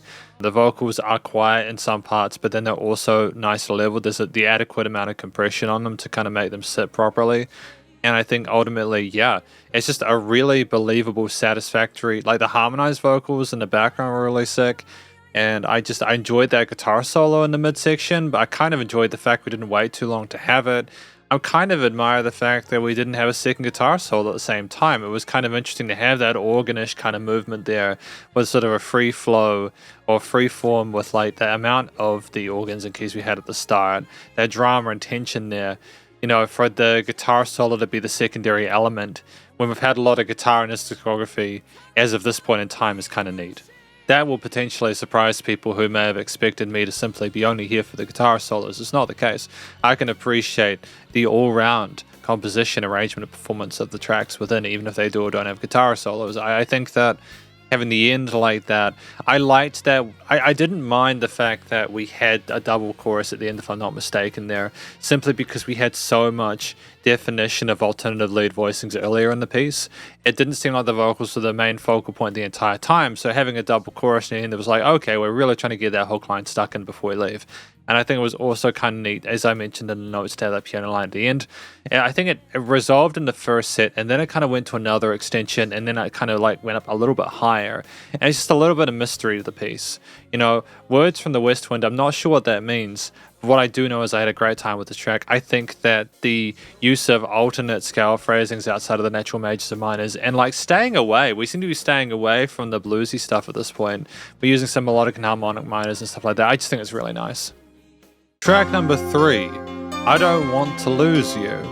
Now this one I was a little bit unhappy with, primarily because after the production quality of the first two, it seemed like this one wasn't mixed particularly well. Or should I say I don't think it was mastered particularly well. Now this is coming from someone who is perfectly aware of how difficult it is to master a track properly. It's taken me a solid 10 years to find a mastering chain that I'm even slightly okay with, especially with the experience I have now. I say this with all the love in the world, but I think that this track, with the way it was done, it just seemed a lot louder than the previous tracks within this album, perceivably from the stuff off the bat. And the problem with that is, it seems like it wasn't a part of the set, and I don't know why that was. As per the notes that I have on the screen, usually when you master tracks, if they're part of an album, you kind of want to master them using similar mastering settings. And the reason you want to do that is so that they have similar kind of ways of being EQ'd and compressed and stuff like that, so they kind of sound like they're glued together as part of a piece. If you treat each track individually, if you boost some tracks more than others on the limiter, etc., what occurs is they sound uneven. I think that's potentially what's happened here, and that is a shame for me, because I could hear some crackling, some fragmentation on some of those channels, especially with the drum parts, maybe in the halfways of the chorus or going into them. And it was a bit disappointing, because this is the 7th album that we have at this point, and I don't understand why they'd be doing this. I can't help but think it's maybe the conversion of these tracks into a file format for like digital streaming, whether there was like an issue there, maybe the tapes that they recorded this on are kind of scuffed or something like that, I'm not sure. I think there was still tape recording going on at that point, if I'm not mistaken. I could be wrong, let me know if I am, but like 1995, the audio production stuff wasn't quite, it's definitely nowhere near where it was today, let me put it that way. But look, let's just step away from that. That's really my only complaint, and it's a small one. It's not like it was mixed badly, it just seemed a little bit kind of crushed in regards to the dynamic range, in regards to the leveling, but I appreciated Zhang Yu-Sheng's vocals here. I thought that the electric keys that we had at the start, keys that we've had throughout the entire discography, and not in every track, but in a lot of them, it's a very pretty tone to it that we just seem to really enjoy, and I can't help but feel like that almost ties the discography together. There are certain types of tones that we're using within each of these albums I think Zhang Yu-Sheng really enjoys, and they seem to kind of sell it. And they have an 80s tone that is continuing to resolve even into 1995, and I kind of adore that, because why screw with the sound if you don't need to? I think that the hi-hat grooves, as I mentioned, were fantastic. I enjoyed the general sort of like atmosphere, the hook lines, and the ways that the instruments typically interacted. And I think that the harmonized vocals that we had were pretty gorgeous as well. There wasn't anything else about this track, unfortunately, that particularly struck my attention. I've listened to it and I've already forgotten it. And I know that's a horrible thing to say, but when I listen to a song, especially again at the 7th album, I should remember it vividly. It should affect me, you know what I mean? I think that's the issue, is that we've had a lot of tracks which have similar intros to this one and they kind of blend together.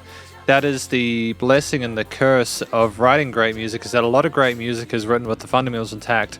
And some rules that were broken by Zhang Yu-Sheng throughout these albums are the tracks that have been the most meaningful. Like I still think back to Magic Taipei or something like that, you know, with the kind of the pitch shifted vocals and how crazy and quirky that was. It might not have been a normal way to write a song in that sense, but because it was unusual, it was memorable. I've already forgotten this one. I nonetheless appreciate the effort put in though, because I'm sure as hell I'd remember it if there was some really egregious stuff going on. All right, no, the bass was pretty fierce as well. I got to remember that. So like in the notes I mentioned that it was kind of mixed like an EDM track. I stand by that. I think that's, if there's anything that stands out for me from this track, it's the fact that it sounded like it was mixed like an EDM track. Like when the chorus came, it just went doof. It just hit you like a train. You know, the fundamentals are adhered to, great vocals, etc. You know, it's just basically what it is. Track number 4, I'm a Kite. Now, again, forgive me if the translations are incorrect. I did this via Deepal. I think that this song is potentially meant to literally represent the changing winds and things going faster and things going slower. And the reason I say that is because the tempo shifts in various points there. We've got one sort of main chord progression or harmony that we kind of rely on the entire time, with the marching drums kind of snare buzz rolls aesthetic going for like a solid 2.5 to 3 minutes before we switch into the kick snares and cymbals. We have harps, you know, ascensions and descensions of the scale shapes and glissandos. We have really beautiful backing vocals that come in the first third or the second third, and they, you know, complement Zhang's mains nicely. I feel as if I wanted more development instrumentally, but I also understand that this is not that album. I think that for Zhang Yu-Sheng, this one is basically I've done all this crazy stuff. I want to go back and work at Shen Guan Yu's pace. Or I personally want to make sort of more simple music, like with the guitar lead line that was, again, more singing than shredding. And that's fine. I don't have an issue with it. It's not, and that is another way of approaching guitar, is to sort of voice your solo like you're singing. It can be easier to listen to. Although the issue for me is that given the amount of plays in this album compared to previous works, I don't know if that's necessarily played out the way that it was intended to. The problem as well with having a similar idea throughout the entire track is that we run the risk of it becoming repetitive. Part of what allowed this track, I think, to succeed is the fact that we had some pregnant pauses and changes in tempo, as well as different variations of instrumental parts, etc. We did change the oral aesthetic slightly with each main sort of bulk. It's just that I just don't know if that ending part where kind of things flew up again and the kite flew away. I can imagine Zhang Yu-Sheng telling a story and then kind of going away as a kite. I mean, it sounded nice, but at the same time, we've heard a lot of nice stuff from Zhang Yu-Sheng throughout this. Was it meant to sound nice for the sake of sounding nice? Is the full context of this track relevant through understanding the lyrics? Is most of this album more meaningful if you understand the lyric, and that is the actual impetus, the most important part, as opposed to focusing on more of an instrumental part simply because we seem to be, even though we have orchestral parts and a focus on like the harps, we've had lots of harps throughout this album. Is it more about having an album that sounds nice and is pleasant, even though there's kind of, you know, like we had an earlier track where it was minor in the verse, I think the first one, then we had like a major lift in the chorus. Are we just trying to make a nice album? Because if that's the case, it's fine, I'll take it on the nose. And as if I have the ability to sort of like control it otherwise, right? So for now, at this 4th track going on to the 5th, I assume this is meant to be a nice album. We've had our kind of explorative stuff. We're sticking with mostly sort of ballads or more sort of traditional palatable form factors. And yeah, I kind of had that hint at the first. The second one threw me for a loop, but I think we are basically in that sort of seat. So we've got to buckle up and take the ride and hopefully enjoy ourselves. Track number 5, Eternal Freedom. Yeah, so just as soon as I said we're going to stick with those sort of more like those kind of more accessible ballady kind of tracks, we have like a classic rock tune and like an anthem. So yeah, I'm gonna give up on predicting the album at this point. I should know better than that. I think I've tried to do so in previous ones and have not been able to. Well, no, I've just generalized that it would be random, or like there'd be different. It's just I want to be able to find patterns here to understand it better, because subconsciously I'm desperate for there to be a system. I grew up understanding that albums were either about a sort of a topic, so they connected to things overall, or they were just like the best tracks I could come up with, and I suppose that's this. So without understanding the language, I'm kind of limited, I suppose, in what I kind of like, what I take away from it.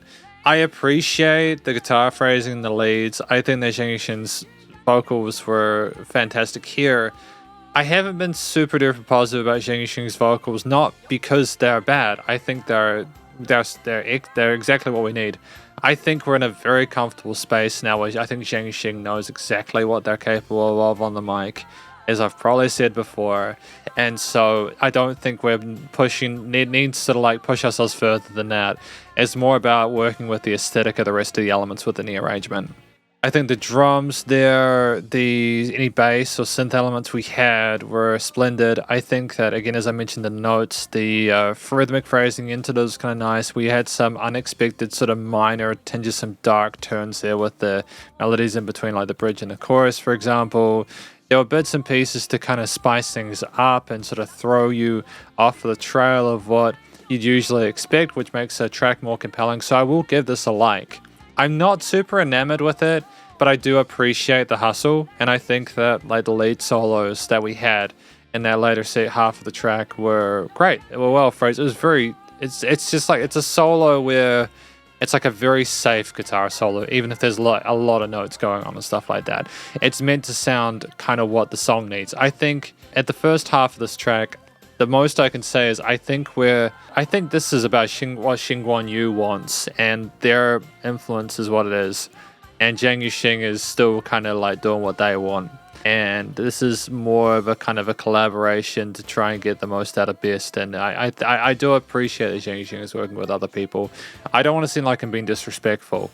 I'm ranking this album on like certain facets of the relative sort of like musicality of it, and how it makes me feel and stuff like that. And I've got to sort of discard temptations to be like, oh, I don't find this track is exciting, therefore it's bad, when that's not the case. Provably, there are some 8s that I'm giving out for this album, even if I don't necessarily feel super excited about it because of like how I compare it or feel towards previous stuff. But that's why how I feel is a very small part of these rankings.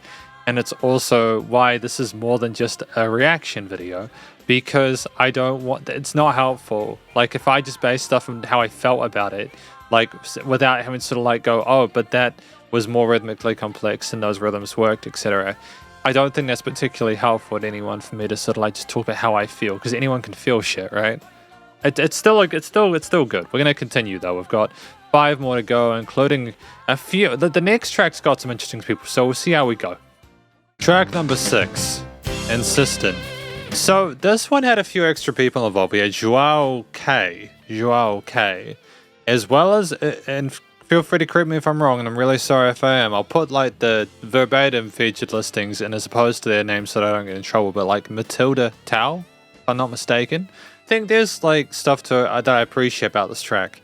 I think that, if I'm not mistaken, this is the first time we've had a lady vocalist be featured alongside, Zhang Yu-Sheng in the credits, which I really appreciate. It was a shame in that second album, if I'm not mistaken, to not have the lady singer mentioned in that. Could have been the first or second album. It made me upset, because I think that when you help a musician out, you need to be mentioned. So I appreciate that. Or like when you sing in a song, people need to know who you are. It's just, But like moving beyond that, I think in general, I think it was Matilda and Zhang Yu-Sheng for the most part. They sang really well together. I wasn't really necessarily a fan of the texture or timbre of Matilda's voice at the upper part of her range when she soared upwards. I really wanted to give it an 8.5 out of 10, primarily because I was really satisfied with how well they harmonized. Although I also don't know if there was a lot of development beyond simply trying to sort of find a way that they could each kind of not rub each other up the wrong way. And what I mean by that is, There were some pretty rises, there were some pretty sort of vibratos going on. They interacted with each other, and there seemed to be like a little bit of chemistry. And it was nice that Matilda had opportunities to go higher than Zhang Yu-Sheng, and it's nice that Zhang Yu-Sheng kind of held back a little bit and let Matilda have those moments. But we had that key change later on, and it almost seemed like we just kind of were like, okay, that's enough. That's enough. I've had the key change, put a little bit of electric guitar on top there, have like one or two sort of vocal runs, and then we'll go to the fade out.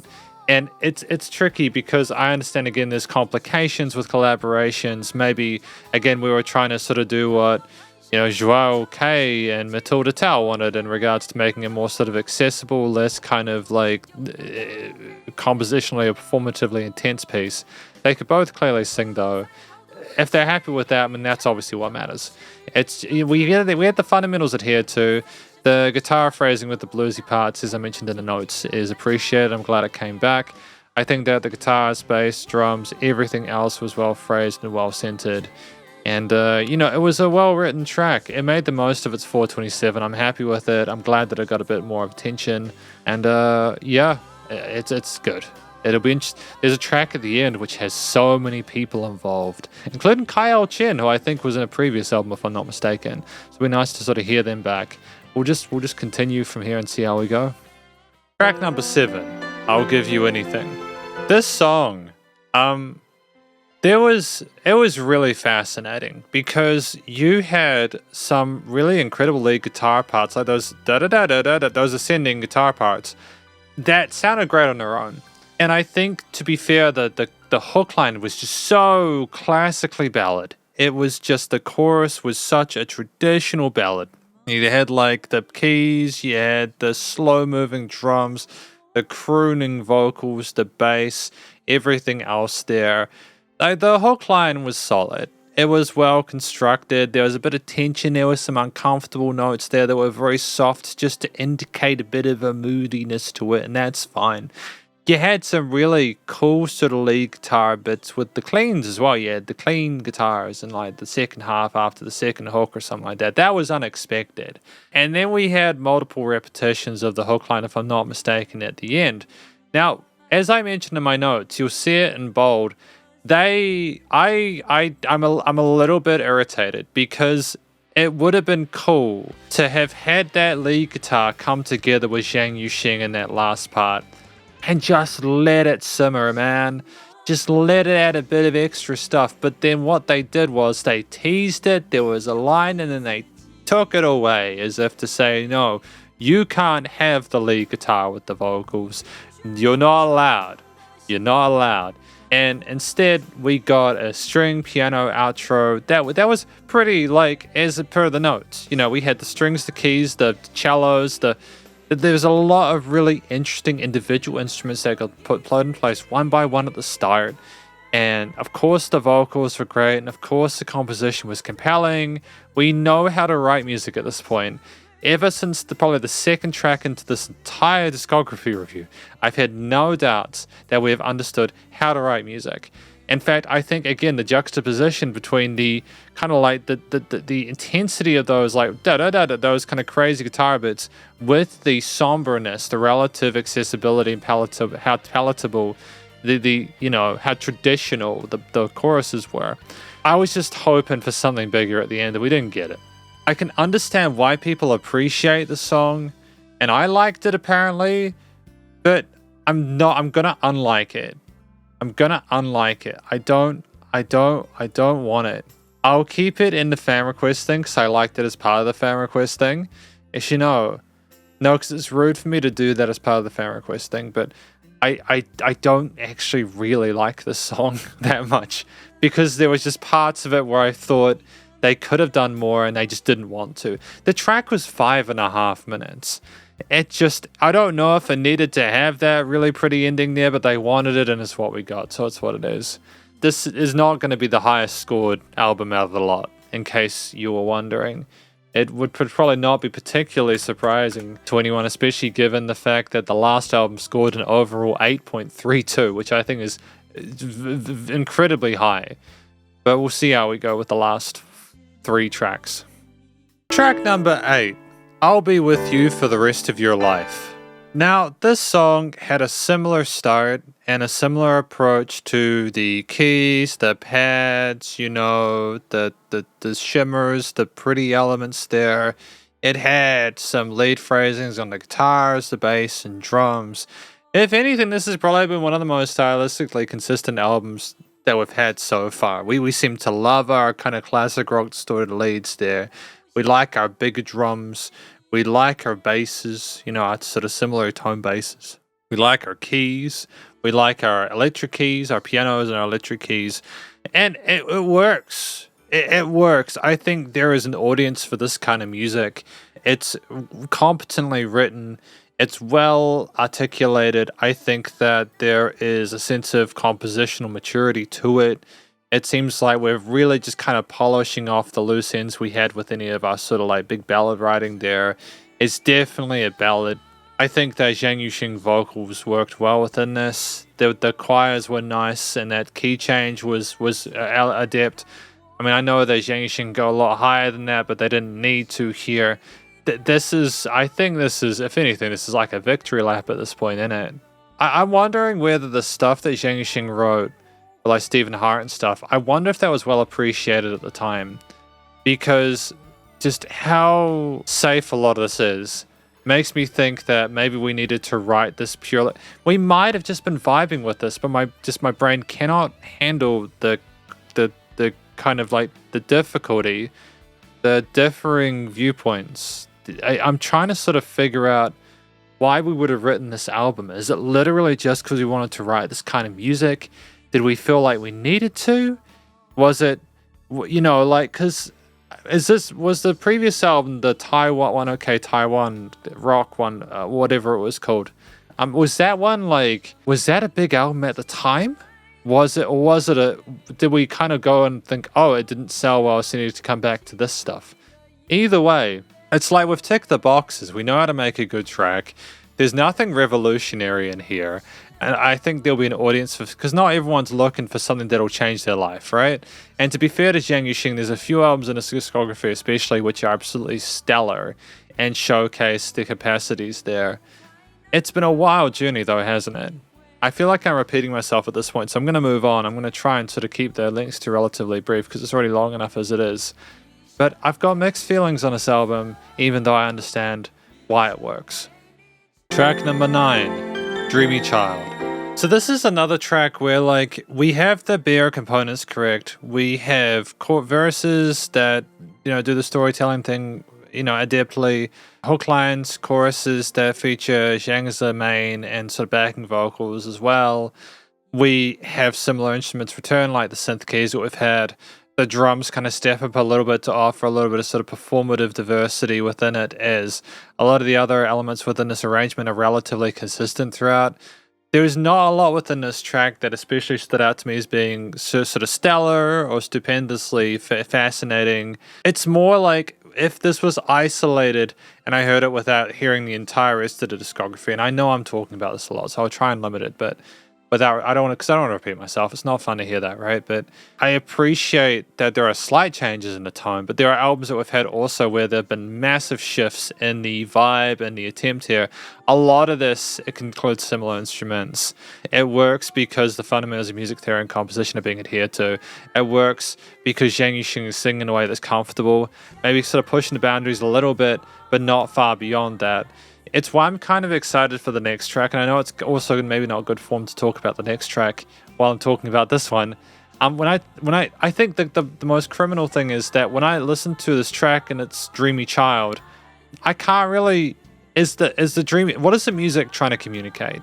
Is the music communicating that it's a dreamy child, or have we gotten into the forbidden zone where we're writing music that sounds good, but that doesn't necessarily represent the song outside of that? Are we in a space where we're not necessarily trying to write music to suit the title of the song? Has it been mistranslated and I'm completely confusing things in the song? Music does actually sound like what it is translated properly into English. I don't know. Let's just go to the next song. Track number 10, Don't Give Up Hope. So I want to just first of all mention I could not find reliable translations for a lot of these names. We've got Kyle Chen, who I think has been involved in a previous album, as well as Zhang Yu-Sheng. And I apologize for not finding the English names for these people. Well, not the English names, I don't know what their names are. I've put them featured within the track here, so you can please let me know who they are, because they sound like they're amazing singers. Found out, for instance, that Matilda Tao was a singer, and so I kind of had my best guess that it was Matilda Tao, because she's got stuff on Spotify, and I could be wrong about that as well. But just let me know if I made any errors, please. Half of these song translations have probably been incorrect, but I'm doing my best. But like, look, this song was for me the strongest on the album. I love it to pieces. It got some really high scores, not everywhere. I think that in terms of like the rhythms that were used, like the overall sort of like complexity to the arrangement, etc., it wasn't particularly phenomenal. It was good. It was what we needed from a ballad, and so it scored highly in terms of the vocal performance, not just with the individual sections, but also because of the fact that they all harmonized together really nicely. And Zhang Yu-Sheng coming in near the end is the kind of like the pseudo faux guitar lead in a lot of these tracks, except he's there and it's him singing on top. Was kind of nice. I think it would have been better to have maybe even have had Zhang kind of be the first half and then the second half have his kind of signature lead element there with like a solo or something like that. I may have missed the solo actually because I was focusing on the vocals so much. But I do think that the vocals were the focal point of this track. It kind of sounded like the We Are the World kind of like like they kind of, when there's like all these celebrities and they sang a song in like the 80s or 90s or something, and like they all sang We Are the Dun da da da da or something like that. It kind of sounds like Zhang Yu-Sheng's version of that. This is what I've been wanting from this entire album. I've been wanting tracks that try new things or continue to push the boundaries. I don't mind if there's a few ballads just to sort of like push the envelope commercially, or even like most of them, or even half of them. But we've just had such a it's just a wide variety of different songs throughout this entire discography that this album in general felt like more of kind of like a safe space for Zhang Yu-Sheng. Granted, this is, the only track in this entire album where Shen Guanyu is not involved. I'm wondering if this was a separate single that, Zhang Yu-Sheng was involved in. But this is the first time I can legitimately, and I may have contradicted myself earlier, so I say that with like that awareness, but this track sounds like it's telling you not to give up hope. The warmth of those vocal harmonies, with the general chord progression there, the way things are phrased, the way things are put together. I love it to pieces. This is a very special song, and I'll give that a like. I'm going to be honest with you. It's probably not going to be a super overly positive conclusion section to this album, basically because I wasn't impressed by it. But I want you to understand before we go into that, for the final time, me being impressed is not an indicator of an album's quality.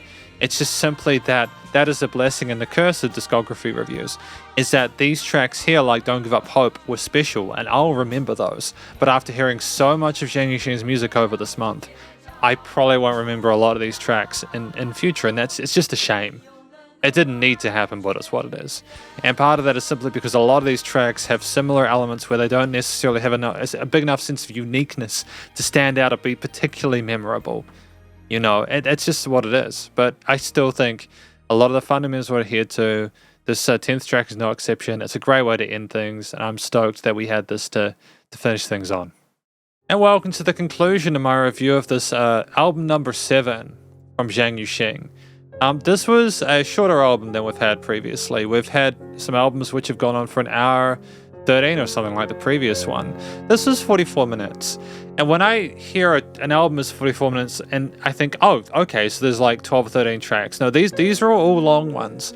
I think that this album was one that Zhang Yu-Sheng wanted to make with Shen Guanyu for the most part. And that last track, Don't Give Up Hope, I think. That was like more of a kind of a collaboration between friends. And when I read the say We Are Still Friends, I'm wondering if this was meant to bring friends back, I'm wondering if this album was meant to be more of a one where it was more sort of friendly and approachable. It was like, hey, here is just some nice music to vibe your nod your head along to.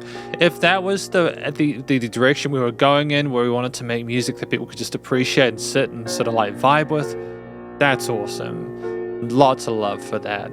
If it was anything else, when I compare this album to the rest of the discography, I think that with the first few albums, I was a little more gentle because I was like, okay, we're finding our footing. We're kind of finding a place to sort of see an impact. We're figuring out what we want to do.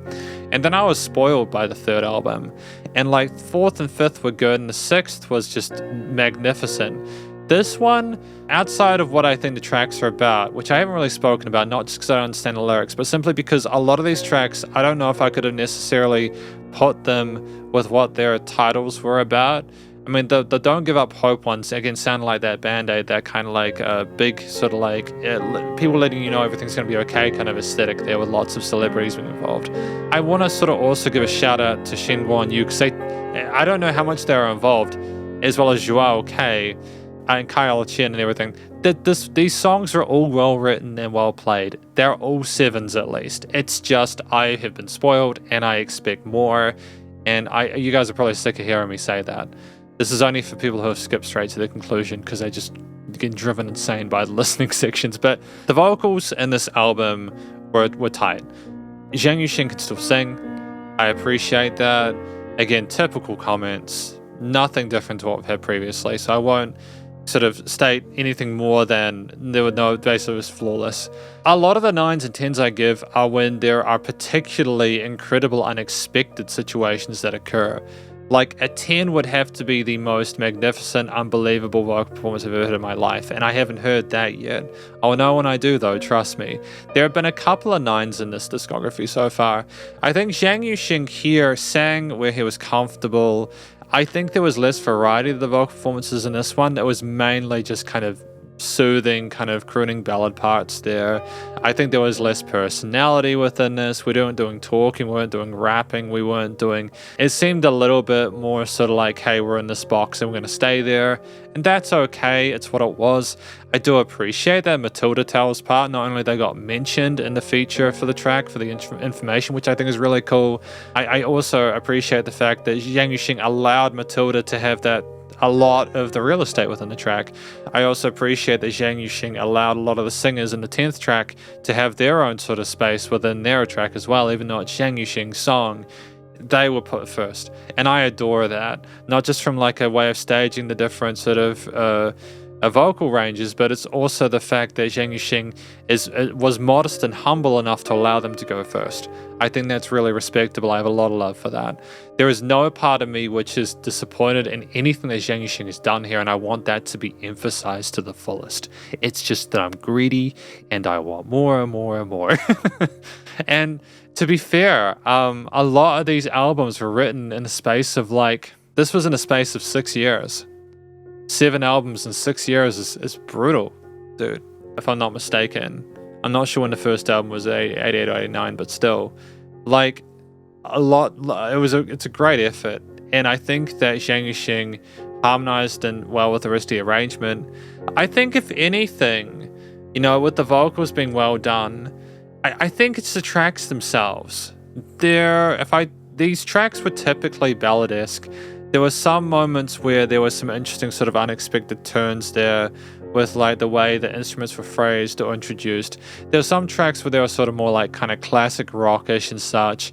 There were some sort of more slow tempo kind of sing-alongs, again the 10th track there. There were some duets, again track number 6, which was insistent. There was range there in regards to styles, but far less than previous works. And if that's the direction, that's clearly the direction we were going for because we had it. I think the main instruments for me out in the entirety of these, across the entire board, the ones that stood out to me were the keys. Now, there are these synth keys that I've been hearing throughout this entire discography, and they have a really pretty tone. They kind of remind me of the underwater level in the original Mario 64 game. and they have a real nostalgic tone for me. And whenever these keys come in, it brings me back to that space. And I should note, I didn't play Super Mario 64 as a kid. It's just there's something inside my chimp brain that just goes, oh, I like the sound. And then that's what those synth keys do. And they just seem to be nice and something I enjoy regardless of the context. So purely from a tonal and textural timbre perspective, I liked the synth keys whenever they came in the electric keys. The piano, you know, we articulated ourselves well on the right and left hands there. Nothing super duper unbelievable, mind-blowing. Although I should mention, I think it was the second track, Words from the West Wind. We had some really phenomenal playing on the organs. That was really sensational in that first half of the intro. And I think as well, the solo we had in the midsection of that track, as well as some of the later kind of phrasing on the lead guitars there, got me excited. But it wasn't about the guitars, man. This album was not about the guitars. It was, if there was guitar playing, there was one part where it was kind of technical, or a couple of parts to be fair, but one sort of dedicated technical solo section, a few sort of really kind of fidgety kind of ascendancies and rises there, and I think it's I'll Give You Everything or Anything, where it had the kind of crazy kind of contrast, if I'm not mistaken, between the really kind of somber, kind of chill, warm choruses and then the phrasings beforehand.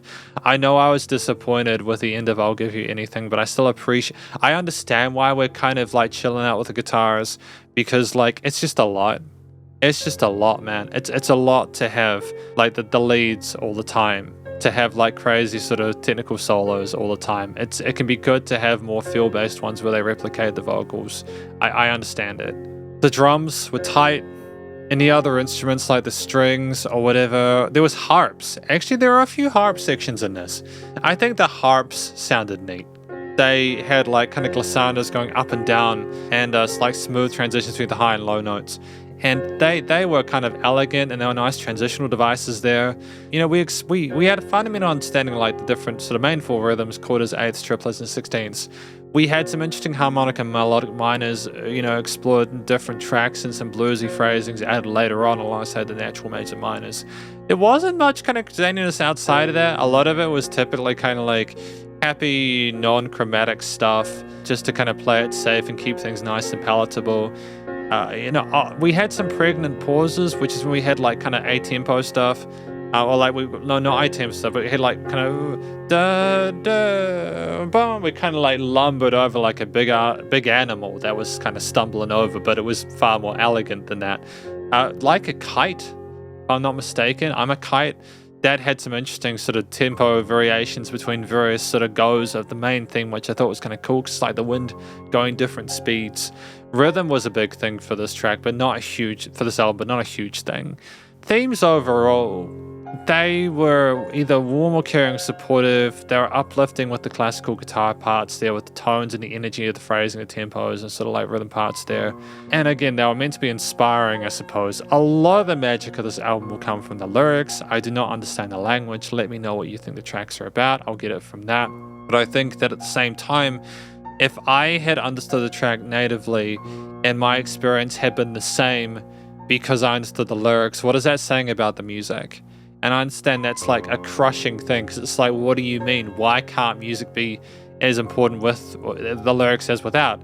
Well, no, it's because it's the implementation of that. If anything, these ranking or review videos are about the implementation of the concept. It's the same as I don't rank the chord progression. It's not like I'm going, hey, this major, if they only use major and minors, it's a 4 or something. I'm looking at the overall context of it, whether the complexity suits the situation or the minimalism suits their situation. It's why I'm not being harsh on there being more sort of minimalist guitar leads, because they suit the mood. It's not about being more or less complex. It's about how appropriate things are. The studio recording, mixing, and mastering was fine. It was good. No complaints about that. No complaints at all. No, I do have complaints. I Don't Want to Lose You was not well mastered. It wasn't. It was too claustrophobic, and it was too crushed. There wasn't enough dynamic range. I don't know what happened. I've been noticing with some of the other songs in earlier albums that they have not been mixed and mastered the same. it's a really organic way of doing whatever sort of audio production they had. I don't know whether they've used the exact same masters as they had with the original singles or not. I don't know if some of them have been bit crushed or sort of messed with, or there's been some issues there. But honestly, like, I would potentially call for a remastering of Zhang Yu-Sheng's entire discography if that hasn't occurred already. I think that it'd be nice to have everything just completely redone so that it all sounds at the same relative sense of loudness. I don't want them to overcompress it. I want them to have a similarity to how they're being treated. I think that the original should exist as well, but there are some tracks which, just from a production perspective, are louder than others, and I don't know if it serves it well. I think there's some situations, like there was a track about China, and it was just huge, and it worked in that situation because of the force and the passion behind it, I suppose, with or whatever the perspective was. But there was I don't understand what I don't want to lose you. I don't understand listening to that why it needed to be so crushed. But overall, I think the limiting was good. The leveling was good otherwise, because the leveling doesn't relate it to the that's the limiting of bus compression. I have an issue with a lack of space between a low and higher loud. I lack a dynamic range. The leveling of the instruments was fine. The vocals were captured well. There were organic takes with people who could just sing really well. The instruments were nicely niched as per usual in the frequency spectrum and the stereo field. There was less variety with the way things were sort of like automated. There wasn't as much I don't think there was as much fun with the post-production as there were in previous albums, which was a shame. We didn't have any sort of like Foley or anything like that, which was a shame. Yeah, from a studio perspective, this album was not as exciting. I think that it's for a different audience than the previous one. I respect the hustle. I respect what Zhang Yu-Sheng was trying to do. They've got the right to be able to make an album like this, regardless of whatever I think, but also in regards to the sense that they made far more sort of like arguably more musically more interesting albums than this. It's just, I suppose we've got people who are used to the first and second albums and wanted more of that. Overall, this is my review of the 7th album. It's Christmas Eve. I'm gonna go have myself a beer. I worked my ass off. This is the 7th. I'm so proud of myself. I feel like I'm gonna have a moment. Like, it could become very emotional. I came back from a trek and I just realized this is what I want to do. I just want to continue doing discography reviews like this. Because the biggest thing I've learned just before I go from these discography reviews is that I've learned so much from Zhang Yu-Sheng's music. Omnipotent Youth Society was a different experience for me. Not that I disliked or liked it more. It's just more, you can really hear the journey that Zhang Yu-Sheng has gone on throughout this entire situation. And I adore it. The music tells you a story, which is why I was kind of disappointed that I got less of a sort of an individual identity from these to previous ones. I couldn't really necessarily tie the music to the titles, but I'm going to go enjoy Christmas. If you're watching this, it'll be coming out on New Year's Eve, I suppose. But hopefully you guys have had a happy holidays, or continue to have a happy holidays, and hopefully you guys had a great Christmas, or however you celebrate it, happy Hanukkah, etc. Hopefully you guys have a fantastic 2024. I'll be doing this again at the end, but just look, thank you for watching this far into the video. I know it's a long one. It's about 5 hours. I'll catch you guys tomorrow. I'll catch you guys in the next album. It's an EP, actually. We've got 2 EPs and 1 album to go, including my favorite one. I think my favorite album at the end. To see you then. Album number 8, or rather, the first EP of this album discography, titled Red Passion. Track number 1, My Favorite Person Hurt Me the Most. Now, I should know before we continue, I know that the announcement of this album at the start of this part was a bit awkward. It's simply because my understanding is, again, there were 8 studio albums and there were 2 EPs, and I kind of figure that I should feature the EPs as well, just because they're smaller works, but I think they're equally as important in the journey and progression of someone across their career. I also understand that Zhang Yu-Sheng, they had some earlier music that they were associated with before their first album, if I'm not mistaken, but that wasn't like those were collaborations with like other musicians. I'm trying to focus specifically on the Zhang Yu-Sheng centric ones. With that said, Ame Chang is involved in this track here, and I think that they have a wonderful duet here. I think that it's fantastic. Again, for Zhang Yu-Sheng to be allowing another woman, another singer to have the spotlight. It's not something that I'm sort of alienated by at this point. We've had a few duets now within his discography, and I think that I understand that Zhang Yu-Sheng was involved in Mei Chang having a career. I think that my understanding is that Zhang Yu-Sheng helped them out a lot, to get their kind of stuff heard and everything like that, and worked on some music with them and all that, which I think was fantastic. And I think that if anyone is able to do that, it's Zhang Yu-Sheng. The guy's clearly, just from his music alone, so obviously humble and likes to integrate people fully into his works when able to give them full credit. I think that there's a lot of promise here in regards to the way they both sang. Great chemistry with the actual performance. They kind of feed off of each other really well. There were some wonderful harmonies. They handled the key change really well. I think it was also splendid to hear, the guitar solo that was really nice and fragrant. Had a lovely phrasing to it that worked well, not only with the extensions within the progression, but also didn't overplay. There was a bit of technicality to it, but it didn't try to sort of overshadow what Ame and Zhang Yu-Sheng were doing vocally, which was clearly the focal point of the mix, and I think that was a smart move. The sort of like the woodwindy kind of synth lead, that was an alternate to the vocals. It followed along with the melody of the hook really well. And ultimately, even though this track was 5 minutes, it felt like 5 seconds. It just flew by. It was a fantastic start to this EP. And I'm kind of glad to have a shorter form factor record. Not that I dislike reviewing his bigger works, but I think it's nice to show that we can look into a concept and a little bit of a smaller form factor as opposed to needing the whole entire 10 to 14 tracks to sort of flesh it out. So well done. Track number 2. Rack one's brains, or the other translation could be take great pains. I'm not sure which one it is. Some of these titles, it's like, it just sounds so kind of out there, or it's like terminology that I guess I'm overthinking. So please let me know what the translation for this song title is, as well as any others that I've gotten wrong. You don't have to let me know, but it'd be appreciated if you could so that I know for next time. I have also, I should note, tried to proofread these translations when I've been unsure about it, or it sounded kind of weird, or there's been too many sort of like options. I've tried to look online for translations for the albums especially, but I might have missed some, so feel free to let me know. But this track, I think that what I really appreciate is the saxophone lead, that solo in the mid part of it. I think that it was just really beautiful.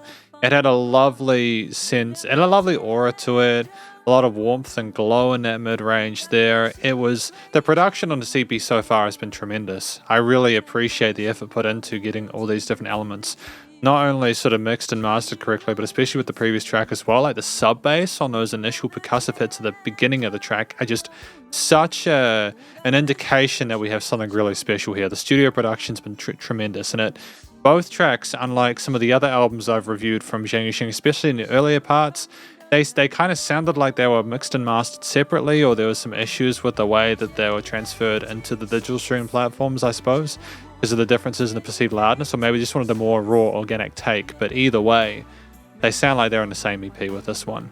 As per the notes, I didn't recognize Zhang Yu-Sheng's voice in his lower sort of register at the start, which I think is kind of dope. It's nice that we're pulling out new tricks. It's very different to hear him low like that. I like it. It's something new, even at this point. And I think that, again, the saxophone solo combined with the interesting chord choices within the hooks, the use of parallel majors or minors, I think particularly parallel minors, some of those unexpected changes there, kind of going away from the established key signature and kind of messing with the listener's expectations, just makes a song more interesting. I thought that there were some interesting decisions there with the backing vocals as well, and the harmonies were just really nice and easy to listen to, and ultimately I just think this is another really well written song. It's 2 for 2 at this point. Track number 3, The Indian Summer Night. Now, this song had something really special about it. I really appreciate having the fingerstyle guitar come back in, even though it was intermittent. I think that was the point. There was a lot of room for Zhang's vocals to shine through here. I think the mixture of that with the pads, as well as the sort of the strings we had, a lot of really bright, charming elements came in early, and we built the bass up as well as coming into the kind of the awkward sounding drums in the middle. Now, you'll notice in the notes that I said we could have potentially gone bigger with the drums and the hooks. Oh, and we just did.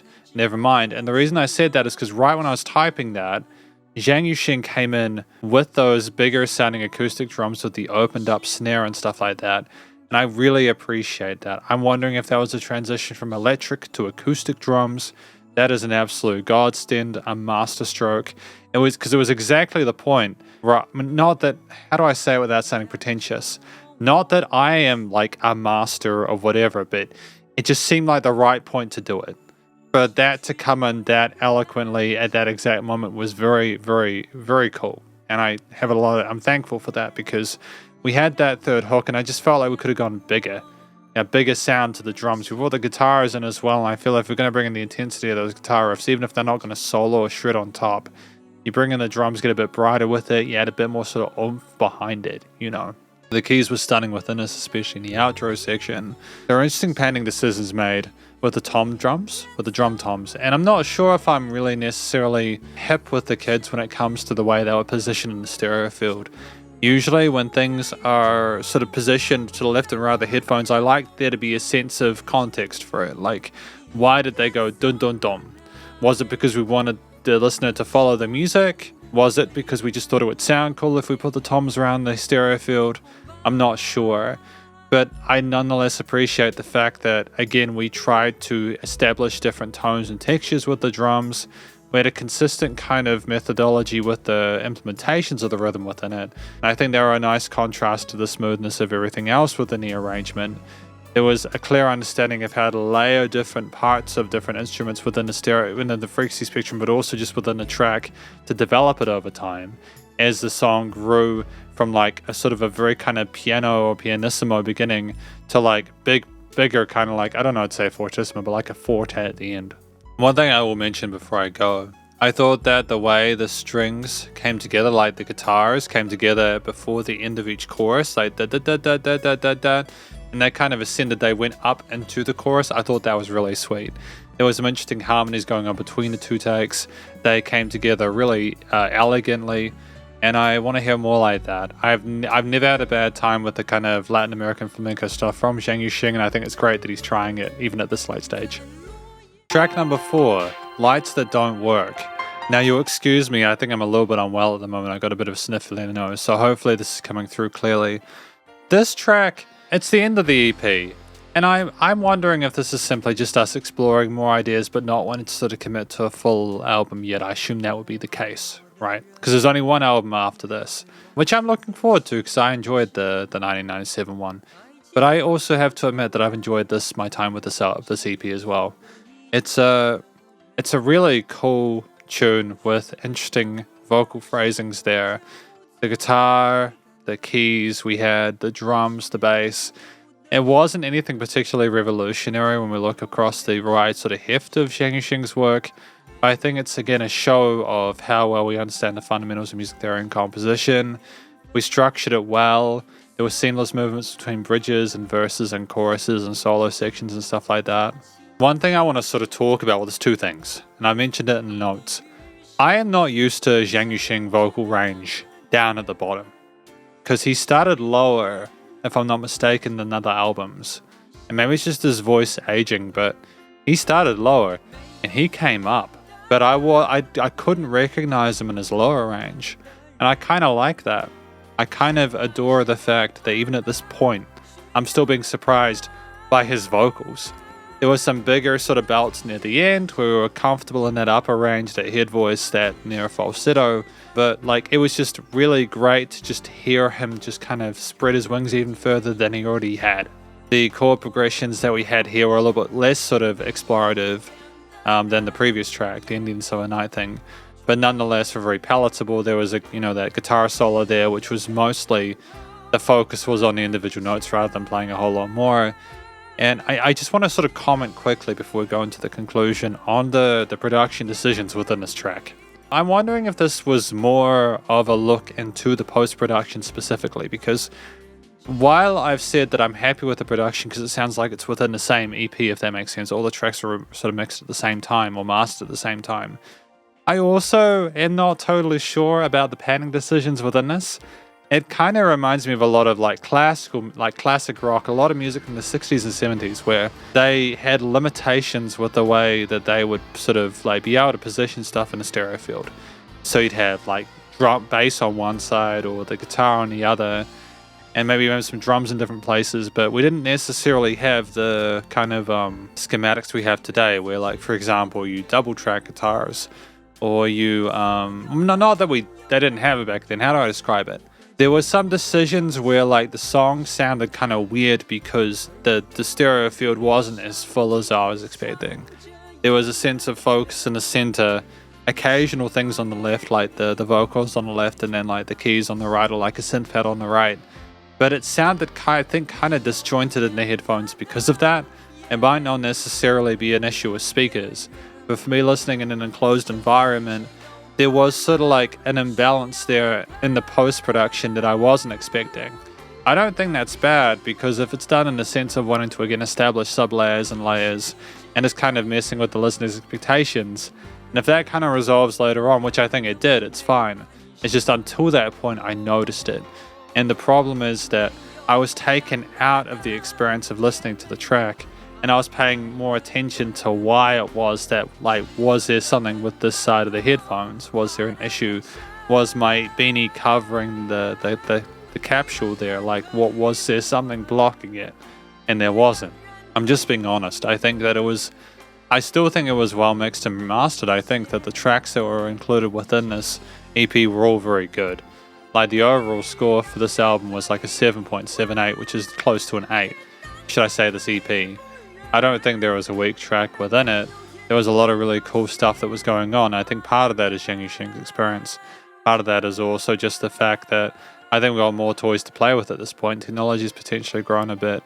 You know, like there's a lot of growth there across the time that Zhang Yu-Sheng started making music to this point in 1996. But we'll go to the conclusion now and chat about it as a whole, and I'll probably make the similar overall comments and we can enjoy it together.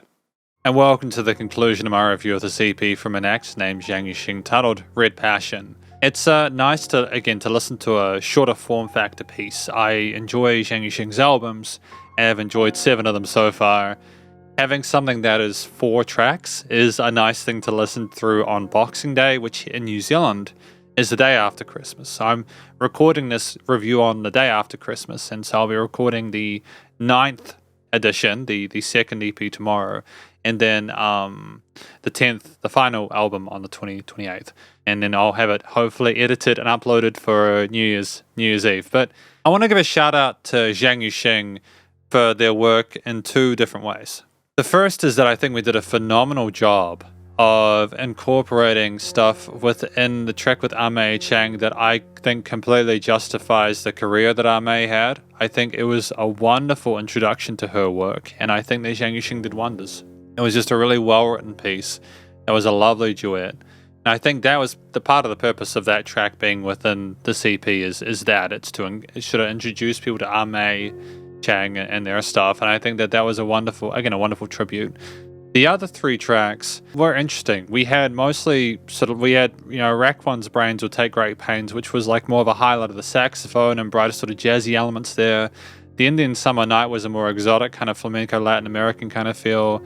Then Lights That Don't Work was more of a sort of a kind of a ballady kind of rock guitarish kind of thing that I also enjoyed.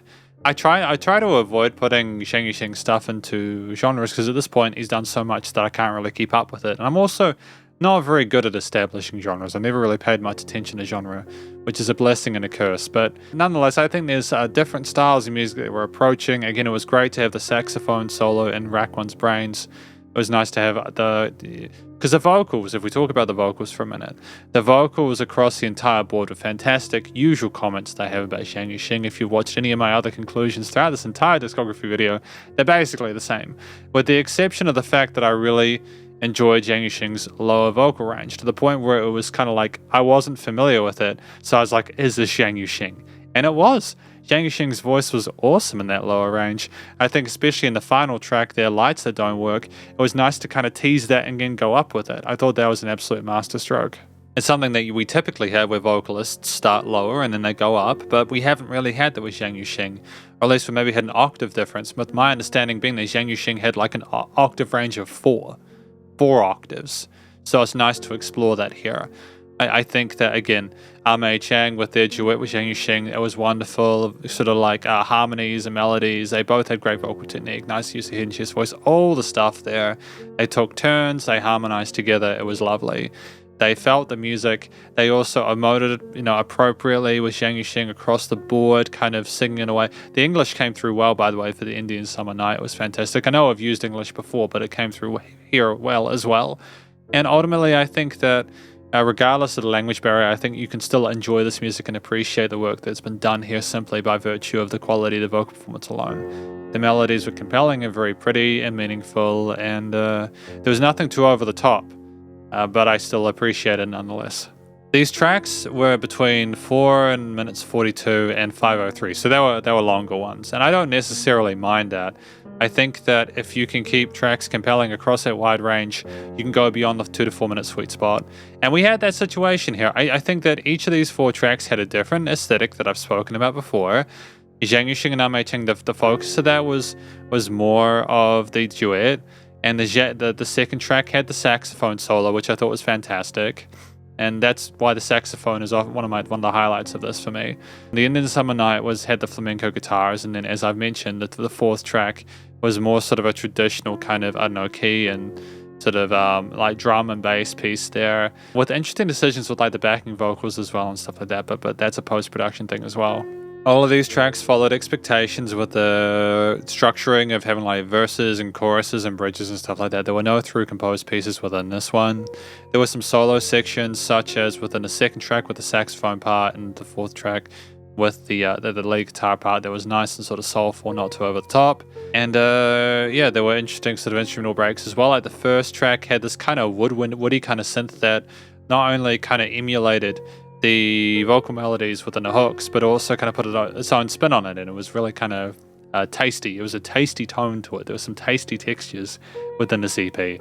But again, if I talk about a few of my favorite instruments within this EP, in general, I think that the flamenco guitar, the clean sort of guitar tones within the Indian Summer Night were absolutely splendid. They were very tasteful. It was wonderful to listen to those.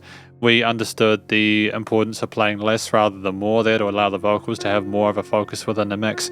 But it was also just the fact that we had a tremendous time, I believe, allowing the reverb of those notes to come through, as well as when the harmonies came into that hook section, there one guitar and then the second they came together and they danced. It was like people were intertwining. It was very sort of symbolic, and I'm sure that was probably the intention there. There was a great sense of, there was a lot of drama to it, which I appreciate. I think especially with the chord choices and stuff like that. But I think it was just really sort of like soulful and well presented. The saxophone, in the same token of Rack One's Brains or Take Great Pains, I haven't decided which one works best for translations, maybe neither, was excellent as well. And I wasn't expecting a saxophone solo. We've had saxophones throughout the discography, but Zhang Yu-Sheng has typically, I think, avoided having them we might have had one previously, but in case we haven't, this is the first saxophone solo we've had. Please let me know in the comments if I've forgotten a saxophone solo. I'm pretty good with remembering a lot of them, but there's so much music, so much music. But nonetheless, I think that the way it was phrased was very sophisticated. It was not overdone. It was played in a way where the approach was similar to a lot of the softness of previous parts. It was very sort of full of vigor and life and energy, and it worked within the complexities of the harmonies and different rhythmic sort of expectations very well. And it was just altogether very charming. I didn't have a particular sort of like love or affiliation with the percussion in this one. I thought that it was nice to have the switch between, again, the electric and acoustic drums within the Indian Summer Night, but I didn't necessarily love it. The bass parts were fine as well. The keys and synths, like, that were kind of dope. I mean, I liked how we started, again, with the synth leads and pads in Rack One's Brains, track number 2. I thought the combinations of them were well. If I'm honest, I think a lot of the power within this EP came from how the instruments sounded with each other. And I thought that's where it kind of came in. I think this was, again, more of kind of like maybe just like something sort of tied us over until that big last album. But nonetheless, I feel like at this point, that Zhang Yu-Sheng has nothing to prove. There are no rough edges with the choices there. If there's any complaint I have about this EP, it's basically the post-production. But again, for the reasons I mentioned earlier, in case you're coming into this conclusion without watching the individual sort of track comments, in which case it will be new, so I'll repeat it nonetheless. Apologies if you're already familiar with it. The instruments were played well. The themes worked well with the instruments that were presented. Again, you could kind of imagine with the In Summer Night having like, again, that kind of soulful kind of stars up in the sky, someone playing that sort of classical guitar there, sort of a warmth and majesty and sort of sounding magical with the synths and everything like that. I liked it. I thought that the themes made sense with the chord progressions and the way we sang and everything like that.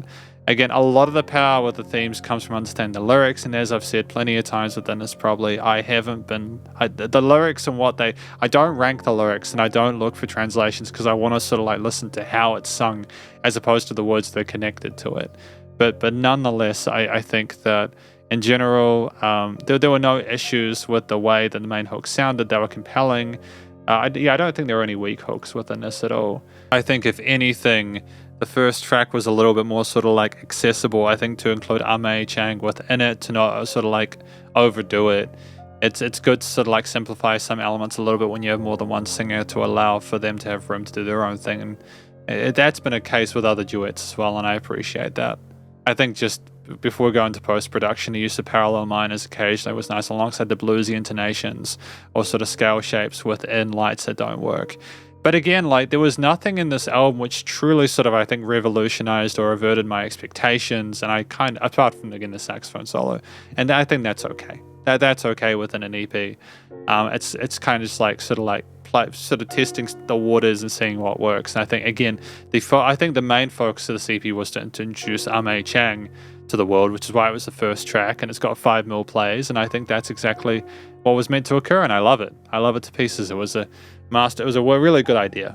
But the post-production, studio recording, mixing, and mastering, I was happy with it for the most part. The first 2 tracks, I was like, yeah, again, with the sub-bass resonance of that first sort of hit within the first track there, it sounded like a sort of a movie soundtrack or something like that. The sound design just went boom, and I could hear it in these headphones. And these headphones are unforgiving with bad mixes. These were great mixes.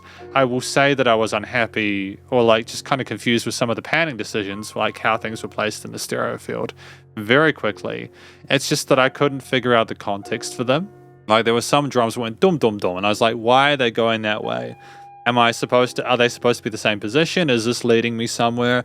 Because usually when you move stuff around the headphones or stereo speakers, you're taking the listener somewhere to focus on. But then we went dun dun dun, we went backwards. You know, it doesn't sound like a traditional drum kit. It sounds like you're like, maybe it's because because there's 2 perspectives to the way you pan a drum kit. It's the drummer's perspective, where like there's a snare on the right, then the high tom, and then the low tom, and then the floor. And for you, this probably is kind of like a bit kind of like weird, but just because it's going to look like things are backwards. But usually the drums go snare, and you do a fill to the floor tom on the right headphone. But this was the opposite. Maybe that was why it was kind of weird for me. But there was a lack, I think, of balance of certain elements within the stereo field. Like, again, the space between the center of the headphones and the left and right for the speakers as well. And it seemed like we weren't making the most of that, or if we were, it was for like a creative artistic purpose I couldn't necessarily figure out. There's nothing wrong with it. It's just I prefer to have a sense of fullness eventually within music, because if there isn't, I don't know why that is, unless the music explicitly states it. So, for example, if things went very quiet and like a little voice was moving around the headphones, that would make sense because you meant to follow it. But yeah, there were some instruments that were not necessarily usually in the position they were in, that were in different positions to what I was used to, and what I've heard in the vast majority of music I've listened to and reviewed across the last few years. And again, it's okay to be creative. I just don't know if that necessarily benefit the music or the experience, because you're spending more time thinking about why that is, rather than focusing on the story that's being told, the chord progressions, the melodies, the rhythms, etc. Apart from the panning decisions, typically the leveling of the instruments, how light they were, was great. Things were nicely niched within the frequency spectrum. Zhang Yu-Sheng, and the backing vocals were handled wonderfully. There was no extra sort of unnecessary kind of like refinement of those. It was just great takes. I think that the reverb change we had on like the sort of classical guitars in the third track were wonderful. There was a nice airiness and sense of wonderment to them. I think that how things niched and how they were glued, like the synth pads with like the saxophones and everything, the second track were wonderful. Clearly, everything else was absolutely spectacular. It was just that, but there was definitely dynamic range and things were nice and loud without pumping. And effectively, that is my review of the CP from an actor named Zhang Yu-Sheng titled Red Passion. We have 2 more to go. 2 more. I'm excited to get this done. Not because I don't want to listen to his music anymore, but because this is like a big video for me. I'm really... It's taken like a long time for me to get to this point. And it was really daunting starting to listen to these albums. But I think listening to Zhang Yu-Sheng's stuff, and this will be something I comment on probably in the overarching like conclusion at the end, which will not be like 10 minutes. It'll just be like my final thoughts on what I've learned from this experience. But it's already changed the way that I look at music production. I think I've been inspired by the way that Zhang Yu-Sheng just did whatever he wanted.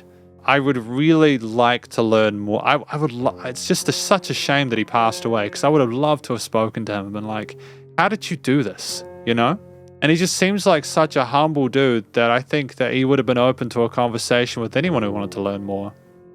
Absolute charmer. But yeah, we're gonna check out the second EP tomorrow. Sort of like number 9. You know, the 9th addition to this video. And I'll see you then.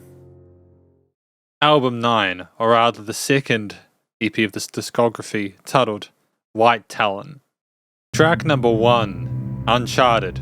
For me, this is effectively a return to form for Zhang Yu-Sheng. I think that we were absolutely virtuosic with our efforts in regards to compiling the many different ideas with the vocals, coupled with the brass, with the strings, with this orchestral drums that we had simmering in the low end for the most part. Apart from when they crescendoed or decrescendoed, it was just a wonderful piece of music that didn't rely too much on the typical guitars, bass, and drums that we've had a lot of within Zhang Yu-Sheng's work. I think this is an important, this is a time for me to sort of suggest to you that, again, I don't just like guitars. I like a wide variety of different instruments, but specifically when they're done well. And that, of course, that goes for the guitar, I suppose, at the same time.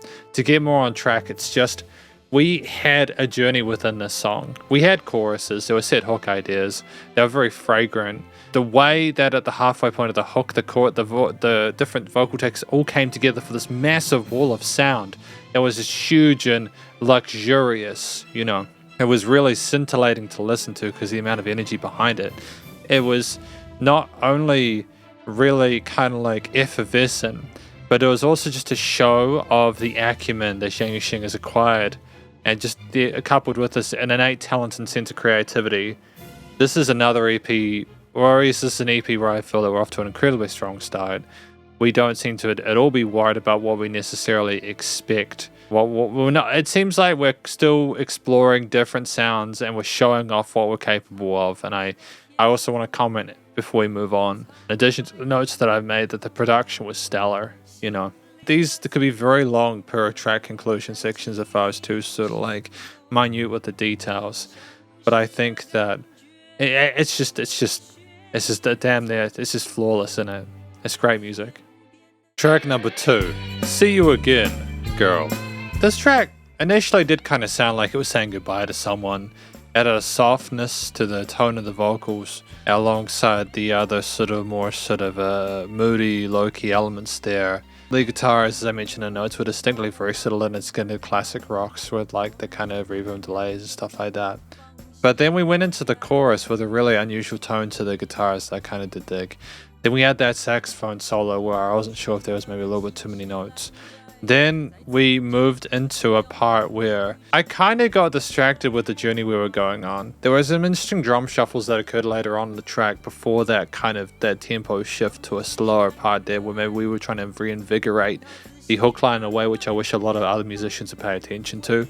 It's cool if you're really happy with your hook, but past the 3rd or 4th time you do it, it can kind of become a little bit of a detriment because you reach a situation where you're already familiar with the message and it's like, okay, I'm hearing it again. Why am I hearing it again, right?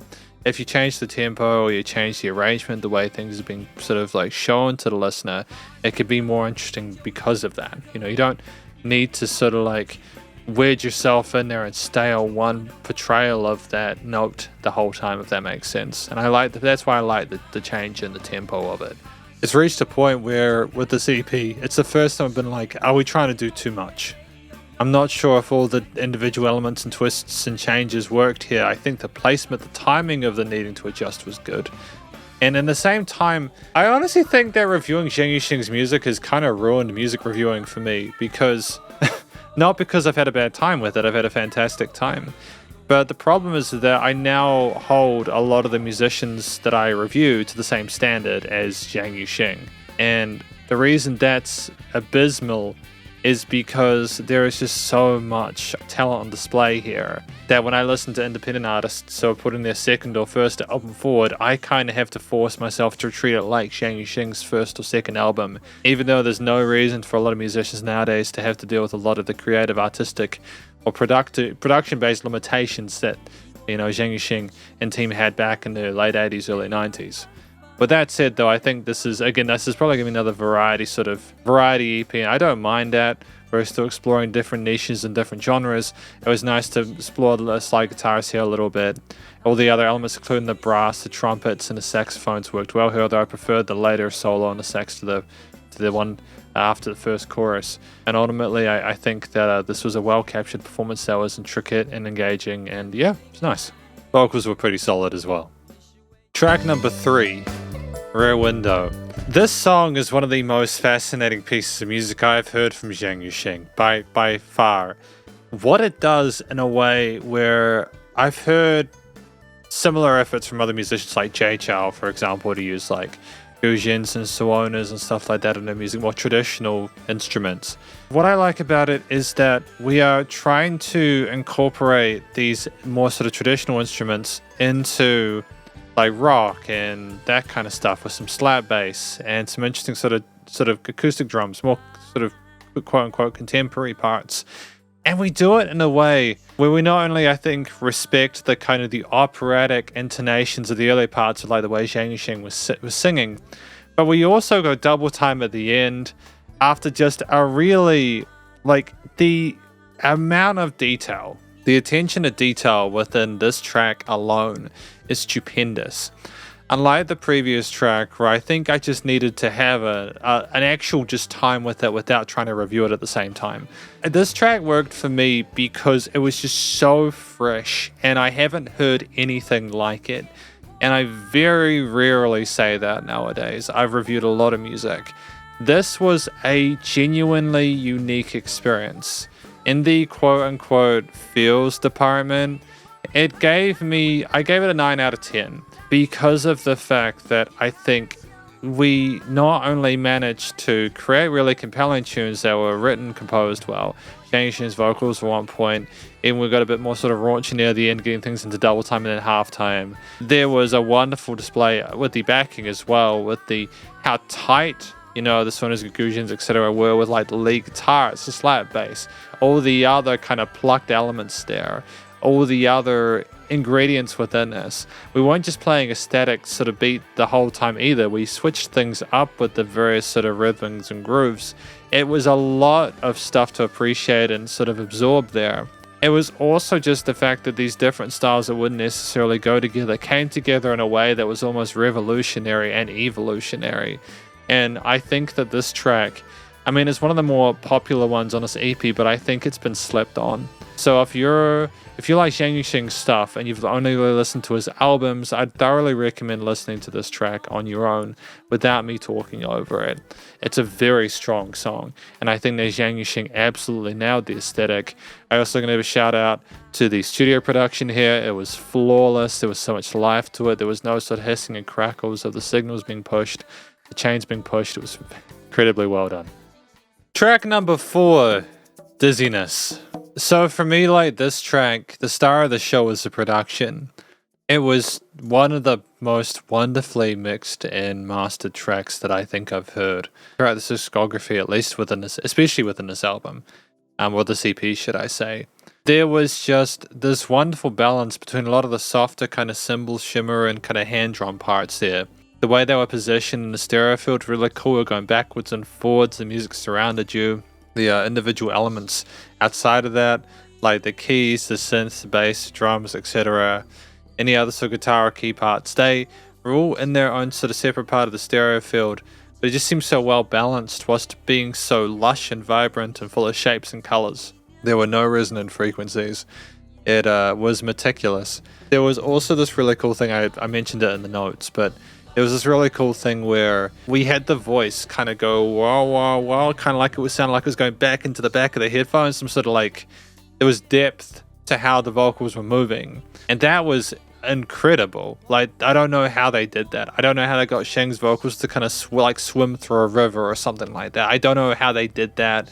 It's just tremendous effort on the post-production part. If I go past that though, I think that there's a lot of stuff to appreciate within this song individually.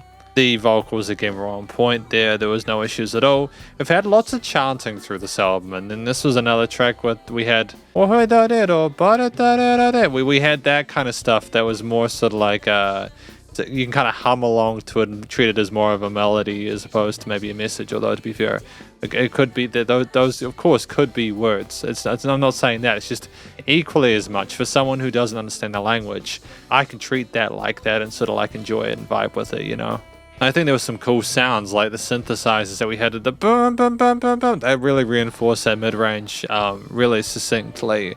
Had a great sort of fullness to the tone of it. If there's anything I was going to sort of like mention, it's that just that bit with it, that kind of like the way we kicked things up a notch and then went back down for like a double chorus. It wasn't that I disagreed with the idea of putting that idea in there in the first place. And I also understand that this track was already getting kind of long at 5 minutes 23, so we might have felt the need to cut that short. But it's like, we've had 9-minute pieces. We have this form factor to go into. If we're only going to include like 5 songs, why not just allow ourselves to further explore that idea? Because with how short that section was around a 3:45 part, I just don't think we necessarily established a sense of context for it. I think it's exclusively for people who understand the story up until that point. And that's fine, but that's not me.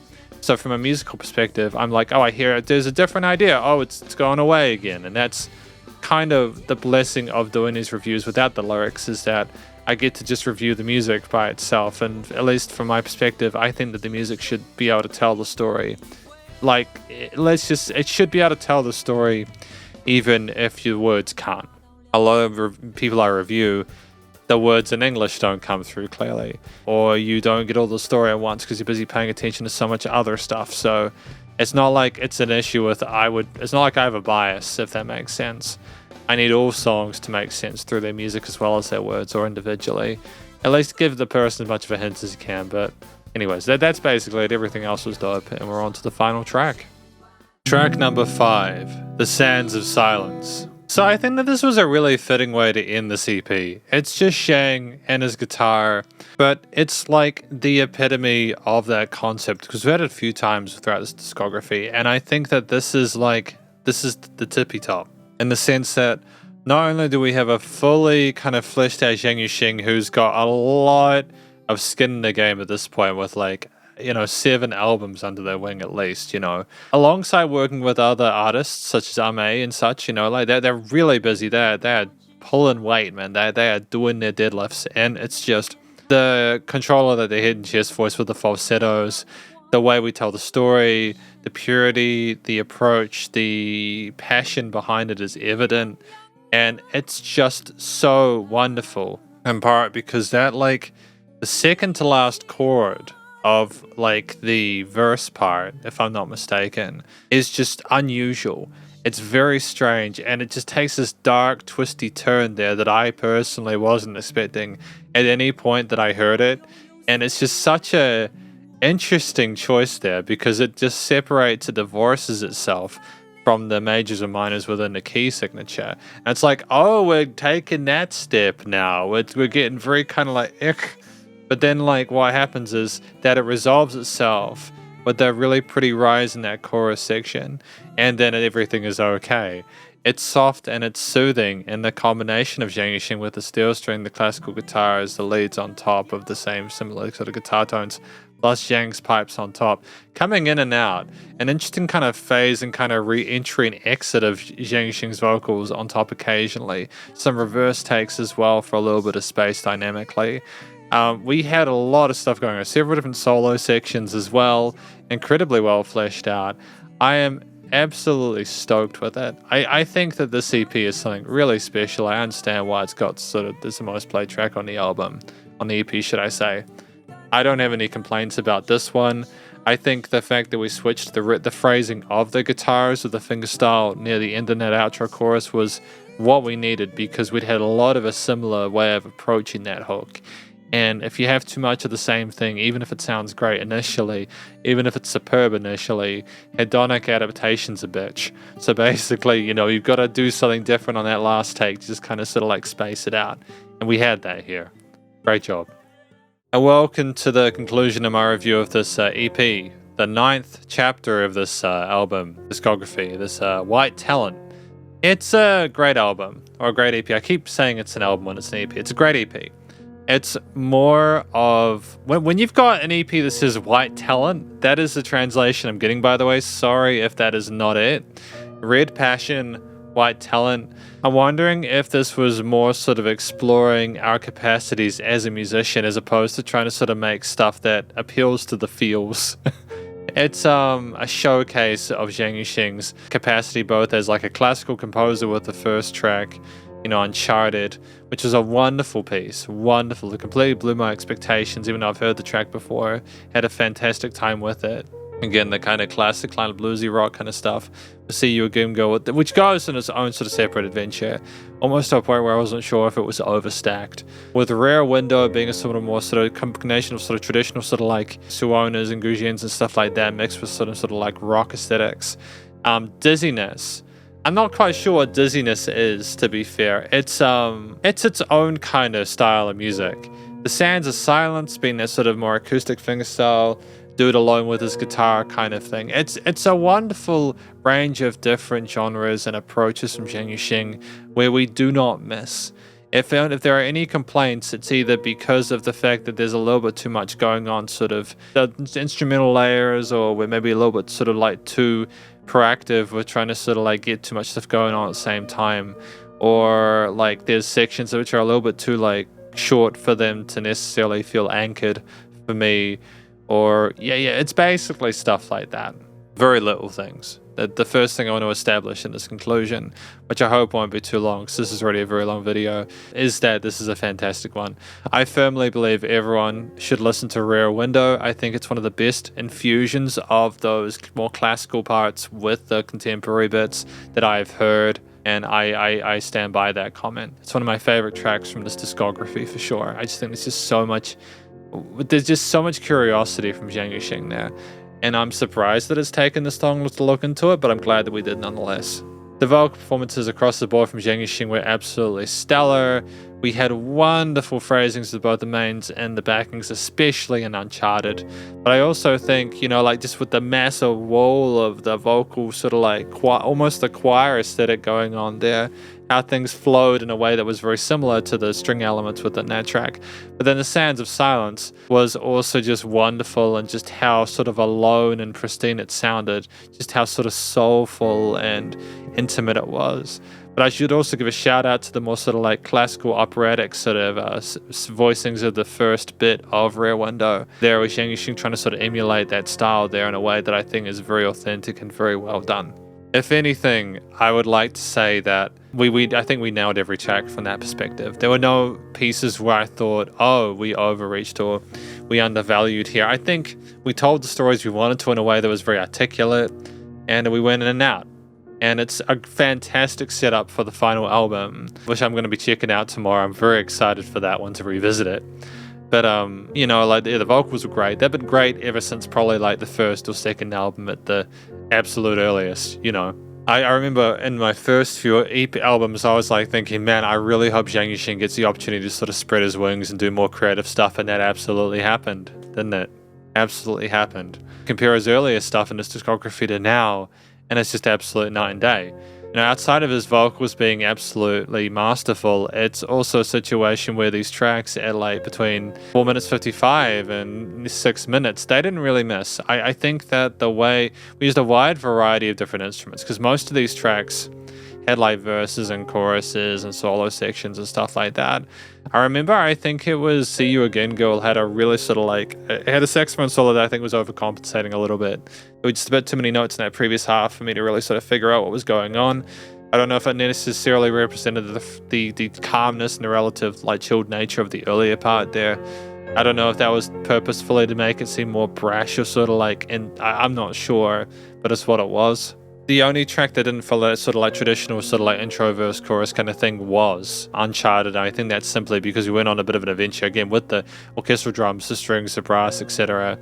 We were going in waves, and it was, I think that's part of what made, there's been other tracks where we've had like I think right in the second album or something like that, or like the third one. Yeah, no, it wasn't that. I'm trying to figure it out. Gonna have to double check that. There's so many songs now.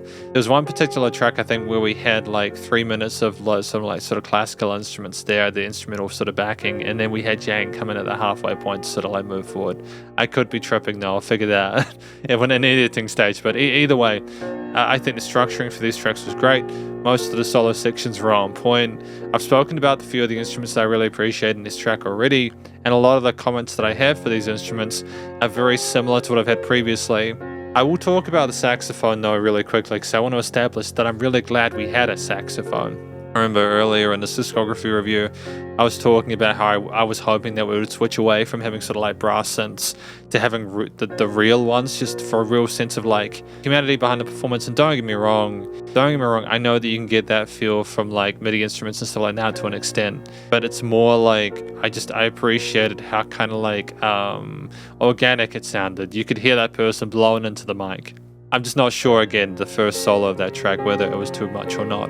But the second part of it, where it was more sort of relaxed and working with the trumpets and other parts, was fantastic. And I think that was the sweet spot there. Not a note out of place, though, otherwise. The guitars and the sounds of silence especially were a highlight for me. I really like his jazzy, sort of neo-soulish kind of acoustic stuff. It's typically very, very good. We have a wonderful understanding of his theory and composition up to an advanced degree there. There's no weak spots anymore, to the point where we're almost sort of like, I think, over-engineering, over-layering tracks to a certain extent, such as with Dizziness with that part, which was like again, I think it was basically the second and fourth tracks where I felt like this maybe a little bit too much too often. Songs where there was like more of a set direction that I could sort of attend to and sort of like identify. Like the first, third, and fifth were more my favorites, I think, because they had a set direction and were a little more sort of refined, if I'm not mistaken, and not overdoing things. But I think nonetheless, the guitars were wonderfully phrased and played there. Great display of understanding of fingerstyle, lead playing, soloing, etc. There was a great sort of understanding of when to use chords that didn't necessarily fit within the shapes we needed. And we just went with that. No complaints. The drums were great. There was one particular song, I can't remember which it was. There was one song, it was either the second or the fourth, where the drums kind of sounded like they were a little bit too organic necessarily for my tastes. Like you could tell someone was on the kit. They were kind of batting the things around a little bit. And I'm wondering if that was almost done on purpose, like it was meant to purely be sort of more of a live sort of band aesthetic. And I don't necessarily mind that. I think that having a raw take is good. It kind of grounds you a little bit when you hear that something isn't absolutely pristine perfect, which is why I prefer sort of people playing the drums to people sort of like quantizing them and stuff like that, in the same way that I prefer people not auto-tuning stuff, because I'm a bit of a boomer in that regard, I suppose. Not that I don't think that auto-tune can be used stylistically, and I get that having sort of quantized drums is important in certain genres like EDM and stuff like that, but outside of that, you know? I think in general the drums had, like, again, in track number 3, Rear Window, they were wonderful 16th note phrasing on the cymbals and stuff like that. We went between like normal time, double time, and half time effortlessly, sometimes within a space of 4 to 8 bars, and so 8 to 16 bars, should I say. And it was a great use of that one key component to really sort of lift everything else. I also like the fact that we didn't like do drums in the sands of silence. I think that was wonderful. I think that just having Zhang Yu-Sheng with the guitar alone was enough.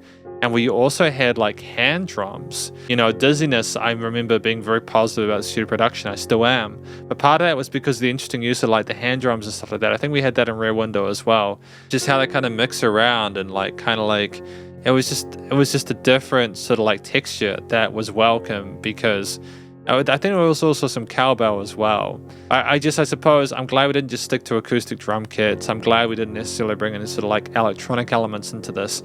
I think sticking with the acoustic drums, but also including some other types of drums in there was great, because it allowed for more range there in regards to the timbres and made the tracks more interesting because of that.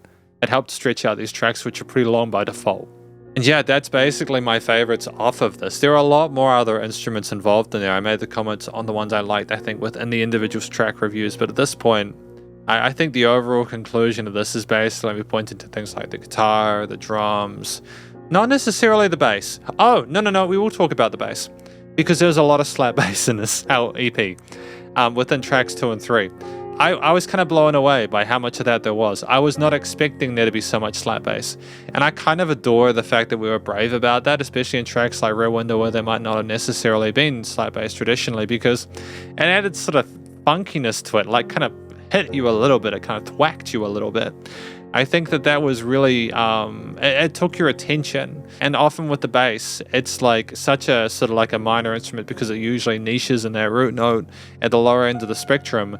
A lot of stuff doesn't necessarily replicate bass that well anyways, but I could hear them kind of within this, and it was very kind of like, at some parts I was like, is that almost too loud? But no, it was absolutely fine. The slap bass was a highlight for me, simply because we haven't had a lot of that within this, and I appreciate when we approach an instrument a different way, in a way that still works. And having that as another additional percussive texture to the drums was, I think, a great idea to sort of switch things up in that part of things. Ultimately, the themes, as per a lot of Zhang Yu-Sheng's previous works, typically revolve around the tracks that we were kind of working towards, the individual components there. Uncharted was more adventurous, with massive sort of orchestral landscapes there with the strings and again the brass, but big sweeping major and minor sections there. Things kind of gloated in mid to high range there. We weren't trying to weigh the listener down too much. It was a big adventure. See You Again Girl had interesting sort of like decisions with the different sort of chord progressions and stuff like that. We had, again, a natural affiliation with the majors and minors. We had like bluesy intonations and stuff, the scale shapes and modes and etc. Rear Window had a nice sort of satisfying resolution back into its main hook there that kind of occurred before the end of each take there. And ultimately was just, well, I think that that was its own sort of direction. It was distinctive towards the style of music it was trying to emulate. The kind of rocky bits we had near the end as well kind of capitalized on in a way which didn't take away from it too much, while still bringing Zhang Yu-Sheng's sort of signature taste on it. Dizziness, I'm already forgetting what Dizziness sounded like, and I know that sounds terrible. The synth parts, I think they made that song more sort of like special and intriguing than I would have necessarily appreciated. It's the tricky thing when the production is one of the best things about a track, is that you know that it's not that I think the track was uninteresting. It's just I remember, Rear Window and The Sands of Silence far better, even though I heard them earlier. So I don't know if I can necessarily give the main theme an 8. If that's the case, I probably have to give it a 7, which is a bit rough, but it's what it is, But The Sands of Silence, again, that's that more sort of soulful, acoustic, kind of low, cool, kind of chill stuff. And yeah, it worked well for that as well. We had sort of interesting jazzy extensions with the phrasings and the different shapes there, different guitars intertwined into something that was a bit more sort of like complicated than its individual components. And ultimately, we had individual sort of personas per track, and we had no complaints on that front. I think that this is something we've been doing through a lot of these EPs. It's something we'll probably have through the next album as well. It's a similar kind of process to, like, again, musicians like Jay Chou and stuff like that. They like doing different styles of music per thing. And in this situation, I think it works. And for Jay, it does too. But, we have the studio production, recording, mixing, mastering now, where I think for the most part it was great. I think that typically we had the vocals nice and present in the mix, the guitars, bass, drums, keys, synths, strings, brass, etc. And it's nicely unleashed in the free spectrum as well as in the stereo field. Part of what I appreciated about the CP as a whole is that we continue to explore, like, panning of different instruments, going like with drums from one side to the other, etc. We had vocals kind of go in and out, including that really cool thing where Zhang Yu-Sheng's vocals went to the back of the headphones, which I still haven't figured out. There was just a lot of interesting effects with like delays and reverb stuff, like on the vocals of The Sound of Silence. There were no mistakes, really, from what I could tell. There was a few parts where, like, There was a bit of kind of like the gain was a little bit too much in some of the mic channels, but aside from that, like in the first track Uncharted, it was simply because I think there was just so much going on there with the big sort of choir takes that like getting that rawness of that take might have been preferable in the end. Ultimately, just the production was absolutely stellar. I think one of the tracks, Rear Window, got a 9 from me because of the quality of how everything was arranged around the place, both and again the frequency spectrum and stereo field there. The music kind of swallowed and enveloped you, and it sounded like there was just something really kind of easy to appreciate about the effort put involved in there. It was masterful. There was sufficient dynamic range, some fade outs occasionally, as per a lot of the other track stuff within this discography. Often some of the good parts, but not so much in this situation. There weren't parts where I was like, why did we cut that out? That was egregious. And then it was nice and low with that pumping, so the bus compression limiting was handled. Just before I go, I want to sort of like quickly comment on the fact that I do think in this EP, this was Zhang Yu-Sheng showing what they could do in regards to writing music and how much they could put into certain parts. It was kind of cocaine for me. It was like crack, because for me, I love hearing people go, oh, da da da da da, oh, this is a new thing, oh, there's a new thing, and I enjoy it as long as like it still kind of remains sort of compositionally consistent. It doesn't detract from the original idea too much. There was stuff in here which was kind of progressive, not in the sense of like it being different ideas and going on a big journey, but more like it was progressive in regards to the actual fusion of different elements there in a way, which was always captivating and never got stale, almost to an detriment, such as with Dizziness, where like that part we had in 345 was a little bit too much without context. But aside from that, again, this is the epitome of Zhang Yu-Sheng's journey up until the next album, which is the last one of this discography. I really enjoyed my time with this, and I look forward to checking out the last one with you tomorrow, so I'll see you then. Album 10, Duplicity.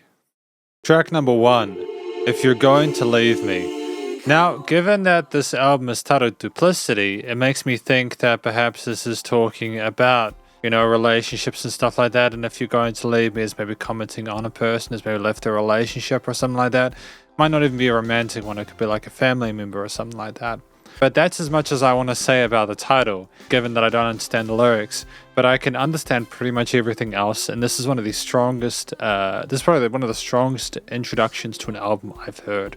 When I was going through his discography, I was unsure if I was going to feel the same way about this album as I did when I did the previous live review of it, where I gave everything a like, and I was like, everything is fantastic, and there's nothing that's weak or anything like that. But I'm pleased to say that it is a very happy return.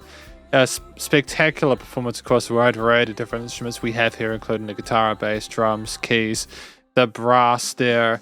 Every single instrument gets a place to chart, a point to really sort of express themselves, whether it's like the different sort of guitar lead sections, including the soloist part we had. There's several different sort of lead parts. We had a wonderful refrain with the keys before that final outro chorus there. And I think to give credit where it's due to Zhang Yu-Sheng, those belts that were going on with the vocals rising into that big finish were utterly tremendous. It really did take my breath away, even though I've heard a lot of incredible stuff from Zhang Yu-Sheng over this entire sort of journey I've had. It feels like we're still finding more and more, and it's almost it's actually unbelievable that we're still in this position where we can do that, if I'm honest. Whether it was like the warmth of the backing vocals and how well they sort of harmonized with like Zhang Yu-Sheng's mains, whether it was the bass and how well that was articulated in the low end there, with a nice sort of slap kind of extent there. And that was an electric bass, I could tell, because the whales going in the end of there. It's kind of neat just to hear those slides up and down. The drums were phenomenal with the range of the percussion, the different sort of fills we had there, just the cymbal grooves, use of like cowbells and offbeat accents as well. We had a really spectacular show of force, and it really makes me excited to revisit this final record. Just again, because I know these conclusion sections have been long. I keep saying that every time, and then I continue to make them long. The production is just stellar in this. I'm blown away by the quality of it. There's nothing that's inherently weak or lacking within this first track, and I'm sure that'll probably be. We'll see how we go. I'm sure it'll be the case for the rest, but we'll see how we go. Track number 2, Duplicity. Now, I keep having to remind myself what the meaning of duplicity is, because it's not a word that I come across often, and my understanding is that it means deceitful. So it means like you're lying. Given we have the imagery of Pinocchio here, it kind of makes sense, which is kind of weird because, Zhang Yu-Sheng seems like such an honest guy, but this song is one of my fond favorites from the album, not purely based on how I remember it, but because there's just something, not only how we adhere to the fundamentals of, for example, creating an atmosphere and environment within the headphones using the prowess of the studio production, where things surrounding us different sort of like hits, kind of like a Phil Collins-esque kind of thing. The studio stereo field was littered with different hits and sounds, and then we had synth pads to kind of smooth it out. We then had the lead guitars come in, sort of showing us what the main hook line or melody in that chorus might sound like, representing that. So we got a bit of a hint of that, a bit of foreshadowing. And then Zhang Yu-Sheng comes in with this really soulful, a sense of vulnerability and fragility in that performance, in a track where that kind of makes sense. If we might be talking about how we were hurt by someone, I can hear in the vocals that we're trying to sort of replicate that vibe, those feelings there, that performance connects well. There's a sense of synergy there, and we gradually build there. And it's what I like about this track is not just that there's a gradual movement towards, building up and rising up and getting bigger and bigger with the different leads there, but it never kind of goes too far. It gets to a point near the end where there's the backing vocals, where those wonderful held harmonies there, da da da, and they go up as well, and they stack. You got like shred guitar, cooler responses, as well as solo sections there, the keys there in that mid-range, the bass and the drums move things forward, a bit of chug rhythm guitar.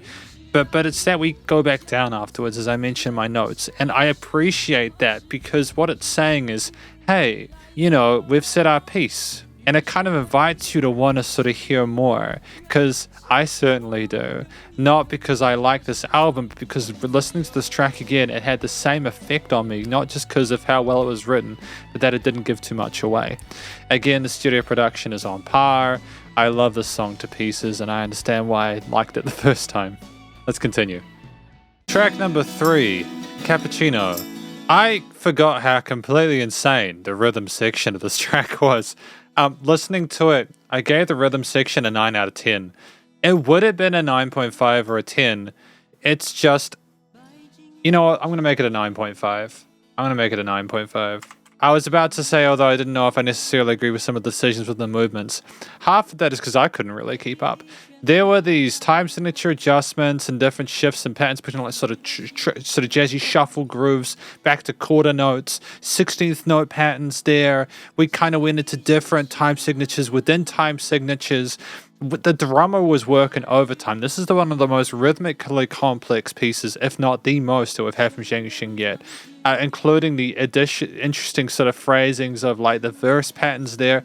It's a display of prowess. Like I would challenge anybody like that is watching this to, unless it'd be very difficult to find musicians. I don't think I've heard it handled this well before. And there was something kind of joyful about the fact that we went back to a chorus which is relatively accessible, We had a catchy hook line there with a nice sort of fragrant, pleasant melody there. There was a lot of charisma within Zhang Yu-Sheng's vocals, which made kind of sense. Like, I don't know specifically about what Cappuccino was. Maybe we were commenting on cappuccinos but give us caffeine and we do all sorts of crazy stuff. I don't know. For me, it was also about the level, the quality of the production. Like, I think the guitar sounded tremendous. The cymbals, the sort of the brushwork we had as well on the kit. The keys and sort of like, since there's just so much going on. But for me, a lot of the focus on this initial interpretation, or rather the reinterpretation, considering revisiting it, was purely based on that rhythm section. But there was these really kind of wonderful chord progressions, these changes and adjustments where we messed around with chords that shouldn't really naturally go together on their own, but they did. This is not Baby's first chord progression here. We are going far beyond the traditional sort of major and minor key signatures to work with not just the modes and the tones and semitone shapes, but we're deliberately finding chromatics and accidentals and shoving them in there in a way which is still so thoroughly pleasant to listen to. this is incredibly difficult stuff to get right. And there's a billion and one ways to get it wrong. And there was only one point where like I was like kind of confused, and I was going into that second chorus after all the kind of mania that was going on again with that second verse and bridge, but I caught up with it, and whilst I was listening to it on its own, I realized, no, this is flexing right now. Zhang Yu-Sheng is flexing on us with this, and I think that if you had done anything more with the chorus and you had, it wouldn't have worked. But it was relatively accessible rhythmically and just in general there. You can have as much kind of crazy stuff if you want outside of that, but you need to have one point where people can cling on to, especially if they're not as sort of familiar with that kind of music or that's a bit outside the ballpark. And Zhang Yu-Sheng found the balance here. Tremendous quality of production, absolute star of the show, man. Wonderful song. Track number 4, The Name of the Rose. This album is just a massive opera performance. It is drama incarnate. The strings that we had there, the distortion, it was whatever we've done similar to this in regards to approach with the combination of these instruments before on steroids. It is the epitome of the style of like kind of like hard guitar distortion with strings, and the cellos, the grit and grind to them in the low end, just the tone and textures and timers within this are enough. But it's also the fact we had phenomenal rhythmic phrasing to it. We had really compelling sort of like melody and harmonies there that would kind of like natural and melodic minors and stuff like that. And we had modulations, these things kind of making sort of things neoclassical. And the vocals were just absolutely just buck wild there. At that midsection when the vocal fry came in and Zhang Yu-Sheng just flew, it was like, holy shit, what have we gotten ourselves into? He was an amazing singer. This is such an incredible album, in part because it's like for the EPs I was like, okay, we're kind of, are we finding a little box to kind of sit in? We tried some interesting stuff in those previous 2 EPs, don't get me wrong, but it was like we were building into this final kind of like release, and just I think this is one of those, wow, what an album, man, what a song. The vocals soared, the bass, the keys, the organs as well. The dynamic range we had, things were not the same loudness the entire time. Things just went down occasionally. There was just like, oh shit, what's going to happen next? Excuse the language, what's going to happen next? And then boom, we had more guitars. Oh, don't on the toms there. A mixture of the main 4 quarters, eighths, triplets, and sixteenths there.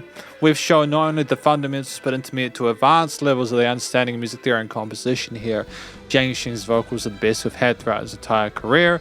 The songwriting is just on point and stellar. There is nothing wrong. And I think my favorite track is next. Oh, man. What a ride. If you're still watching to this point, you've done well. You're in for a show, man. I think the final comment I want to make before I move on is that I gave the main theme in this a 9. And the reason I gave the main theme in this a 9 is because Zhang Yu-Sheng tried so many different ways to keep that idea compelling and interesting and intriguing. I think we understood that we had a really good sort of main musical idea for the song, but we needed to do different things with like the vocals, or different things with like the drums, or different things with the leads on top, or the organs or whatever, in order to keep it engaging the whole way through. And we delivered that in spades here. And that seems like such an obvious thing, but a lot of people screw it up. And we've had a few situations within this discography, should I say, where we have had Zhang Yu-Sheng repeat choruses. I just listening to this, I think that maybe we looked at those situations and thought, was that what we wanted? And in this last album, Duplicity, Zhang was like, we do not want to do that again. We're going to make it better every single time. We're going to make it a journey. That's what we got. Let's enjoy it. Track number 5, The River. It gets me every time. I think part of what makes me feel so emotional is just how beautiful it is, with the piano melody at the start with the strings kind of fluttering over top. That delicate romanticism about it. It's so sweet and so gorgeous. It's one of the most welcoming intro sort of motifs I've ever heard. And Zhang Yu-Sheng's vocals, he comes in that verse and it's so distinctive and it's so kind and soothing. And, you have the bridge section where things get a little bit sort of minorish, and that's okay. That's kind of fundamentals, you have a change in the harmony to be like, oh, what's happening there? And just, you come back to the bass coming in nice and smoothly in the low end, and you have you kind of establish that theme motif, and everything's kind of gangster, right? And what I love about the song is that it just becomes a completely different beast. Like the track, what it does so well is that it kicks off with the guitar, drums, and bass. And Zhang Yu-Sheng doesn't give you everything at once. There's like a solo section where it's just the lead guitar on the one side. And that's important. That's an important detail, right? It introduces like a normal time kind of drum kit with like a really distinctive kind of crashy, grungy kind of tone to it. And I didn't necessarily appreciate it at first in this listen, because I was like, oh, that sounds kind of grimy, but then it just sounds so raw and so vicious and stuff like that, and so powerful. So I think it was a deliberate decision. The production in this was absolutely stellar. This song is the first song to get a 9. It's the first song to get a 9. It got a 906, and that's huge. That's like the highest score I've ever given a song, and I it destroys me. And it's just something that makes me feel so sad about that, because I wish that there could have been more. We got so much phenomenal music, and it just kept getting better and better, Just just when it kept going, and you have that kind of part where it goes back down again, and you go back, you visit something kind of gentle, and then suddenly just things kick off again, and Zhang Yu-Sheng goes up, and it just goes wild, and then it just kind of goes into this sort of Stairway of Heaven-ish, but I prefer this to Stairway to Heaven, and the reason I prefer it is because there's interesting stuff going on with like the back and forth between the guitars and stuff like that.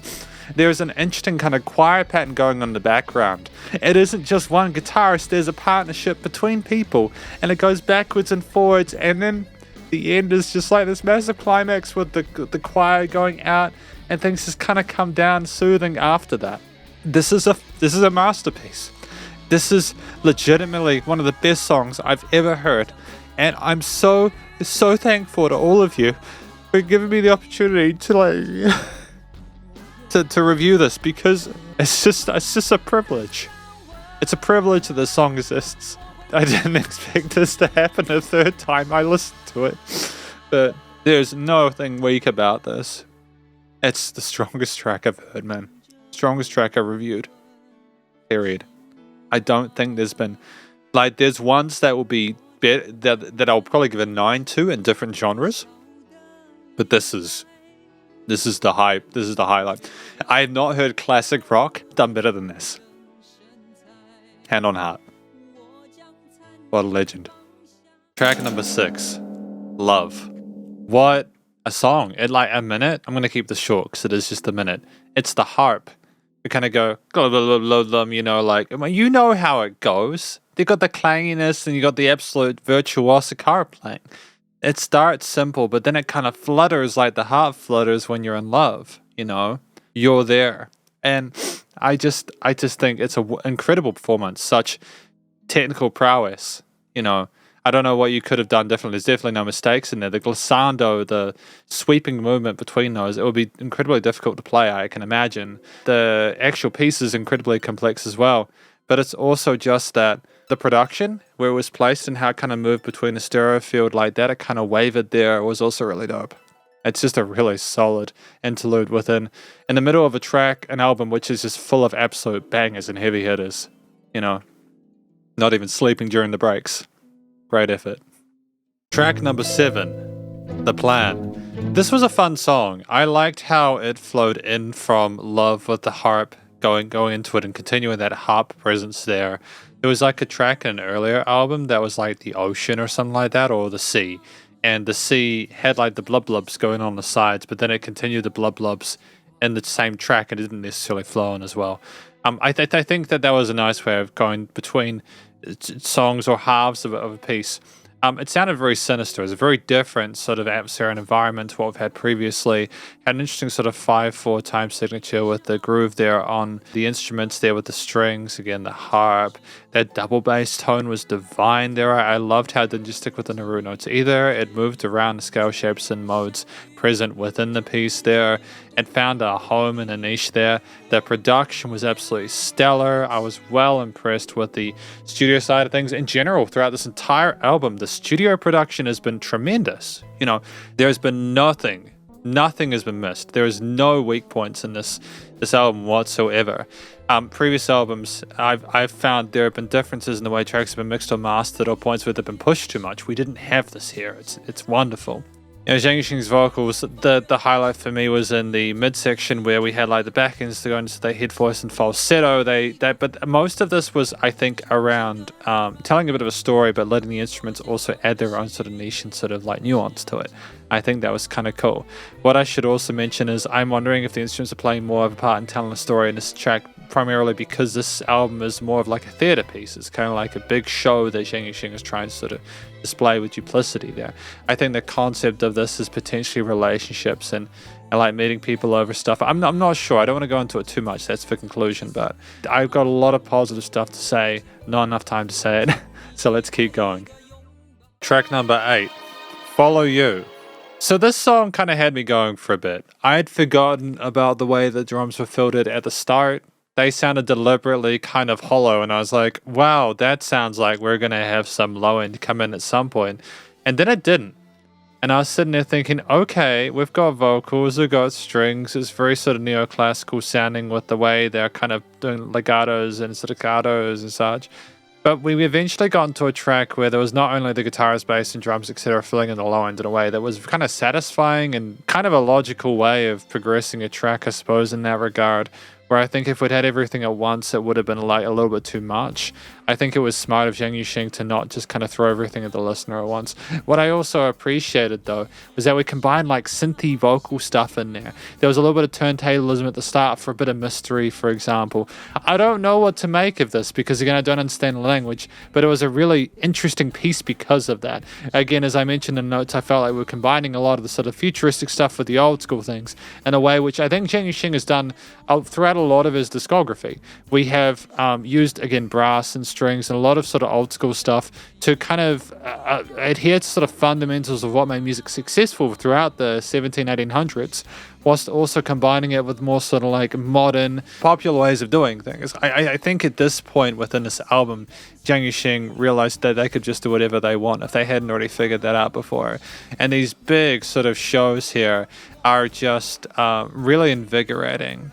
It's the kind of music where you just have to sit there, and a lot of what I feel towards Zhang Yu-Sheng is just admiration and respect. These are why typically these have scored quite highly in terms of feels, because I listen to this, I think, wow, this is incredible music, and I want to learn as much as I can from this musician. And it's sensational, man. It's an absolute pleasure. Track number 9, Spirit. 9? This song, it immediately invokes a sense of intrigue with that drum solo that we had at the start. Now, if that was Zhang Yu-Sheng playing those drums, that is an illegal amount of talent to have. I'm only being half serious. What can't this guy play, right? This song was one of the smoothest, most sensational experiences I've had within his discography. They just keep coming, dude. These absolute heavyweights, these wonderful songs within this album. Part of it is that it's just so smooth and lush with the accordions, the harmonicas, the way they're phrased, the way they don't just stick with one idea, they kind of develop and integrate and reintegrate. The shuffle on the kit going straight from the 4/4s to the swing part in the midsection, going back into it. They kind of fake out with that last verse there before going into like a sort of up kind of bright strummy kind of pattern there with the steels. It's just, there's a lot of really cool, interesting stuff that's going on within this. The vocals to me weren't the focal point here. I thought that he sang well, but I have to admit, near the end I was thinking, did we really need to have that last verse? And I think that is an absolute work of genius for Zhang Yu-Sheng to know, hey, the listener is probably not going to expect us to want to continue this too much longer, so let's just go straight into that da da da da da da da da da da da. You know, it's just uplifting and cheery and bright. And it's like they're reading your mind.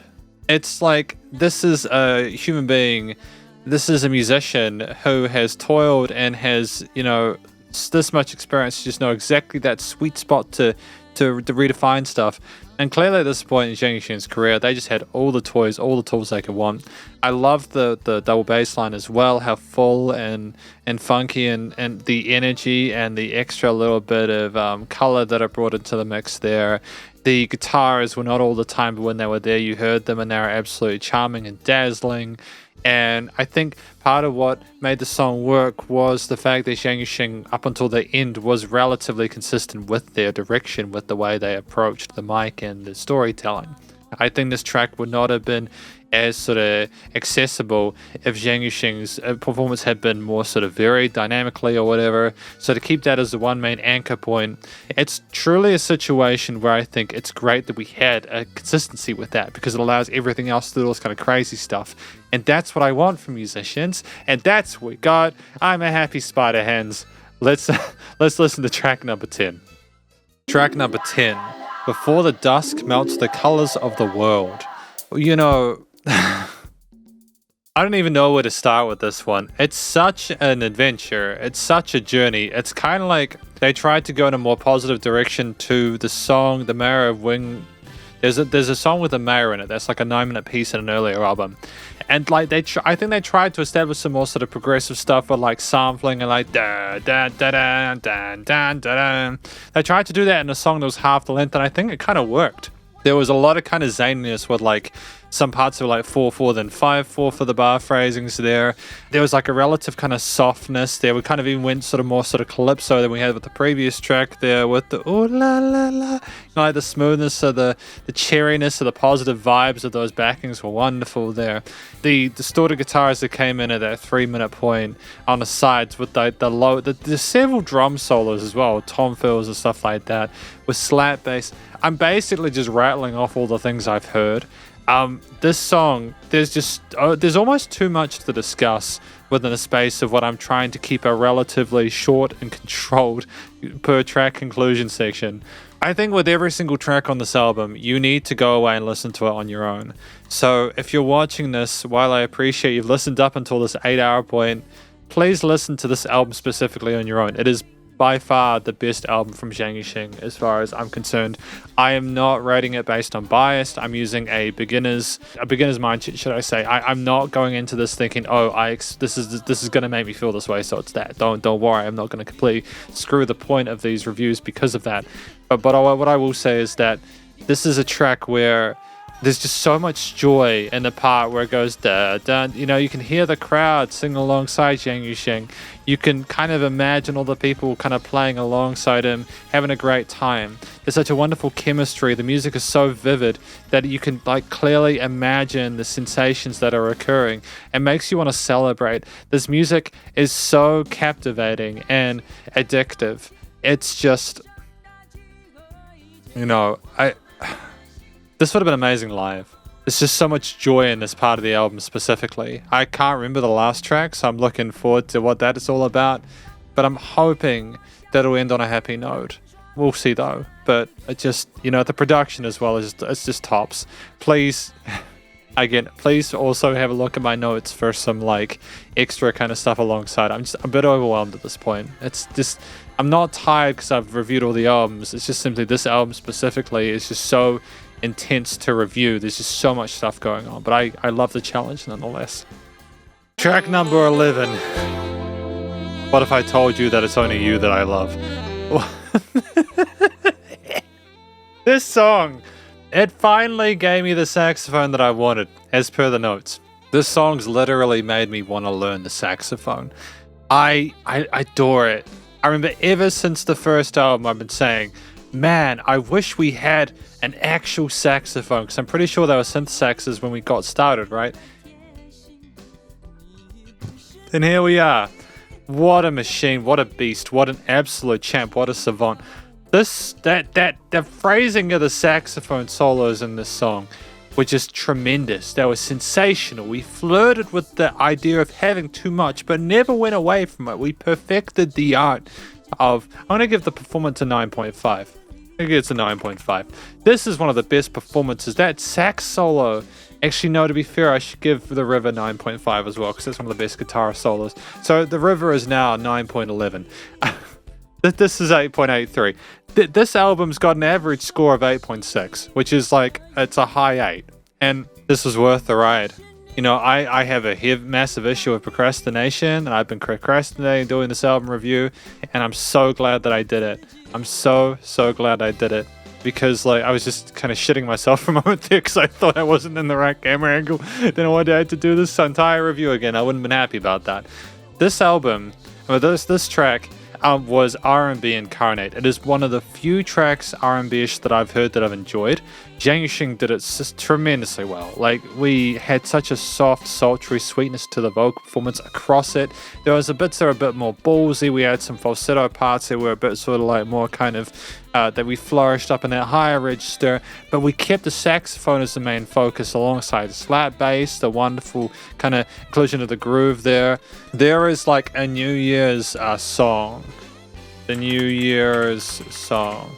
Yeah, Auld Lang Syne. We included Auld Lang Syne within this near the end, and I'm considering the fact that it is it's New Year's when this video is going out. It's just so wonderful. It's so refreshing to hear it. It does sound like the start of a new beginning. It's just something so lovable about it. I love that this song is at the end. I like that this song is suggesting, hey, you know, this whole entire album is suggesting, hey, you might have had a terrible time with this person, might have gone through some bad stuff, but things are going to improve. We're going to have a party. Everything's going to be all right. Or maybe we got back with that person and we realized things are going to be okay. If so, this is one of the most just wonderful ways of approaching it. But there's not a note out of place with the performance, a lovely amount of charisma with the overall sort of representation of the piece itself. Zhang Yu-Sheng's vocals were lovely in the coloration.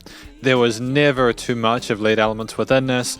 There was dynamic range. There was like stops with the rhythm. We didn't just have a straight 4/4 groove the entire time. We had some 16th and 32nd notes in there as well. We had chugga kind of guitar, like wah guitars as well on the sides there that never overpowered but were wonderful sort of mid-range kind of fragrance there. We had some lovely little sparkles occasionally as well. Some keys there. It was just tremendous. I don't know what else to say about it. The production was absolutely stellar and on point. It was a wonderful way to finish the album. The 5 minutes 57 went by flowingly. There was no filler. It was just a class act, and it sounded like the entire band was having a great time as per a few of the previous tracks there. It honestly seems like Zhang Yu-Sheng was alone at the start, but then got surrounded by people near the end. I think there's something really cool about that. It's yeah. I think we're going to do the conclusion now. Oh man, so worth it. And welcome to the conclusion of my review of this album from Zhang Yu-Sheng, the final album of this discography, titled Duplicity. This album, from start to finish, is probably, it's my favorite album from Zhang Yu-Sheng.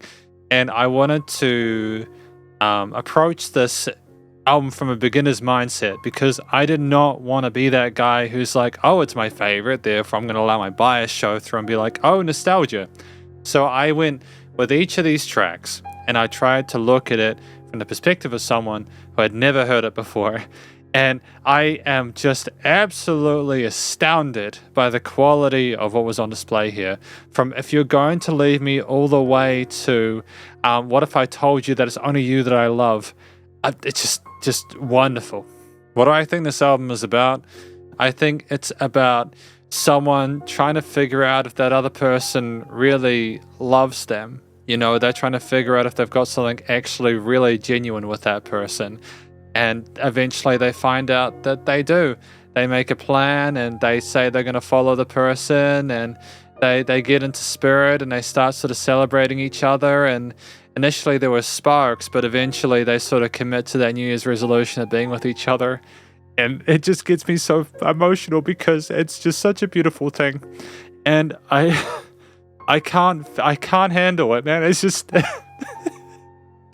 this is my favorite thing to talk about.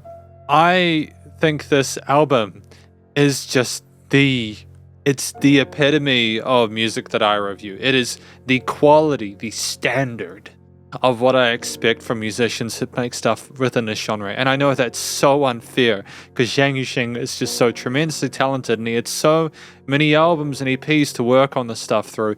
But just every single track is an absolute banger. I've spoken about them all individually and I know these conclusion sections, and this will be the final time because I'm taking at least a week off after recording this. I'm recording this at it's literally 3 o'clock in the morning, so I can actually say 3 a.m. challenge, recording a YouTube video. But I think that I've spoken about what these tracks are about and each of the individual components there. I think that if I was to talk about vocals, it wasn't that his vocals were better than other albums.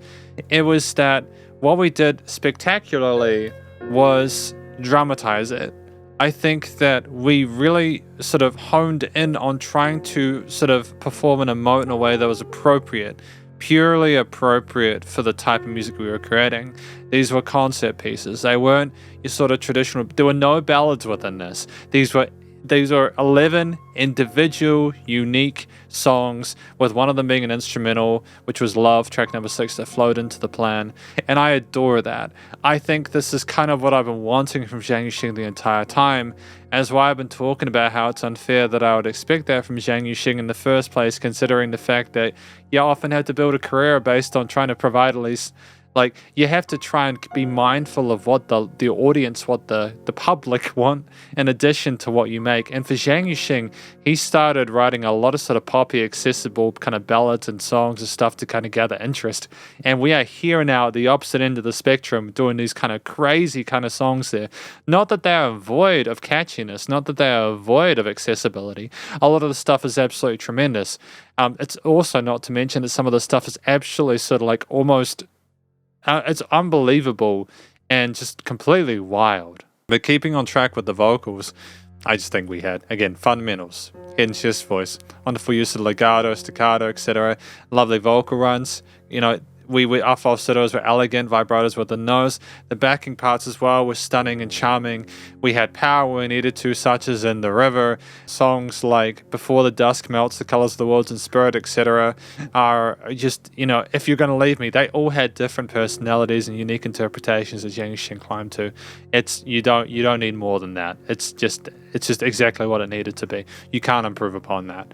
It's just simply a matter of your personal taste at that point. That's why a lot of these tracks got 9s out of 10s, with 10s being the best vocal performance I've ever heard. I think The River got 9.5, primarily just because of the range we had from going to those kind of sweet, quieter parts to going right up into that head voice with the massive choirs near the end. It was just an absolute show of strength and versatility and it was, you know what I mean. I think you'd struggle to argue with that. The tracks themselves typically ranged between 4 minutes 23. Well, there was one, Love, the interlude with the harp was at 1 minute 6, and that was well fleshed out. That within itself, a minute, was more than interesting. You had the kind of stumble plucks at the start, kind of maybe inferring that love is difficult to get into occasionally, but then once you get those, you kind of crash into each other, and then love builds, and you're two kind of objects kind of bashing against each other, and you just hope hell that something positive will come out of it.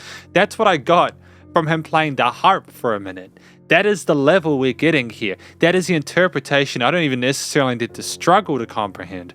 That is what we've got here in regards to messaging. Let alone, they had verse and choruses, they had bridge sections, they had wonderful intros and outros. There was one track, I think it was, Spirit, where I was at the end they had an extra verse, and I was oh, okay, we're going to repeat it for filler. No, we had bright, charming, strumming parts with lovely kind of chanting and all that kind of stuff. There was no filler within this. We also had interesting movements with the rhythms. We had some 5/4 sections, we had some 4/4 into 5/4 or 9/4 parts. We didn't just hold on to sort of straight 4/4 either. We switched between straight 4/4 and sort of shuffle grooves. And there were songs such as, what was it? Cappuccino was the most rhythmically complex song I've heard in a very, very long time, but there was very little that could have been done. It was just, I struggled to keep up with Cappuccino, and I've been drumming for 20 years. It's one of those things where you just have to behold and and respect it and appreciate it, because to go between like switching between these polymeters and polyrhythms and stuff like that, to get the drums, the drummer, but the drum solo that we had, I think it was in Spirit again, to go between that as well as in Cappuccino and songs like that, to also know to hold back like in The River, to be able to sort of like, and as well as in The Name of the Rose and other songs, we had this environment where the drummer or the percussion, whether it was like the brushes or the sort of sticks, they knew exactly where to put their sticks. They knew exactly where to tap those quarters, eighths, sixths, triplets, and sixteenths, and there was not a note out of place or a beat missed. It was to a time, it was tight, there was a great chemistry with the rest of the colourful elements within it. We provided a nice anchoring point whilst also not sort of overplaying. The drummer was an absolute savant and deserves as much love as anyone else within this. And if I find out that Zhang Yu-Sheng played that drum solo, it's just going to completely destroy me. So please let me know in the comments. The bass guitar. I liked the mixture of the slap bass that we had as well as the double bass that was in some of the earlier songs within this album. I thought they were wonderfully engaged. The walk of the double bass was not just sticking with the root notes, as I mentioned. We also explored the scale shapes and modes. And what I really appreciated about that is we didn't limit ourselves. There was enough sort of space within the stereo field and the frequency spectrum to allow it to kind of flourish and have a sense of presence in that mid-range. Whether the guitars or the keys or the synths or whatever other sort of polyphonic or monophonic elements there, they made room for it.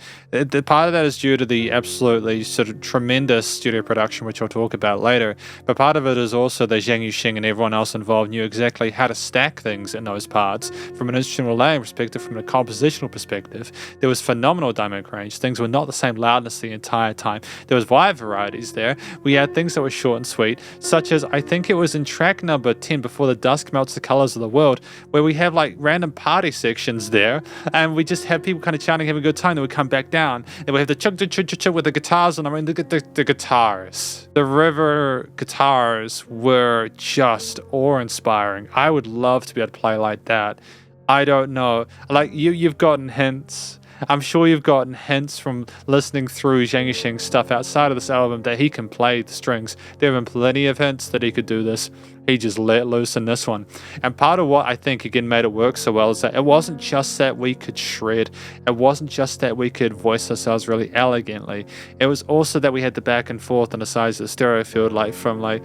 I've heard that The River is something to do with like stuff men and women do or whatever, you know, or whoever else. I'm not going to judge, but like I understand it's something to do with like you know, it is SEX. I don't know if I can say that on YouTube. I might be wrong though. It might be something else. I'm not sure, but given stuff we've been discussing within this album, I might not be wrong.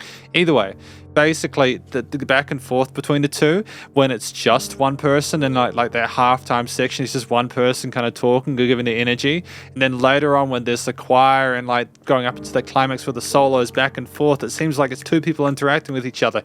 That is so wonderful. That is such phenomenal, insightful sort of like structuring and performance, and it's just that we had the classic rock vibe, which is this wonderful sense of romanticism with the shred. It wasn't just that we could perform that well and they were that good at the instrument, is that we portrayed a message in addition to everything else that had been communicated up until that point. It was sensational. It's probably one of my favorite songs because of that, just because of how incredibly tight everything is. There is nothing which is weird or uncomfortable or unusual. There were some harmonies, I think, in some tracks occasionally where I was like, okay, I don't necessarily understand why we went into that one, but then they resolved. In fact, I'll tell you what, that's studio production. I wanted to talk about the thing in and not The Name of the Rose. What was it?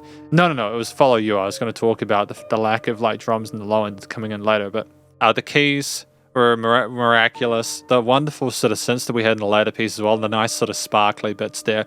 The piano parts where we kind of like provided a sense of accompaniment back in there throughout. Correct me if I'm wrong, I don't think we had any dedicated key solos. I don't think we needed them. We've had piano parts in previous albums.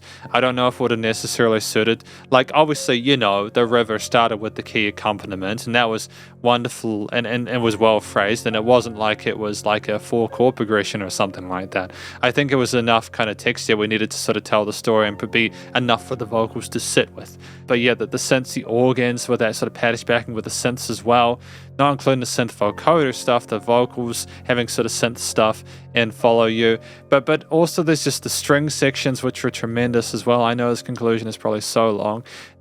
The conclusion with the string sections, like with them so flush and lush and so nice and varied, charming kind of like resonances in a mid to high range there, as well as a bit of grinding with the lows and like the name of the rose there. We explored the entire frequency spectrum, and like they just had so much personality, especially when intertwined with like the harps or like the guitars or anything else, and the brass, man. The brass. There were trumpets and some bits there that were perky and provided nice sort of accents on certain parts of the melodies or phrases, but the saxophone, you know how I feel about the saxophone. The saxophone is one of my new favorite instruments, and I'm getting a saxophone. And the reason I'm getting a saxophone is because of What If I Told You That It's Only You That I Love. That saxophone was so well done. It's just so well phrased. It was just such a throaty, guttural, not guttural, that's the wrong word. Such a incredibly, such a vibrant instrument. It was so incredibly expressive. It sounded like a different voice. It was a wonderful accompaniment to a lot of what Zhang Yu-Sheng was doing in that 11th track. I liked that was the only song where the saxophone was prominent. I liked that we opened with the saxophone. It was a completely unique sort of interesting vibe to start with. And it just kept going throughout, and it never became old. It had its own solo section, which had some of the most wondrous phrasing there. Such a massive kind of like roller coaster of emotions going through, kind of like what you'd probably expect with the stuff they were discussing. I don't even know the language, and I kind of get what's going on, right? It's just every single instrument that was involved in this served a purpose that was fundamental and functional. Every single part of this album was just meticulously crafted and well put out. I cannot express enough how much of an incredible album this is. And I think it's one that every single person should have to listen to before they put out stuff that's in a similar genre to this. And the problem with me saying that is that Zhang Yu-Sheng has done almost every single genre that existed up until apart from maybe new metal, up until like the mid-90s or like, death or grindcore or whatever. But I assure you that I think that Zhang Yu-Sheng would have loved to have continued to do stuff. Again, it's such a shame that he isn't around anymore. But we were lucky to have him, right? But yeah, the themes, as I've said, were largely adjusted to each particular track. I can't give an overall theme. There was just so much variety to it. It's not like it's a one sort of genre album. There's all sorts. It's a variety box, and we'll keep it at that. But, studio recording, mixing, mastering to top it off. Best we've heard. It was exactly what I wanted this entire discography. We got ourselves an engineer that made this album sound like it was all part of the same thing. The mastering was tight. The vocals were always present. The instruments always had a place and a sense of fashion within the performance and a sense of functionality. Songs like it was Follow You, that had interesting sort of like filtering of like the turntables, not to mention a drum solo in track 9 that was like filtered so it sounded a bit quieter. That was fun concept. But what I liked about Follow You was that they had the drums kind of filtered so there was no low end. Then when they did come in with the guitars and all that, it was so powerful, and it just was a hint that there was more to come. It was signaling it with filtering and EQ work and such. It's so clever. It's so well thought out. And just things were incredibly well placed within a stereo field and a frequency spectrum, and there was no resonant frequencies. Lots of stuff panned around the place. What comes to mind is Duplicity, and If You're Going to Leave Me. Duplicity had such immense size from the start, the way things were positioned in the stereo field there, surrounding you like a Phil Collins 80s track. And I say that as a massive compliment, because the sound design like Phil Collins' tracks was just remarkable. It just absorbs you into its atmosphere. There was no overproduction either. Things were not over-filtered or over-produced. There was nothing within this which kind of overstayed its welcome. Nothing needed to be fixed in post. Things were recorded well because they were performed well. And ultimately, we just had a wondrous situation where Zhang Yu-Sheng just picked the right engineer. And you could not have asked for more. We songs like The River, songs like Duplicity. In fact, every single damn song within this would have been an absolute pain in the butt to record. It would have been. It would have been so hard because there were so many little sort of nooks and turns. If Zhang Yu-Sheng had not... I say this from the perspective of someone who is an audio engineer and understands how difficult it is to record things. If Zhang Yu-Sheng had not been as competent as he was, and if the musicians that he worked with, if there were others, were not as competent, this would have been a complete mess. It would have been a complete shit show. But thankfully for us, everyone knew how to do their bits. And that's when you get an album of this quality. It's just everyone knew what they were doing. There was someone with an entirely free reign, no restraints. They went completely 100% turned balls to the wall, and they produced Duplicity. And the mastering on a mixing master level was an absolute masterpiece. It was just spectacular. There were no weak points. There were no complaints that I had. I don't have a single thing I dislike about this album. Anything that I had was unsure about was something that was eventually sort of remedied. And ultimately, it's a wonderful way to end this discography review. I'm going to be... It's just not fair, man. It's just not fair, man. I know this probably sounds like complete bullshit, but I mean this sincerely. I would have loved to have talked to this dude. I don't know if you understand just how rare this is to have someone like this. I can count on my fingers musicians in the Western music that I listen to that will be equivalent to this. There are a lot of people who can individually play instruments well, who can stack stuff really well, but I haven't heard music from them like this. I would have loved to have spoken to Zhang Yu-Sheng. I won't get to do that, but I'm just glad that I finally got around to reviewing his discography, and I'm going to be doing the final overall conclusion tomorrow, just to sort of check out and sort of give final comments, talk about what I learned, etc. But again, thank you for recommending Zhang Yu-Sheng to me. I am so glad I got to listen to his album, and I'm also so glad I got to listen to everything else. Man, what a journey. What a show. So if you're watching this, you've either skipped to this part of the video directly, which would be, fair. You want to figure out the song rankings and the album rankings, right? That's fair. Welcome if you've skipped like 7 hours of video, that's fine. How you doing? But if you have not skipped it, and you've watched the entire 6 to 7 hours of this video in full, good job. That is a significant effort. I'm recording this after having edited the entire video, like the intro, all 10 albums. I've been testing for any sort of copyright issues. So like some tracks, for example, the C, it's the only track which has it's just been really stubborn about being picked up for copyright. And that's part of the reason why a lot of the backing tracks are quiet. So you might have you might have noticed that a lot of the tracks are quite quiet when I'm talking about them. That's specifically because otherwise they'll get pinged for copyright, and then I don't get to monetize the video without having to explain to a label why I should be able to call this fair use, even though it totally is. I just rather avoid it if I can. It is fair use, I think, anyways. It's not like the song is the main focal point, like the audio component isn't the focal point, it's my feedback on it. That is the focal point of the video, so there shouldn't be any issues, and it's volume it for like a few seconds per track, but it should be okay. But anyways, moving on from that, focusing on you. Congratulations on getting through this video. I'm sincerely proud of you.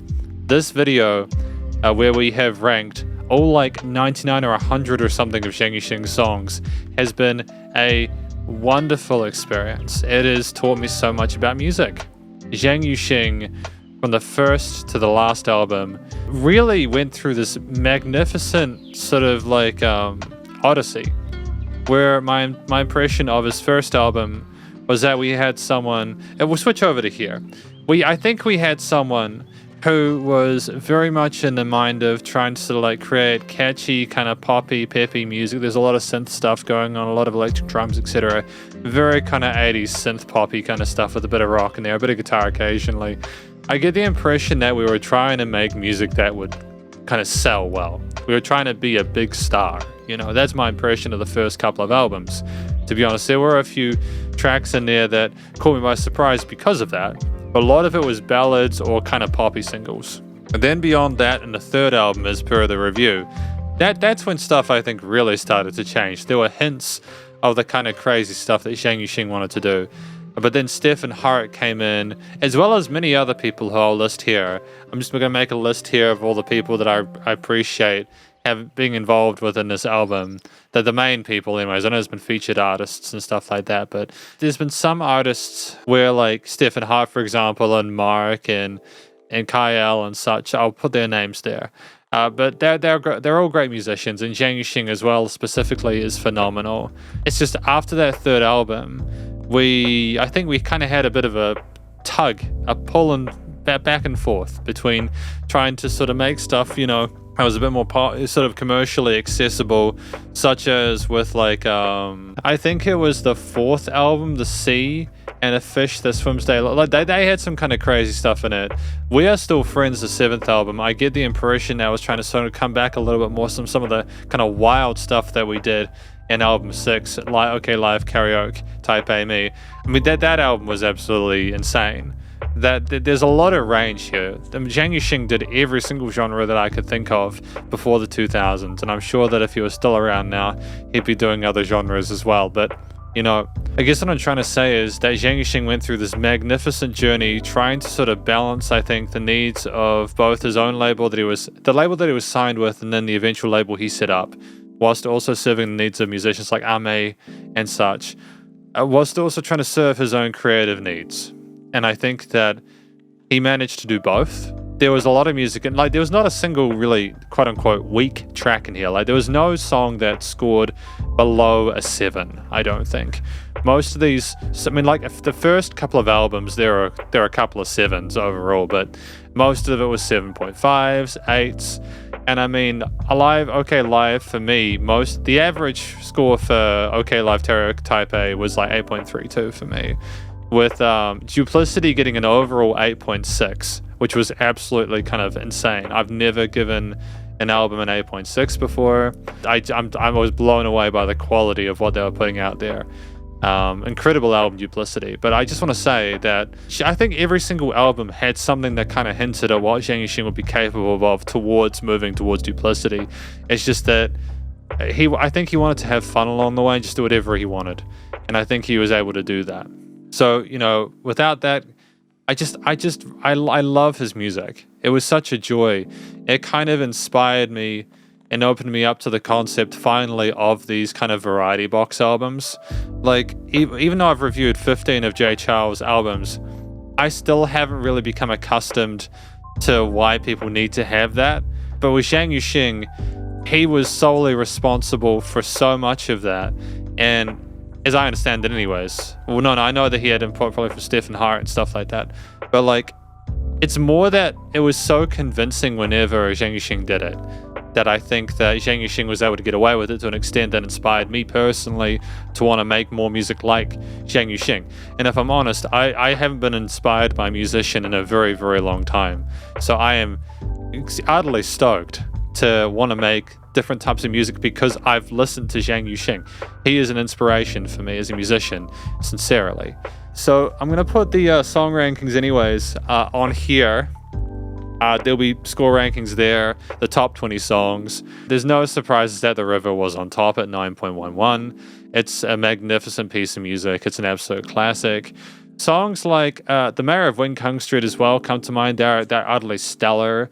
Brother as well is an incredible song. Cappuccino with the wide variety of different rhythms and stuff like that. They were absolutely sensational. As well as What If I Told You That It's Only You That I Love. And Before the Dusk Melts the Colors of the World. A lot of the stuff in the top 20 is stuff from Duplicity. But, there's, I'm picking tracks that are in Duplicity. Rare Window, I don't know. Uncharted was in the EPs, for example. Uncharted I think was in the 9th chapter, that second EP there. There were songs even in the smaller EP form factors where Zhang Yu-Sheng just did something completely different stylistically or built upon it. I think one of the things I really appreciate was the evolution of the saxophone. I know I said that in the reviews, but Zhang Yu-Sheng, for whatever reason, we had synth saxes in the earlier albums, and then eventually Zhang Yu-Sheng gets to a point where he just, that saxophone solo in the final track of the 10th album, What If I Told You That It's Only You That I Love, just sealed it for me. And I know there were saxophone solos before that, but it's just having that real saxophone, that kind of grit, that grind there was just so tremendous. It was an absolute masterstroke, and it's absolutely lovely to hear. But again, reviews are subjective. Assuming you've watched through this whole video, you care about my opinion, but I wholeheartedly encourage you to listen through each of those tracks yourself and make up your own mind if you haven't already. Let me know what your favorite song is in the comments. But we'll do the album rankings here, and those are the albums. So I want you to understand that just because I think it might be the first album, that's not necessarily the strongest. Yeah, I Miss You Every Day. It's very rare that the first album a band releases is their best. Usually it's them sort of figuring what they're doing. It can be very stressful to go into the studio for a first time. I'm aware that Zhang Yu-Sheng did do studio stuff before this. I think he was involved in like adverts or something like that, if I'm not mistaken. But and please let me know if I am mistaken. I appreciate that. But for Zhang Yu-Sheng, I think that it was still a really solid first record. It showcased his vocals, and it showcased the ability on the guitar in some parts, and the key and synth elements there, as well as a lot of the other fun drum bass parts were really dope. There was a lot of range there. I think it's just more, again, when Zhang Yu-Sheng later on got to spread their wings, they gained confidence. I think it also helped that there were people like Mark on board and Stefan Hard and all those other ones, Killer K. I don't know why. I'm going to this one. We had Wang Guangwu and Wang Wei Ming. And, we had, Killer K. Mr. Killer K. I haven't mentioned him yet. I think what a wonderful, another sort of light thing to mention, just because we're doing the chat, whilst we talk about these albums. A lot of the better albums, I think, included... A lot of these albums were made better because of the collaborations.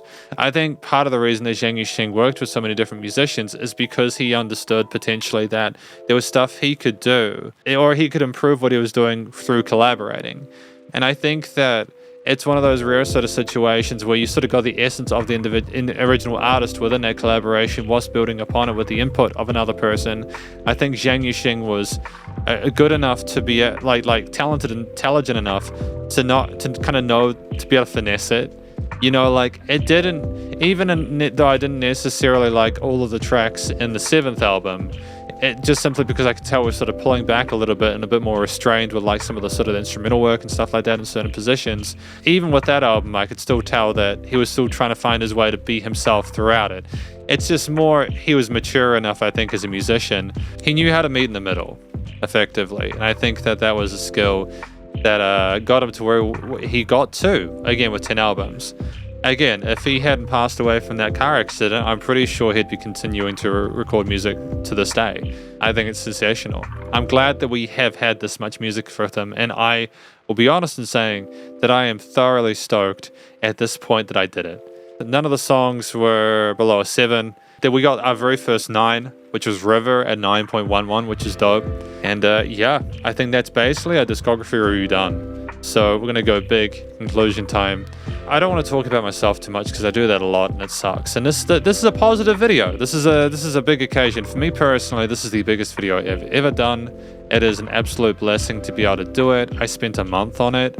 A lot of that month was spent working with Adobe Premiere and becoming slowly more and more angry with it. Now, don't worry, I'm not going to go on a rant.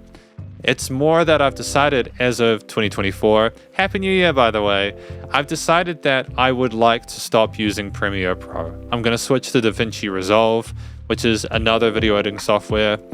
And they offer it for free. There's a free version of DaVinci Resolve, which I can do everything I want in with no limits. And unlike Adobe Premiere, I own it. So for me personally, I'm going to be doing video editing in DaVinci Resolve from now on. I need to figure out how it works a bit better, but it uses all of my plugins that I use for editing. It actually uses the 3080 GPU I have to be able to render stuff. And I'm just really excited to try it out because there's a whole bunch of free effects as well. And also, if I want to pay for it, it's a lifetime fee. It's not, this isn't a sponsored ad. It's just I'm really excited. I think now that I'll be using better video editing software, it'll be easier for me to make content, and it'll be more professional too. Everything is integrated within DaVinci Resolve. You have all your sort of like After Effects-ish kind of stuff integrated within the same program. So it also frees up stuff on my computer, and I think it'll use my resources more effectively. It's just also that I didn't want to half-ass this video. That's also the main reason for the delay. So there are going to be no more delays in the future because I'm not going to give dates. They're going to be surprises. You guys are going to have surprise videos if you care about them. I can't guarantee when the next discography video will be because of that. However, I look forward to doing it because, again, the Omnipotent Youth Society video that I did was a great sort of like a great start. This is the real shit. Doing this is the videos I want to do. Because if I'm honest, I don't want to be like, I don't consider myself a reaction channel, but I want to disassociate myself from that entirely. I do not want people considering me to be a reaction YouTuber, because if anything, YouTube at the moment, I don't know if you're aware of this, YouTube is actually currently sort of like blacklisting reaction content. There's a lot of people that put out very consistent content like me, because I do these review videos, but the problem is to YouTube, they look all the same. So the problem there is that I need to sort of think about how I'm going to do things, because I actually want people to be able to see my videos, subscribers to see my videos when they come out. That's something I'm going to be looking into. These videos are going to be more common, but what I mean by that is they'll be the big ones I focus on. So there is going to be a live stream for this. I'll put it on Discord when I'll schedule it on Discord and stuff when I'm ready to. I'm not going to put a date on it. You can probably assume it'll be a Saturday, but I'm not sure. This conclusion section's already like 10 or 15 minutes long, but I don't feel there's been too much filler. I just wanted to make sure I didn't forget anything. So I've talked about the song rankings, the album rankings, the reason for the delay. It's basically just technical issues and me wanting to make sure the video was good. The video took a lot more time than I thought it would. I've been up till like 5 o'clock in the morning making sure it's good, but I enjoyed it. This is important. I'm not unhappy. I'm really stoked with this video. I don't know how I could have done it better. All I know is that I'm gonna be looking forward to having it up on the internet and then doing something else. And yeah, just a stepping stone, baby. But yeah, just for you watching this, just before we go and we take a break, happy 2024. Hopefully you have a fantastic year. But also, I really just hope that you, through watching this video, I hope that you have learned something different, something new about Zhang Yu-Sheng and their music. Maybe you listened to tunes that you haven't heard before. Maybe the fact that they are quiet when I'm talking over them has encouraged you to actually go listen to the album in your own rights, and that's great. I suppose that's part of the beauty of it, is that because the music in my video is quiet due to trying to avoid the whole copyright claim stuff, that encourages people to go and listen to that music. And I think that's the main thing is that that's what I want. I want people to be able to enjoy Zhang Yu-Sheng's music and learn something. That's the purpose of it. If you enjoyed this video, please, let me know in the comments, etc. Like, subscribe, etc. I don't like saying that, but I kind of have to. It's important, But more importantly, go check out Zhang Yu-Sheng's various social medias and the Spotify page, where they have all of these EPs and albums, as well as a whole lot more. My understanding was I've covered the main 10. There's other stuff on Spotify. I've as far as I'm concerned, I think if Wikipedia says it's the 10, it's the 10, and I'm rolling with that. Stay cool. Stay safe, and please remember to support your local musicians and artists at this point in time, as need to help more than ever thought of crazy stuff going on. And I'll catch you in the next SB Discographies video. Spider Hands out.